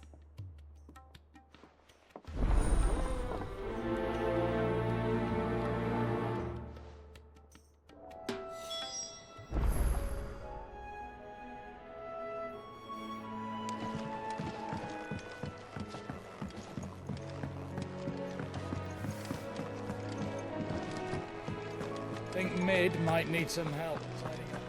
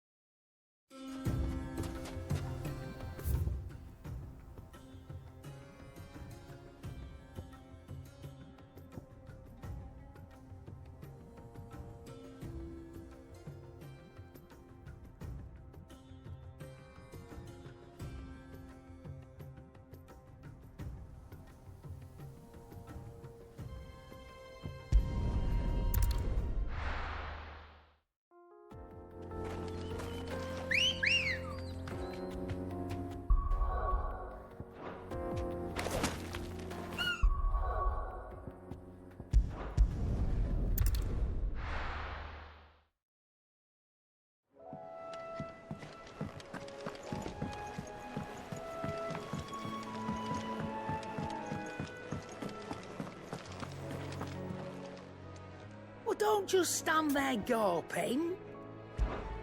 Go on, then.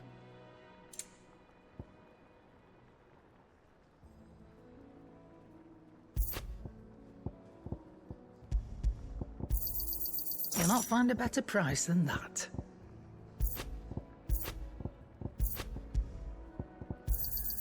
You're rubbing me blind, you know.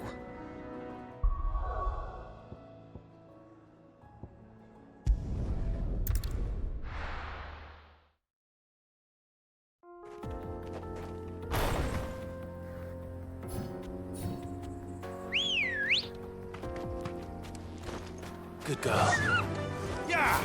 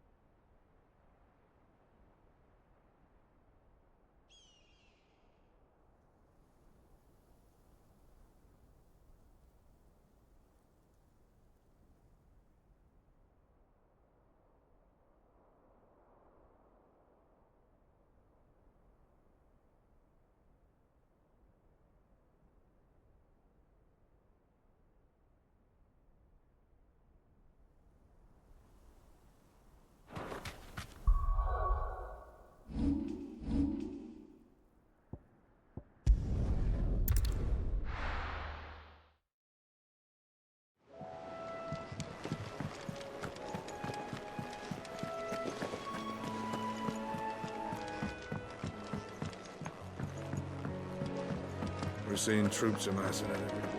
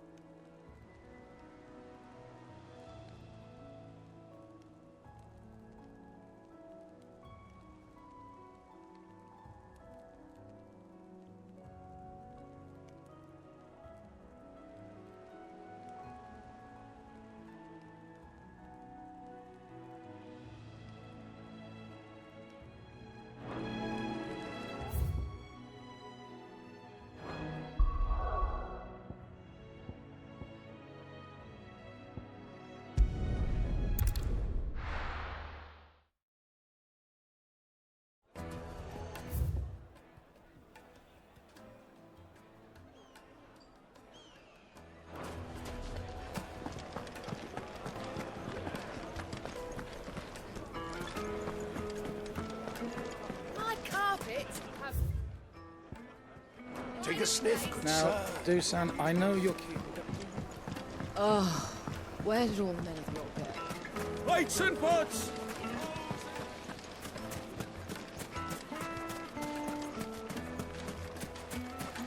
No, I'm telling you, it's gone.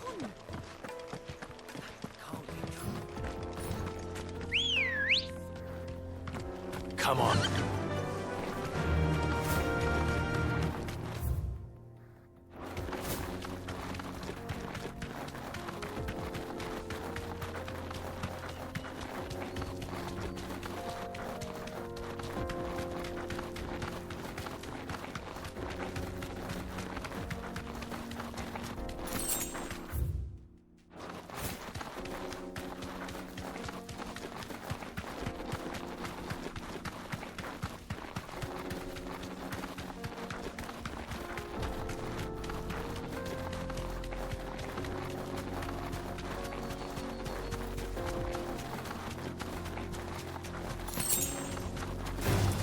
Don't get surrounded.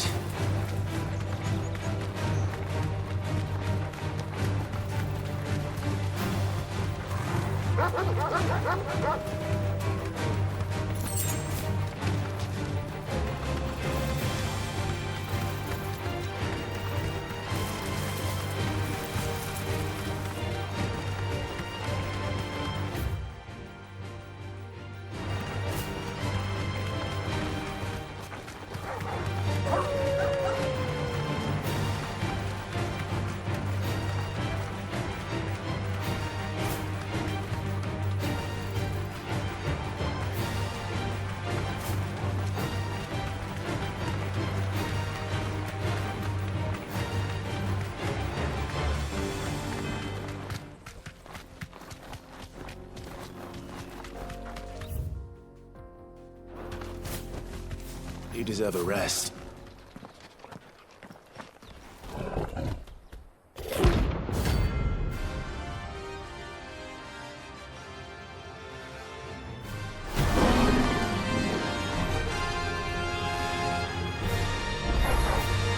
Playtime for the pack, is it?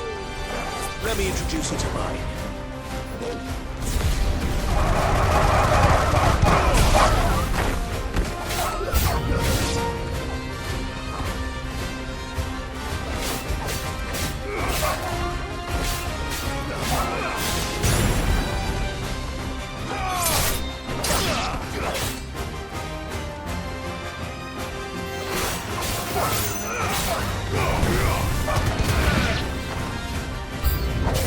It's over!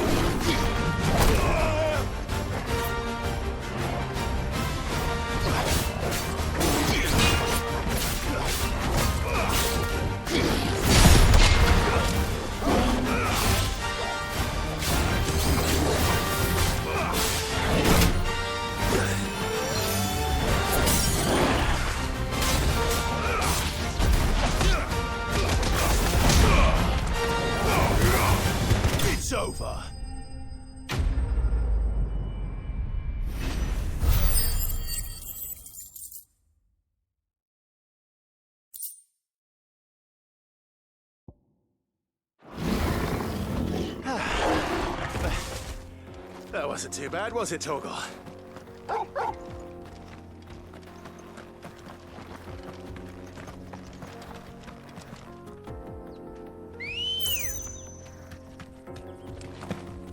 Good girl.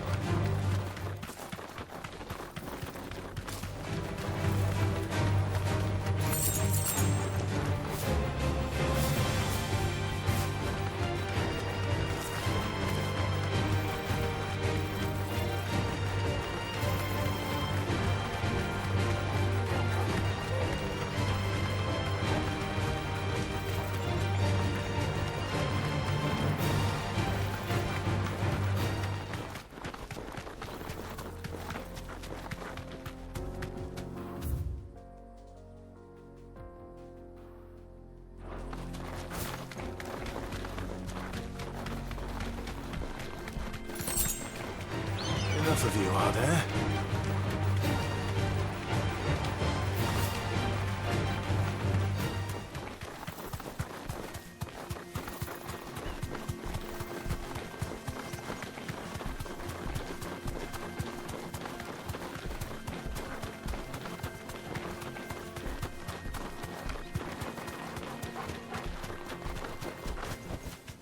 That'll do, girl.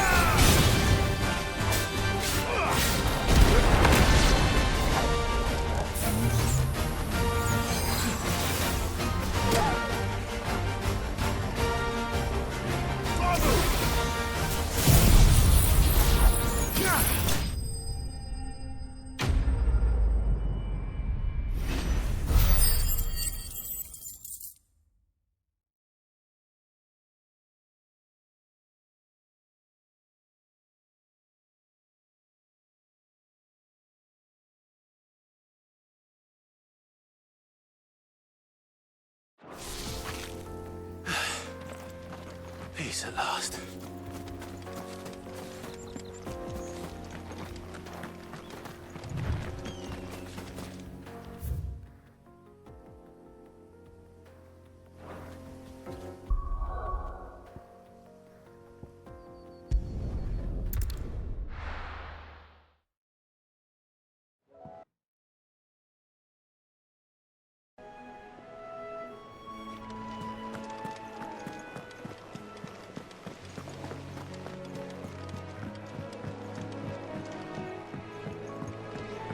We're seeing troops amassing at every border.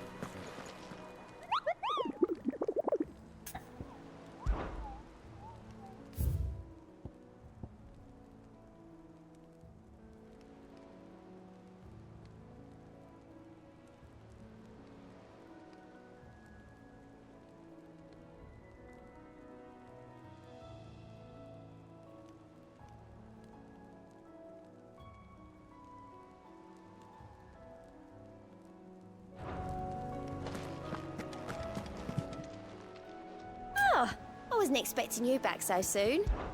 Kupka. But when I close my eyes...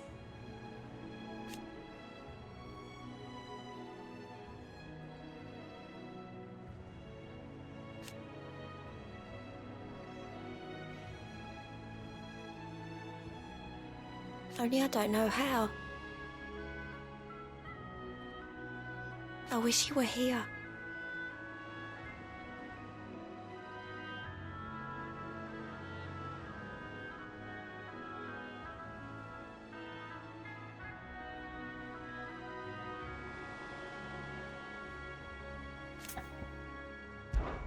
Come to claim your just desserts?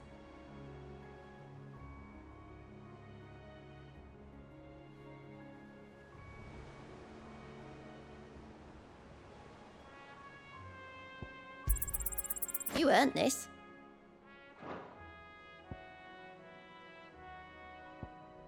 Best of luck out there, Sid. Clive! Quick look. Always something in there.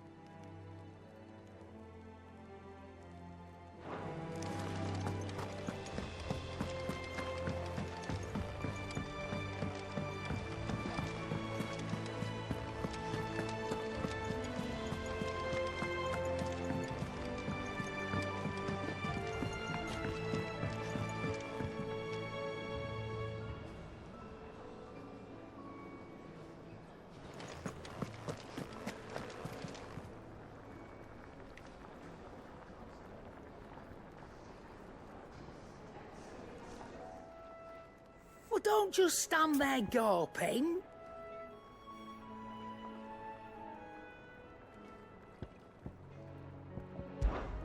Coin purse weighing you down.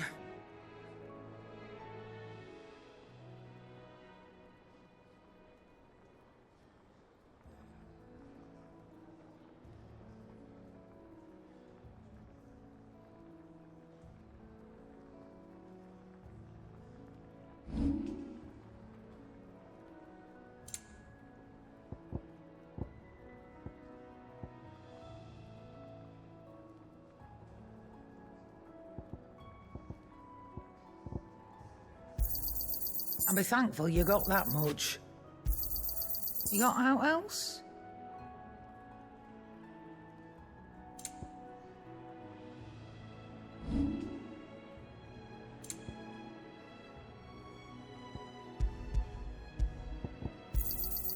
You're rubbing me blind, you know. You'll not find a better price than that.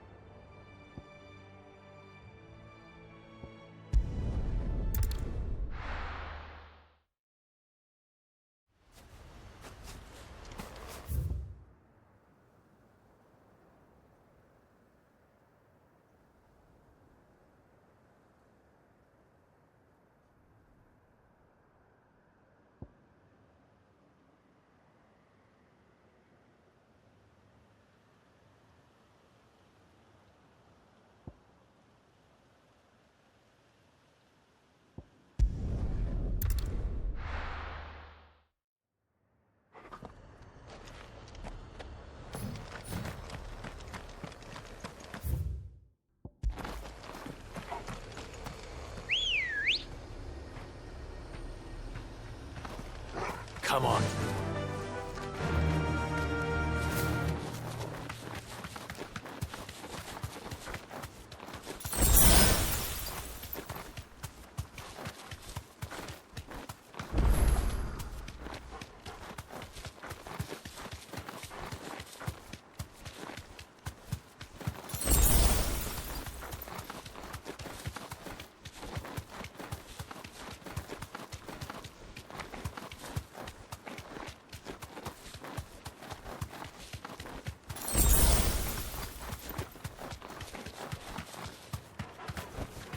Back to the stables, girl.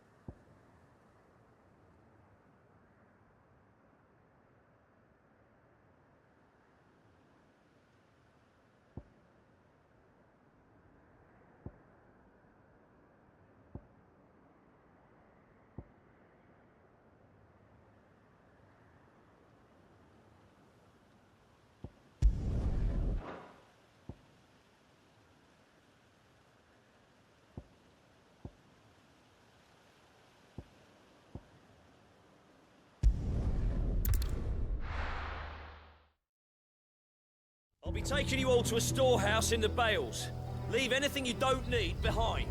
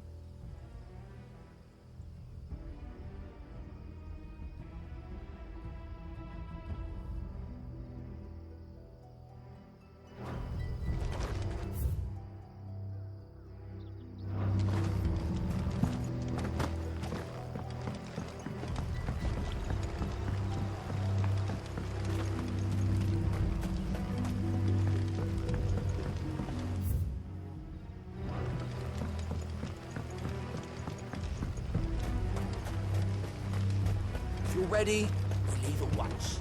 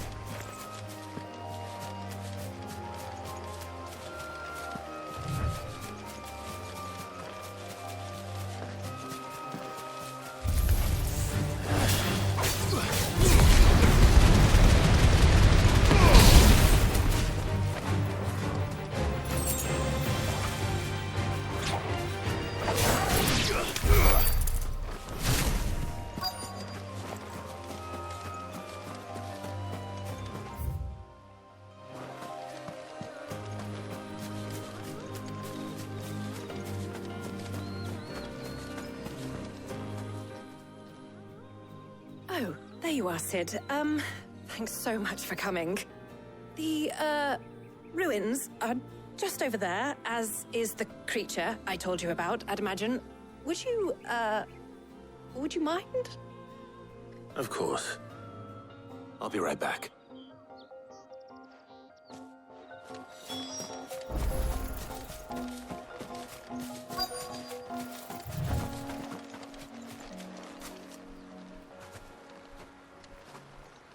Anybody home?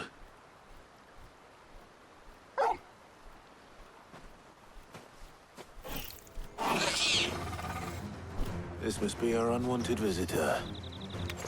Time to go.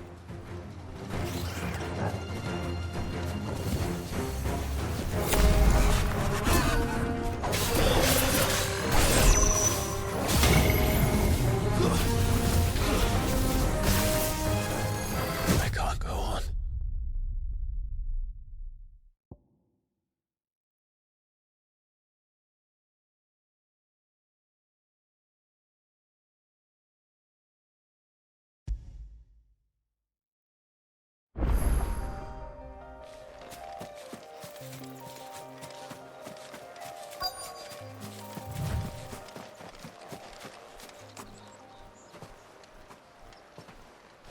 Anybody home?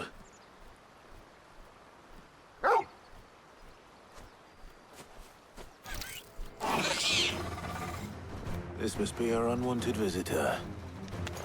Time to go.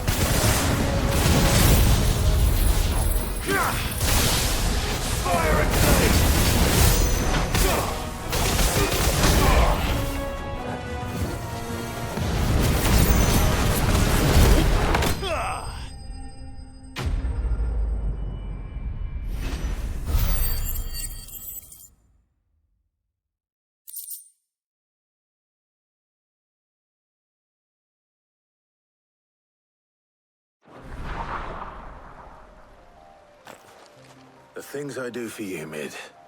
Sid! Oh, thank goodness you're safe. You shouldn't have any trouble now. Indeed. Well, don't let us keep you. We'll, see that everything is transported safely back to the hideaway. All right. I'll let Mid know you're on your way.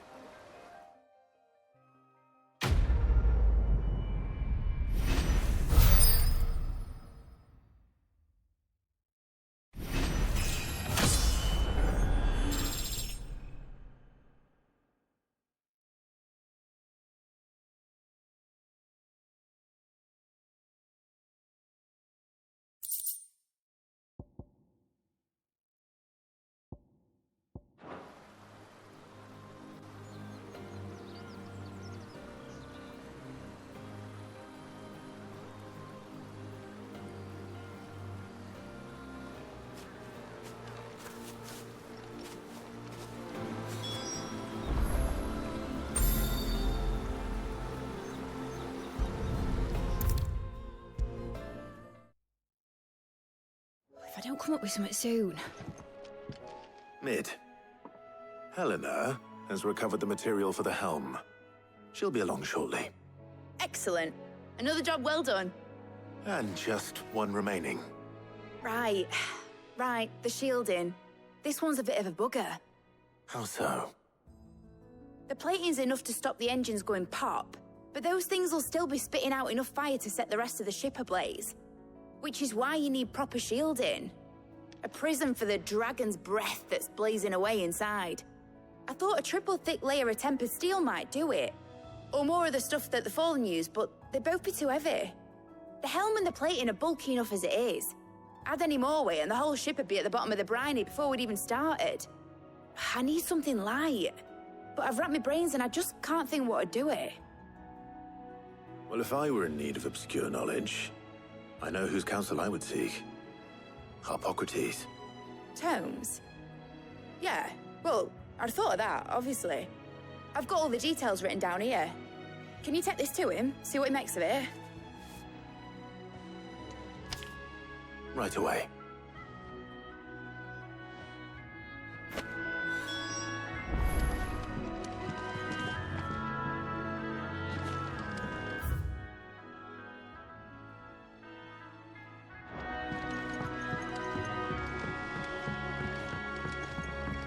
I think Mid might need some help.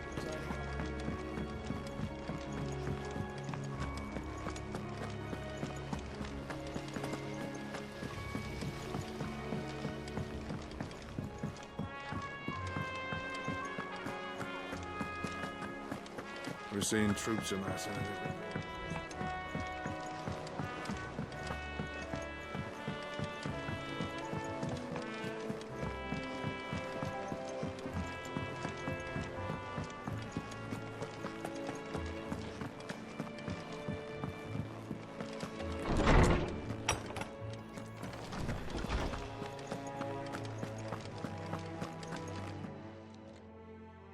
Harpocrates, do you have the moment? For you, Clive? Always. Well, actually, it's for Mid this time. Could you take a look at this?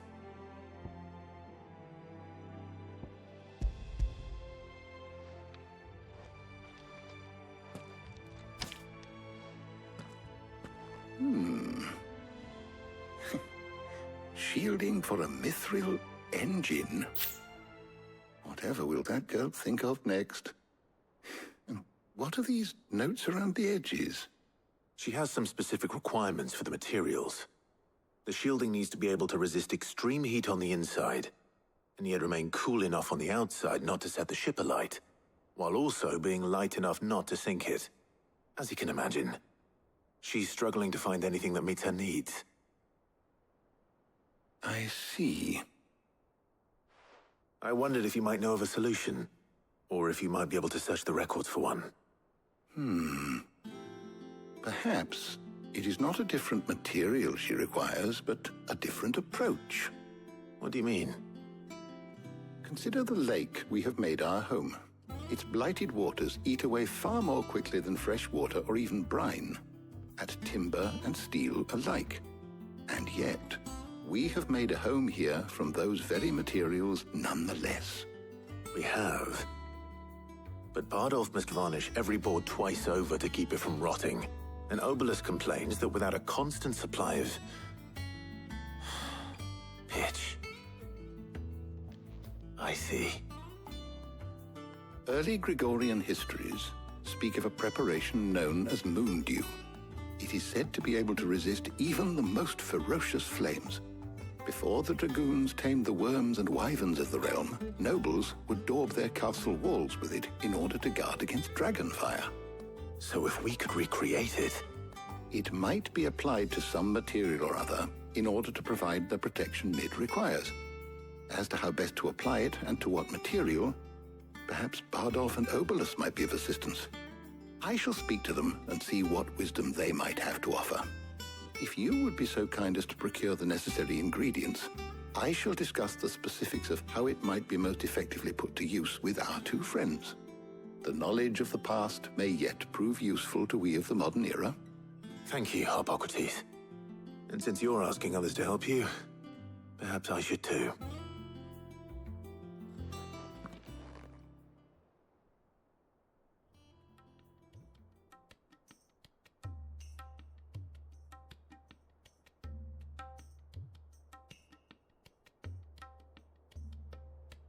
So you need a hand, do you? We do. I'll be heading to market for the ingredients we need.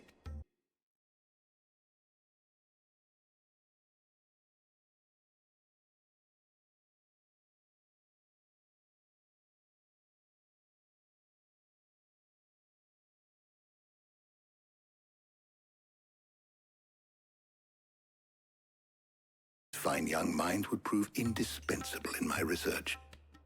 I leave the decision as to who will go with whom in your capable hands, Clive.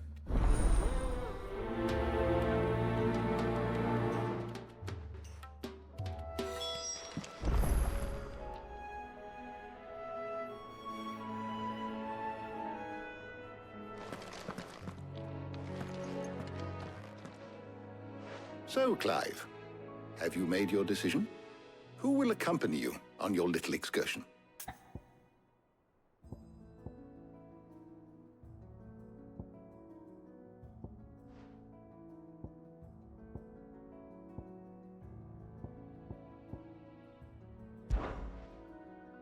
Very well.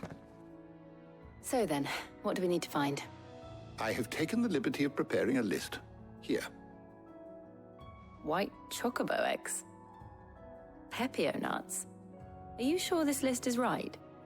Everything on here seems very edible. I would have thought the ingredients would be a little more exotic.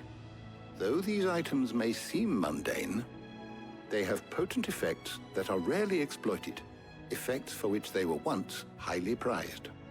So much so, in fact, that they were harvested almost to extinction, hence moon dews having fallen from favor.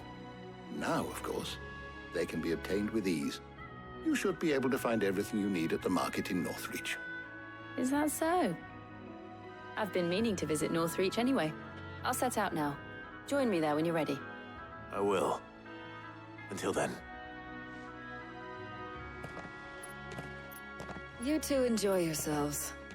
You too, Talia.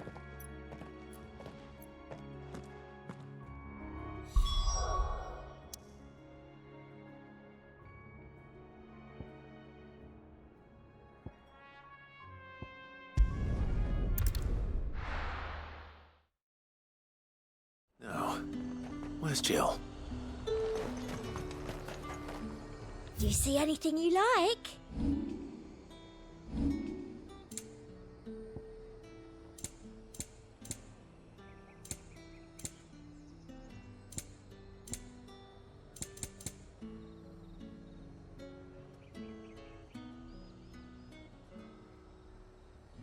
Come back again.